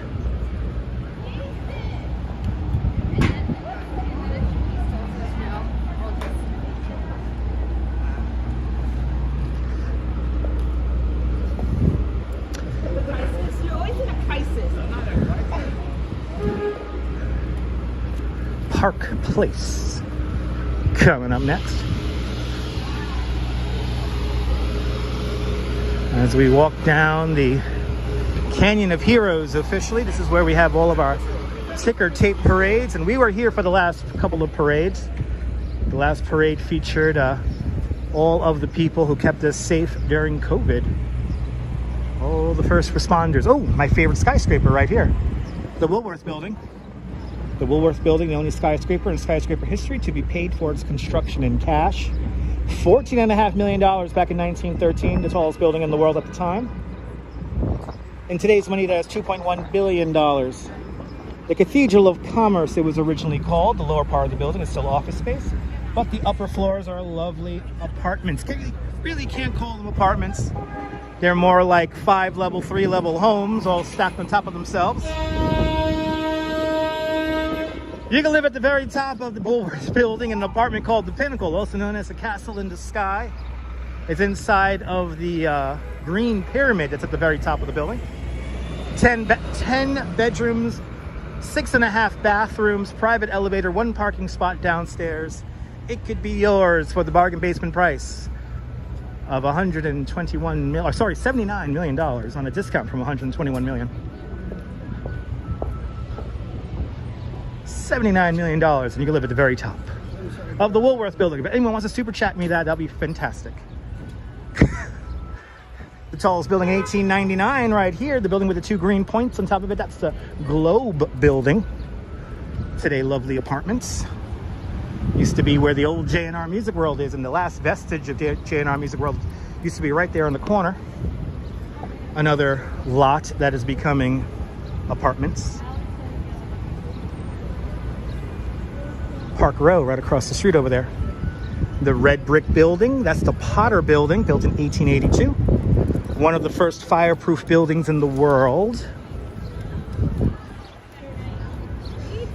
We're just going through all the tourist sites and all the jibba jabba today.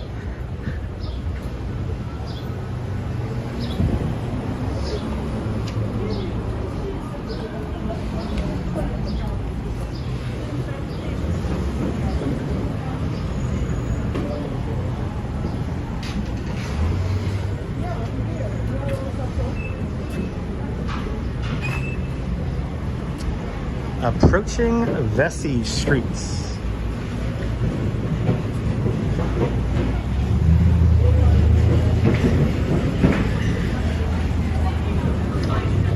Coming into view in a moment, it's going to be one of the oldest continuously used buildings in all of New York City.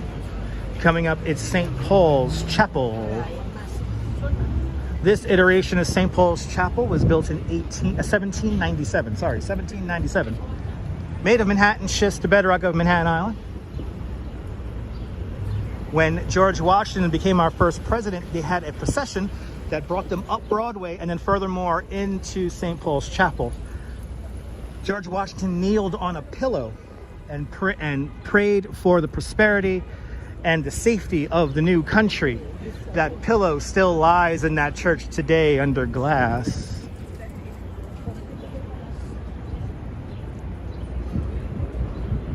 We're going to walk through the courtyard here.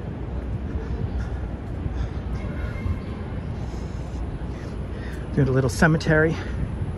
Nice little quiet spot back here. There's always a little spot where you can have contemplation. Here behind the old St. Paul's Chapel. Now, St. Paul's Chapel used to look out onto the Hudson River. The Hudson River would have been right where Church Street is today and where the World Trade Center is today. That's all landfill. So originally this would have been looking out across the Hudson River. Would have had a beautiful river view. And then here is the Bell of Hope. The Bell of Hope to the greater glory of God and in recognition of the enduring links between the cities of New York and London, forged in adversity. The Bell of Hope, presented to the city of New York on the first anniversary of September 11th in 2002, was presented to the people of New York City by the Lord Mayor of London and the Archbishop of Canterbury. The bell was created in England's renowned Whitechapel foundry, which also cast the Liberty Bell and London's Big Ben. The bell's pedestal is built off of a locally sourced Eastern brownstone, and directly underneath the bell is the this is the layout for the original World Trade Center. But the Bell of Hope is only rung on September 11th. So if you come here as a tourist, do not ring the bell. And it's only meant to be rung on September 11th. Serene views indeed. Good to see you, Pascal. Welcome. We have across the street the wings of the Oculus, the World Trade Center Transit Hub. And then we have some, you're going to see some murals across the street. That is the base for eventually what will become number 2 World Trade Center. And then behind that, number 6 World Trade Center. That's the World Trade Center Performing Arts Center. And then behind all that is 1 World Trade Center. Closed? It's closed, yeah. Okay. You can go out. Right here? Yes, sir. She's going to close it, but she'll wait for you. Okay. Okay. Sorry, man. Let's come around. They're closing the cemetery.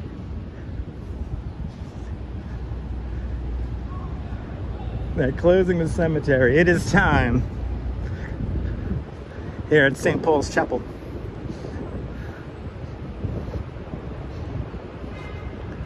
Let's see if we could have a good one, man. Let's see if we can get out this way here, because we got to go that way anyway.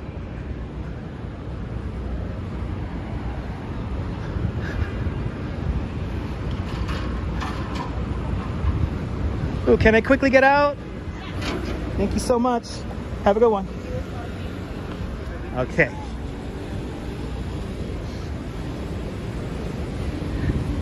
Back onto Fulton Street now. Walking west. World Trade Center now.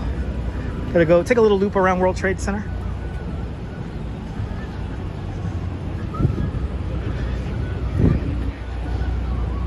World Trade Center transit hub, meant to reference the spreading wings of a dove, designed by Santiago Calatrava. I bet you got mad teeth on that. Beautiful bit of architecture here. Church Streets. We're gonna cross Church Street now. Oh, we got some kind of crazy, oh, we have a model doing her thing. Because you know what they want? They want that smokestack. I'm very happy to report, ladies and gentlemen, this is a momentous occasion, ladies and gentlemen, a very momentous occasion right now. Here on the corner of Church and Fulton Streets, I am very happy to report, ladies and gentlemen, that we have white smoke emanating from Fulton Street and Church. Ladies and gentlemen, the rats have officially declared a new pope. Havavis Papam. Havavis Papam, everyone. Havavis Papam.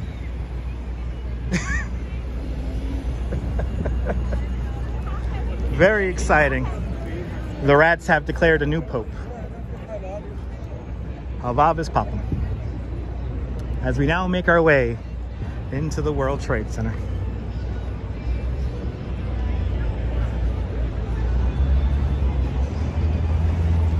Oh yes, and the steam is also for the reopening of Century 21, which is right over there.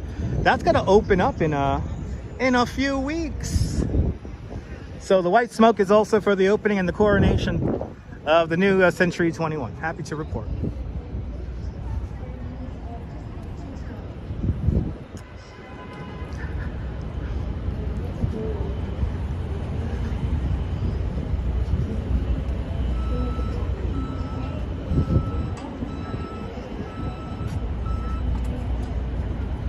You know, John, I have this train station in City Skylines, but unfortunately, it's only a prop and not a functioning train station.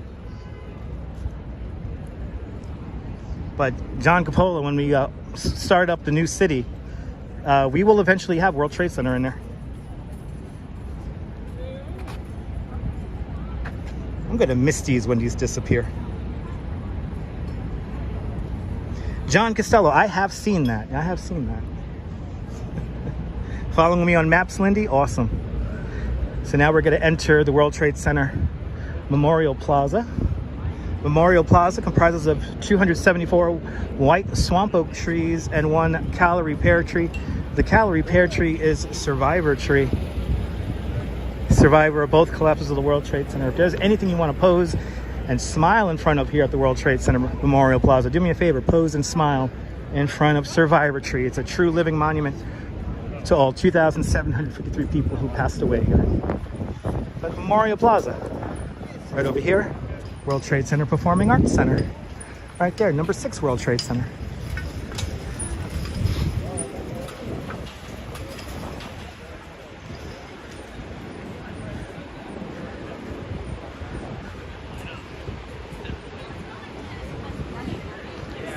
Definitely But I need tennis because I'm getting older. Definitely rush hour. You could tell a lot of people going home right now. Definitely time for everyone to go home, including myself.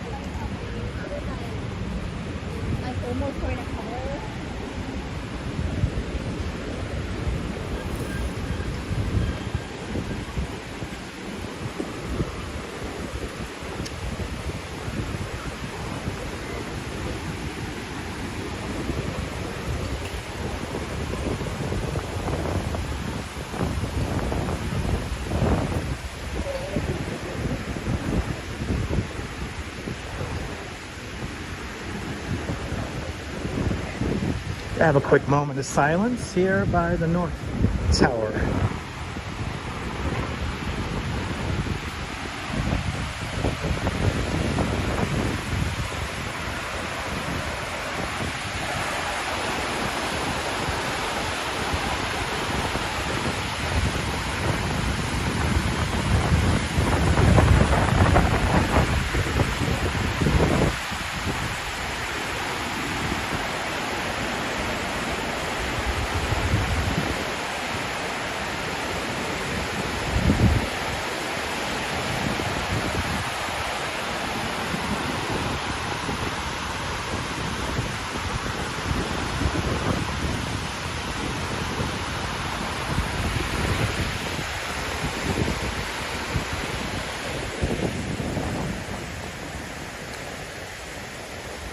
Roughly the last line of trees before you touch the names is roughly where the walls would have been for the Twin Towers of the World Trade Center. So once you're touching those names of the World Trade Center, you're figuratively and literally within the footprint of whether it be the North or South Tower. This is the infinity point. Let's see what it looks like today. And not too many clouds.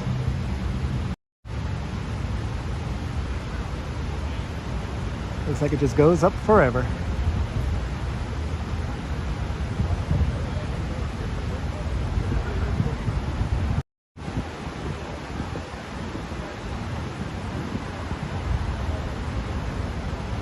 When you get a clear sky like this, it almost looks like it disappears. Michael Arad designs the Memorial Plaza here at the World Trade Center. It's called Reflecting Absence.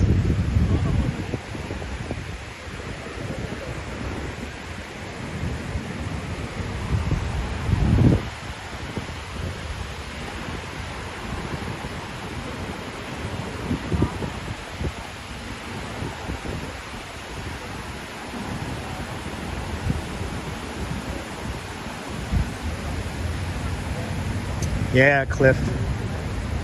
Jeanette Trainer, you're more than welcome.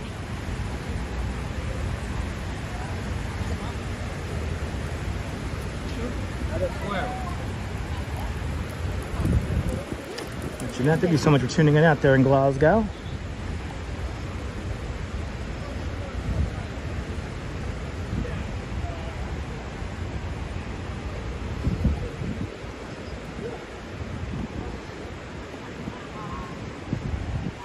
Jennifer, you're more than welcome.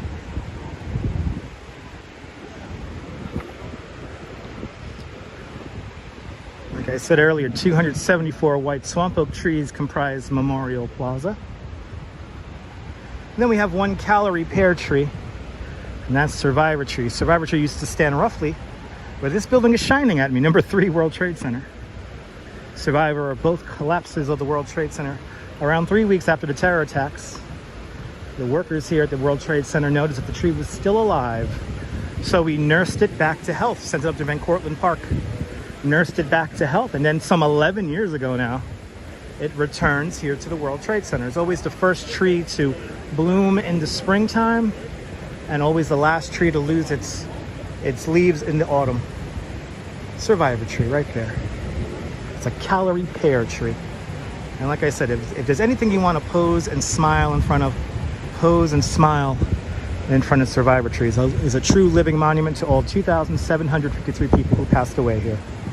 We're going to have a moment of silence by the South Tower of the World Trade Center.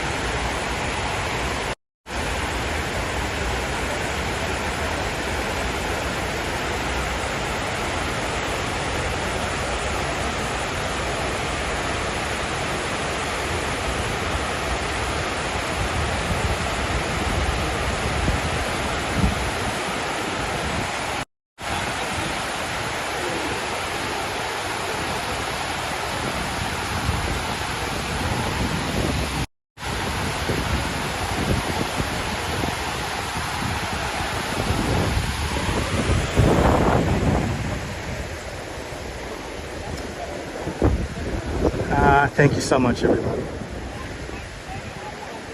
That beautiful Survivor Tree.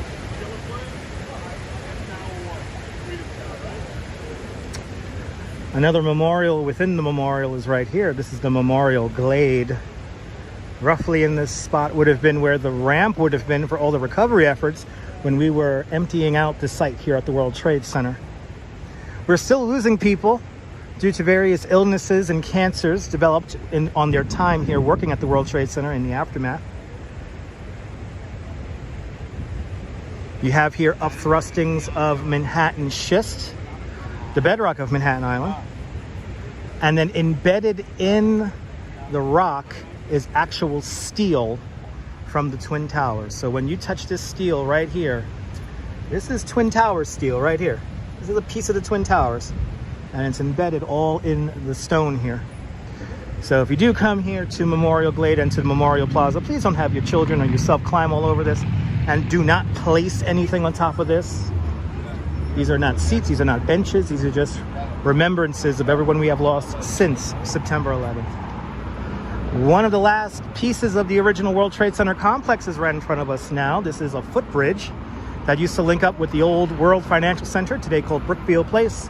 And across the street we have Liberty Park. But before Liberty Park, this was literally a street level, ground level parking garage, or parking lot. It wasn't even a garage, it was just a parking lot. Today, this is where the entrance to the freight truck, the freight truck loading area is right here. And built on top of that is Liberty Park. And inside Liberty Park, one of the last vestiges of the original World Trade Center is still here. You know what? Let's get some more steps in. I walked all this distance. I'm going to walk up a bunch of stairs. Smooth New York. Welcome. I'm going to relive a memory right now. And right here, this footbridge here was built in 1989, by the way. And this used to literally just come across, and then there were stairs at the end of it. But now this takes you into Liberty Park.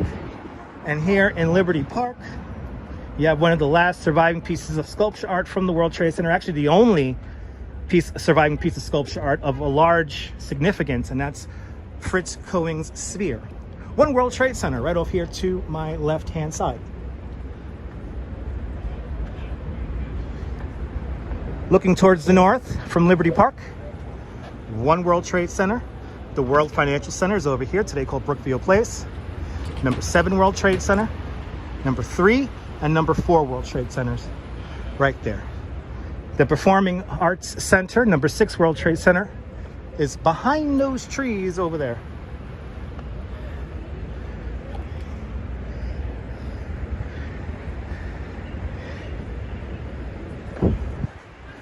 And here is Fritz Cohen's sphere.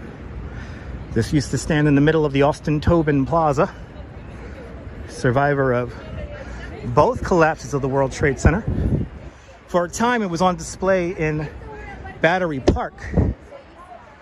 But a young, maybe blue or green-haired Dutch Maz used to have lunch next to this thing all the time. This is what it looked like in the middle of the Austin Tobin Plaza. So we have here number 3 World Trade Center, that was the hotel. Number 2 World Trade Center, number 1 World Trade Center right there. As you see, the entire sculpture here was on a fountain. It actually rotated very slowly. But it was always nice. It was always easy. It was always nice to come here to the plaza here at the World Trade Center. You could always find shade over here back in the 90s. And always plenty of seating. It never got too crowded, even though you were by the biggest buildings in New York City.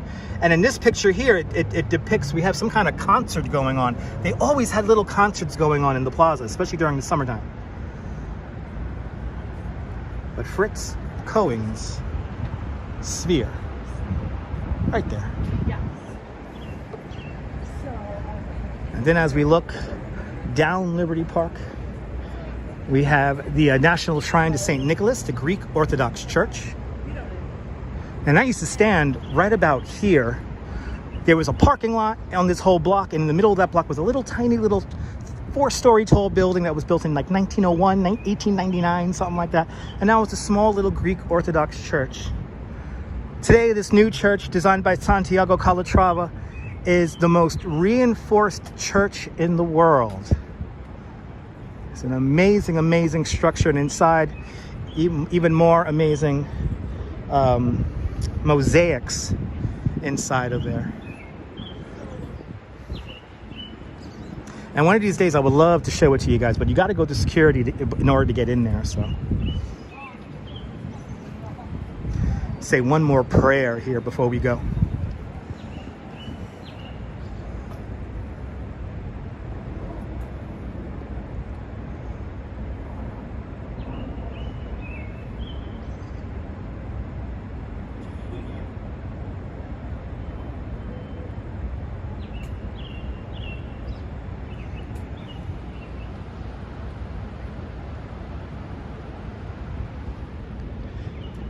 Thank you so much, ladies and gentlemen.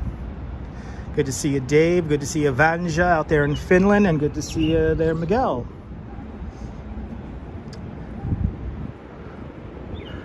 A very overlooked piece of history is right here. Right over here is the Anne Frank tree, ladies and gentlemen. The Anne Frank tree, planted here on June 12th, 2017. It's a original, the original chestnut tree that grew outside the secret annex where Anne Frank and her family hid from the Nazis. This is a tree. This is a tree sapling from that original tree, and it's certainly growing really nice here in Liberty Park.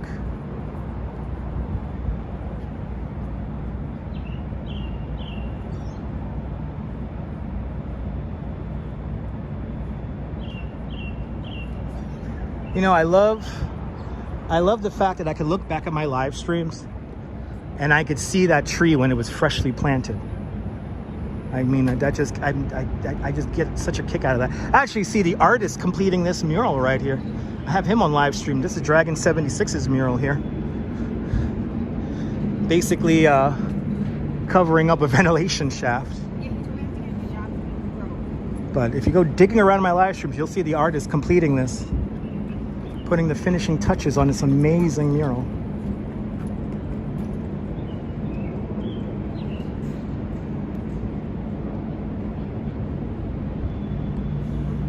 I think today we will finish our walk next to our friend Double Check. So the final stop on our walk today is almost 4.5 hours. Enough for you guys? Our final stop along the way today, ladies and gentlemen, is gonna be Double Check on the corner of Liberty Street and Broadway. Be our final stop. If you're just tuning in, we saw quite a bit of New York today, so make sure you check out the replay if you joined us late. If you like what you're watching, make sure you smash that thumbs up button. It helps me out tremendously in the algorithm, and it will help more people find the live stream. And Vaja Herwin with a €2 super chat.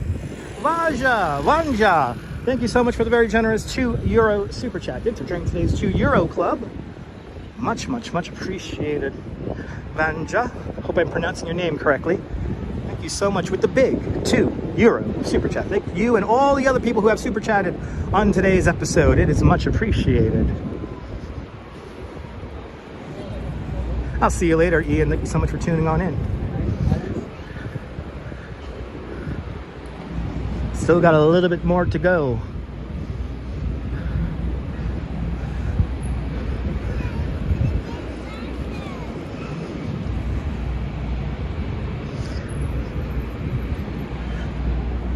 But I mean, what haven't we seen in New York today? I mean, we've seen almost all of the major landmarks today.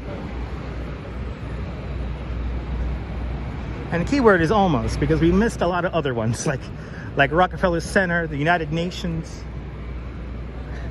Bryant Park, Madison Square Park, the Flatiron Building. We missed all that stuff. There's so much stuff that we could still see.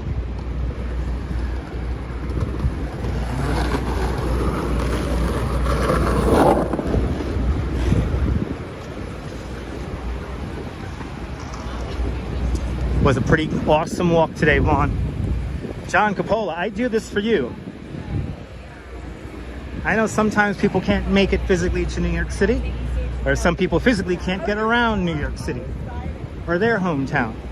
So I do the walking for you. Feel free to put my live streams on when you walk a treadmill or do some exercise.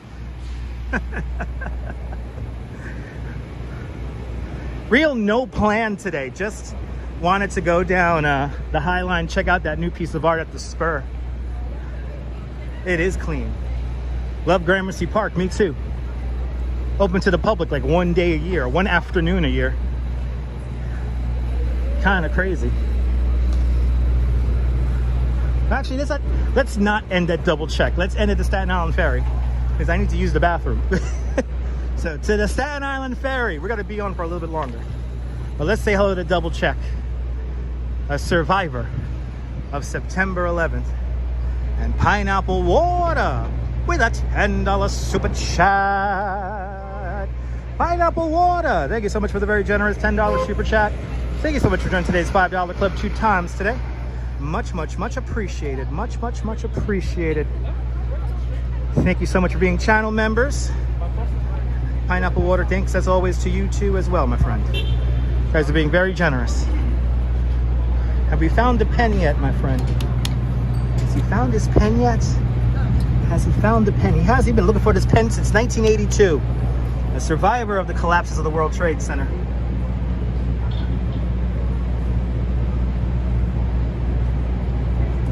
Double Check used to be down the block, down there on Liberty and Church, but unfortunately those unscrupulous 9/11 picture book sellers started using them as a point of reference, so they had to move him to where he is today.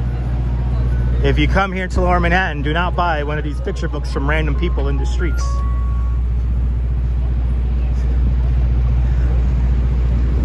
Zuccotti Park, and the last holdout in the Zuccotti Park lot is right here in front of us, where this big sculpture used to be the chock full of nuts. The chock full of nuts held on to his territory until 1980, until his lease gave out. And he was one of the last people to have to move from the block. Across the street, the Equitable Building. The Equitable Building, the largest office building in the world in 1915. And because this building has no setbacks, this building used to cast massive shadows on Cedar Street and Pine Street. Because of this building, we have the modern day setback rule. It's the reason why the Empire State Building and the Chrysler Building look like the way they do. As we continue on.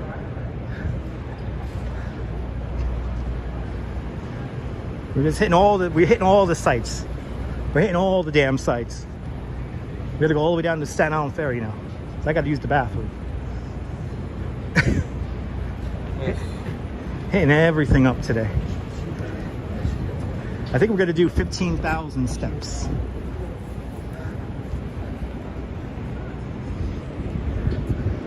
Trinity Church coming up on my right hand side. Trinity Church, the tallest building in the city, in 1789, when George Washington becomes our first president of the United States. Beautiful Trinity Church. Stained glass, recently restored.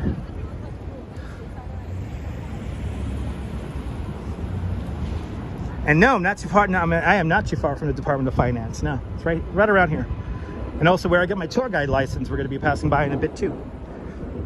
The DCA offices, Department of Consumer Affairs. We're at Wall Street. We're at Wall Street.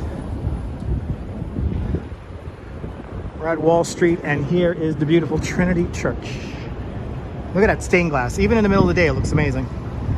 Look at that. Even in the middle of the day, that stained glass just looks fantastic.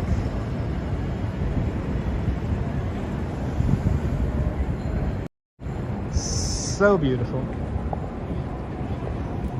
Yeah, Robert Fulton is buried here at Trinity Church. And also Alexander Hamilton.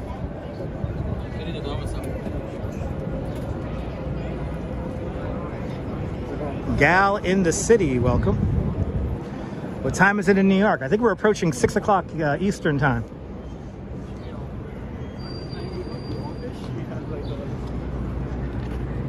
The time does come up periodically there in the chat. And Hamilton, the real one, not the Broadway show. Alexander Hamilton buried right here in Trinity Church.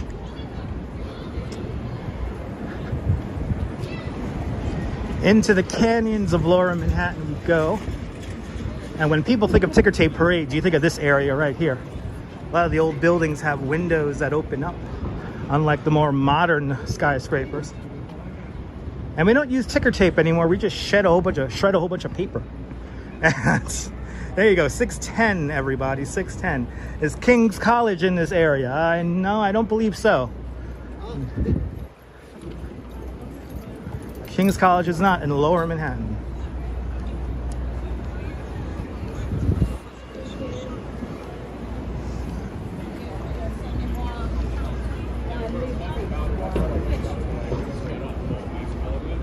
I know the borough of Manhattan Community College is not that far from here. Where is it? Up on Chambers Street. The Canyon of Heroes is right here. As we walk south along the Canyon of Heroes, approaching the end of Broadway.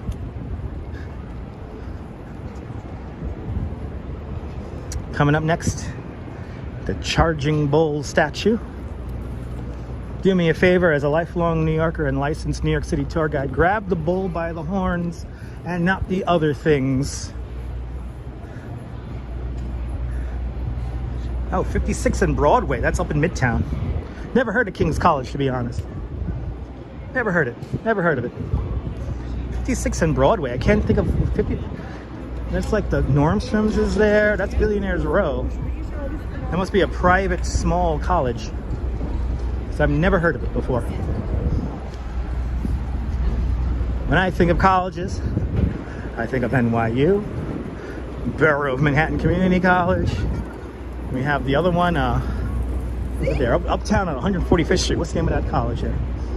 I forget. Anyway. No, Envy. No, my legs do not hurt. No, my feet hurt a little bit, but my legs do not hurt. Ooh! Do we have some kind of protest happening? I think we have some kind of protest happening. Oh, 56 Broadway. 56 Broadway, that's like right here. I think I just passed it. Never heard of that college before. What do we got going on here? Oh, I'm happy I didn't end the live stream. We have something else going on here. Oh, I like this. We're having some kind of cool artsy protest in front of Cipriani. Ooh, I like this. What are they bringing awareness to? I love how the regular people of the city are protesting something in the ritziest part of the city. Look at all these rich people entering. Wow, this is interesting.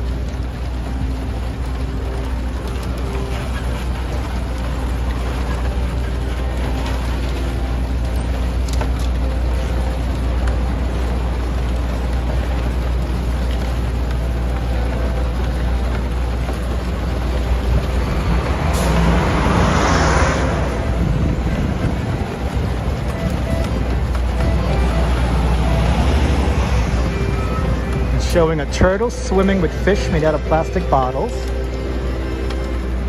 I think they're bringing awareness to plastic in the ocean.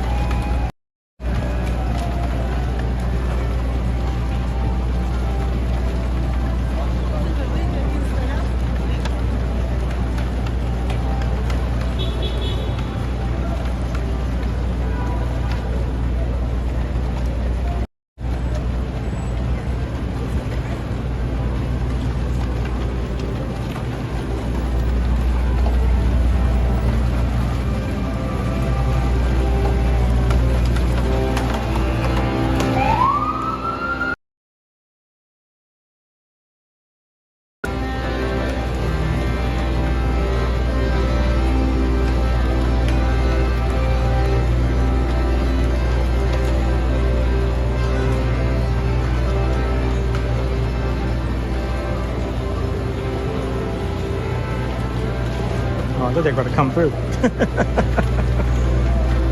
But they were going to march.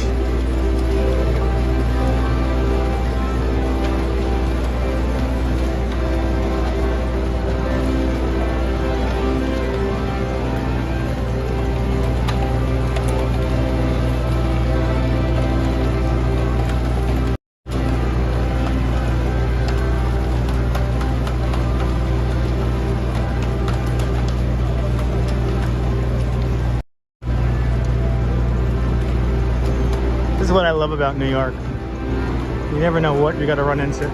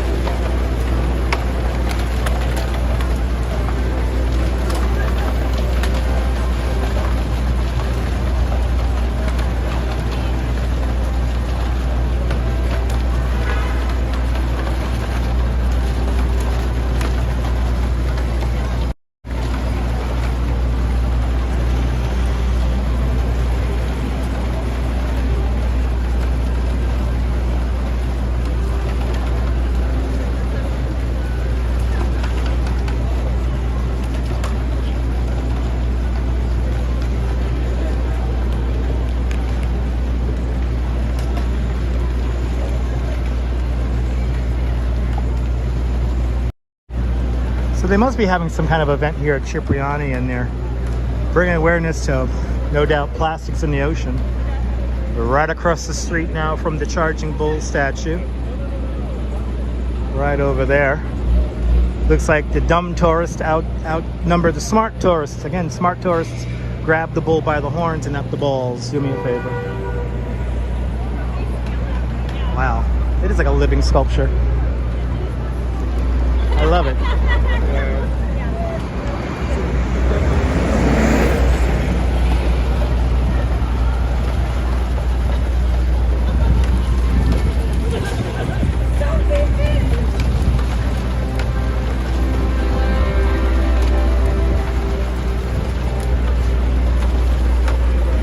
Well, like I always say, you never know what you're gonna run into when you're in New York. And this is the magic. Don't forget to recycle. Be kind and recycle. Love it.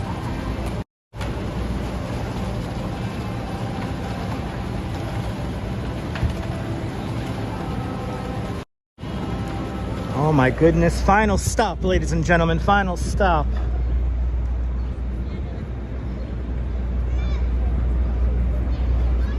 We walk through Bowling Green. The fence that's around Bowling Green dates back to 1771.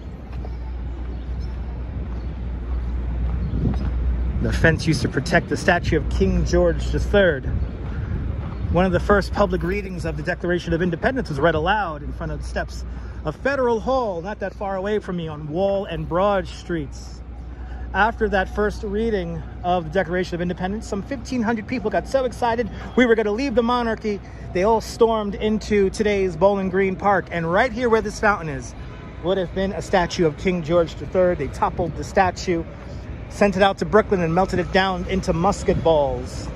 But the fence was here too on that day. And on the posts of the fence here, there were little funnels, and the funnels had the emblem of the monarchy on it. So we cut off those emblems off the fence, and we melted those down into musket balls to use in the Revolutionary War. And you can still find the remnants of this. If you look at the posts here, the posts are all a little bit uneven because they cut them off. So this Bowling Green fence has certainly seen a lot of history. The history is all around us, ladies and gentlemen. Peter Minuit Plaza coming up next.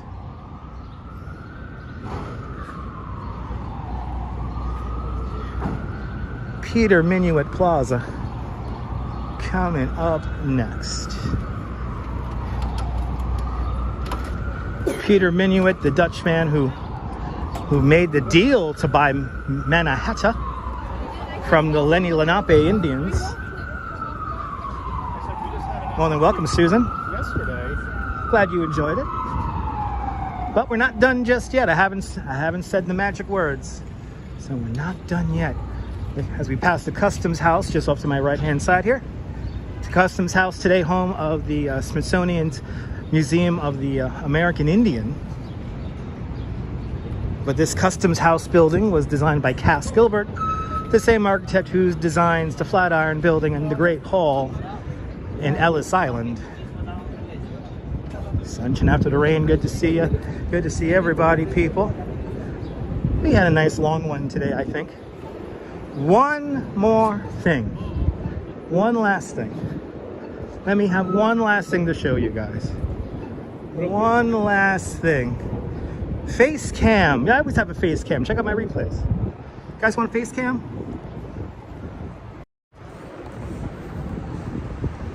Hi. Face cam. Isn't it exciting?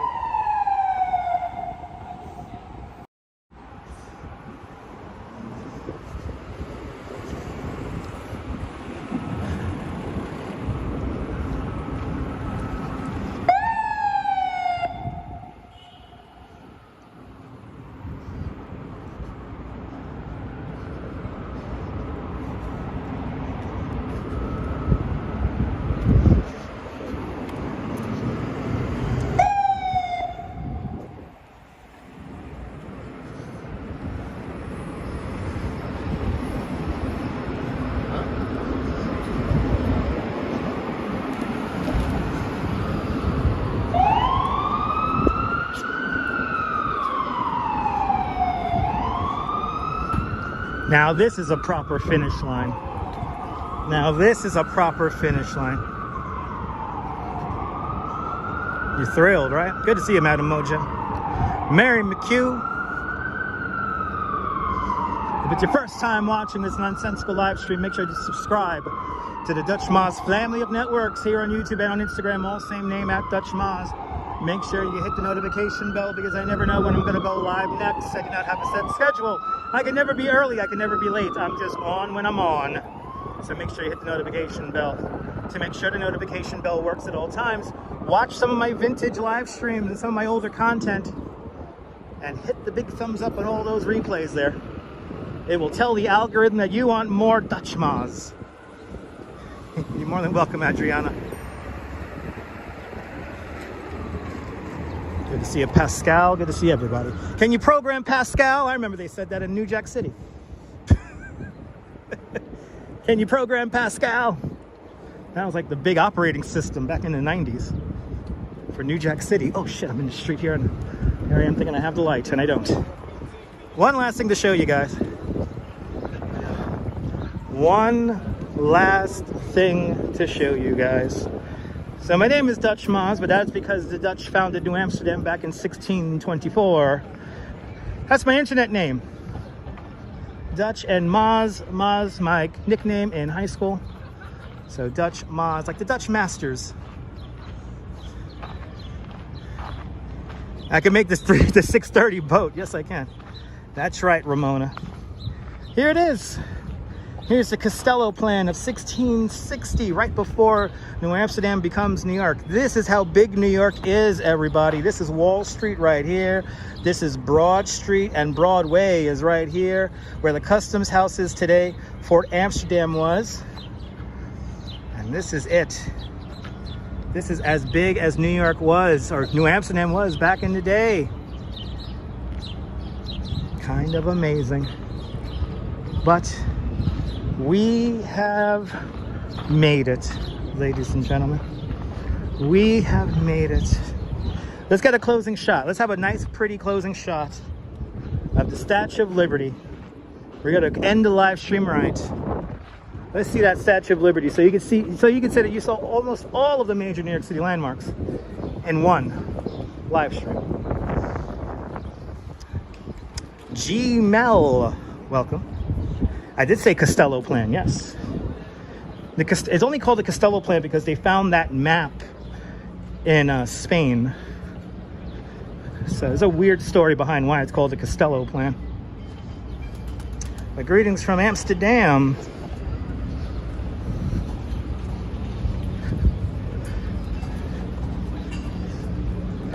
Let's get one last shot of the greatest city in the world. You're more than welcome, Marty.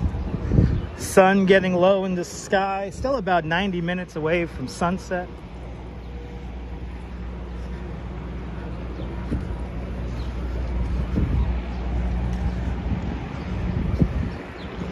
Well, we certainly had a fun one today. Let's get that Statue of Liberty shot. Welcome to Battery Park.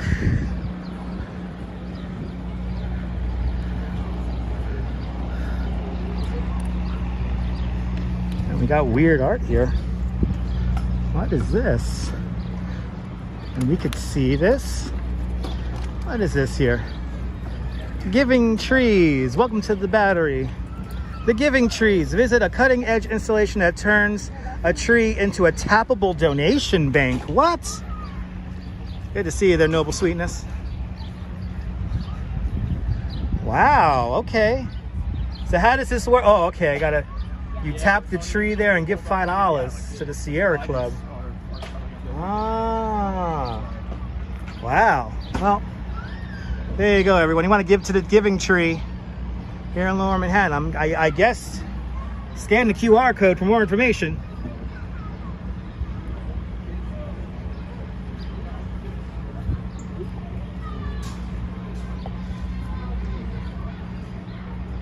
The Giving Tree, right here next to Sea Glass Carousel. But I guess money does grow from trees. Or at least to give to the Sierra Club right here. Oh, beautiful view here of the Sea Glass Carousel. A $16 million carousel. The Sea Glass Carousel is. John David, you're more than welcome.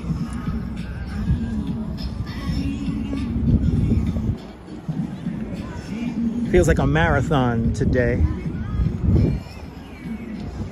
Like I said, you can now say that in one convenient 4.5 hour long live stream, you can see a big chunk of New York City.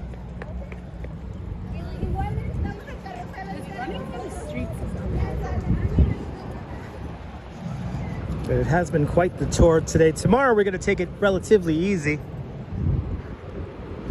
I'm going to go show you something tomorrow that nobody, and I repeat, nobody has ever live streamed before.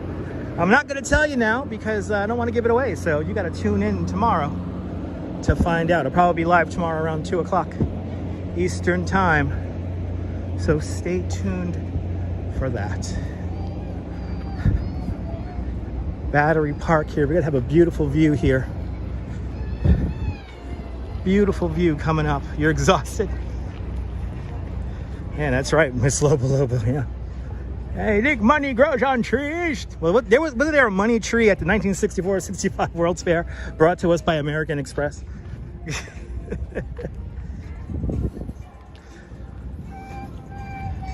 Look at this. Wow, people. It's pretty out here. It's got to be Miss Lobo Lobo. You got to watch. I'm going to show you something that nobody has ever live streamed before. And it's a really amazing piece of history that I'm surprised nobody has live streamed before. Here we are, New York Harbor. The Miss New Jersey tooting her horn in celebration of our arrival here at the bottom of Manhattan Island. There she is. The Statue of Liberty, the 7 points in her crown, and for the 7 seas, the 7 continents of the world. The torch she is carrying is of enlightenment. Battery Park is called Battery Park because a battery is a collection of cannons. It's a collection of cannons. That's what's called a battery. Here in Battery Park on the Manhattan side of the harbor, you had Castle Clinton, and then you had Castle William over on Governor's Island. And those 2 forts were built in for the War of 1812, never used in battle. A collection of cannons, the battery. Get 2 pennies together. That's how thick the Statue of Liberty's skin is. I don't recommend climbing up to the crown, but you can climb up to the top of the pedestal. That's a fun walk. And if you say you've been to the pedestal, and if you said you've been to the torch of the Statue of Liberty, you probably haven't. The torch was closed after the Black Tom Island explosion back in 1816 during World War I. Ever since that Black Tom Island explosion, the torch of the Statue of Liberty has always been closed off to the public, so nobody has been up there since 1916.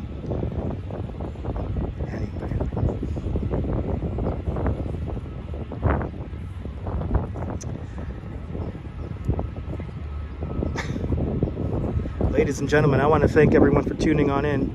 Once again, if it's your first time watching me, and if you enjoyed this nonsensical live stream, please give it a big thumbs up. It lets me know you care and help more people find the broadcast.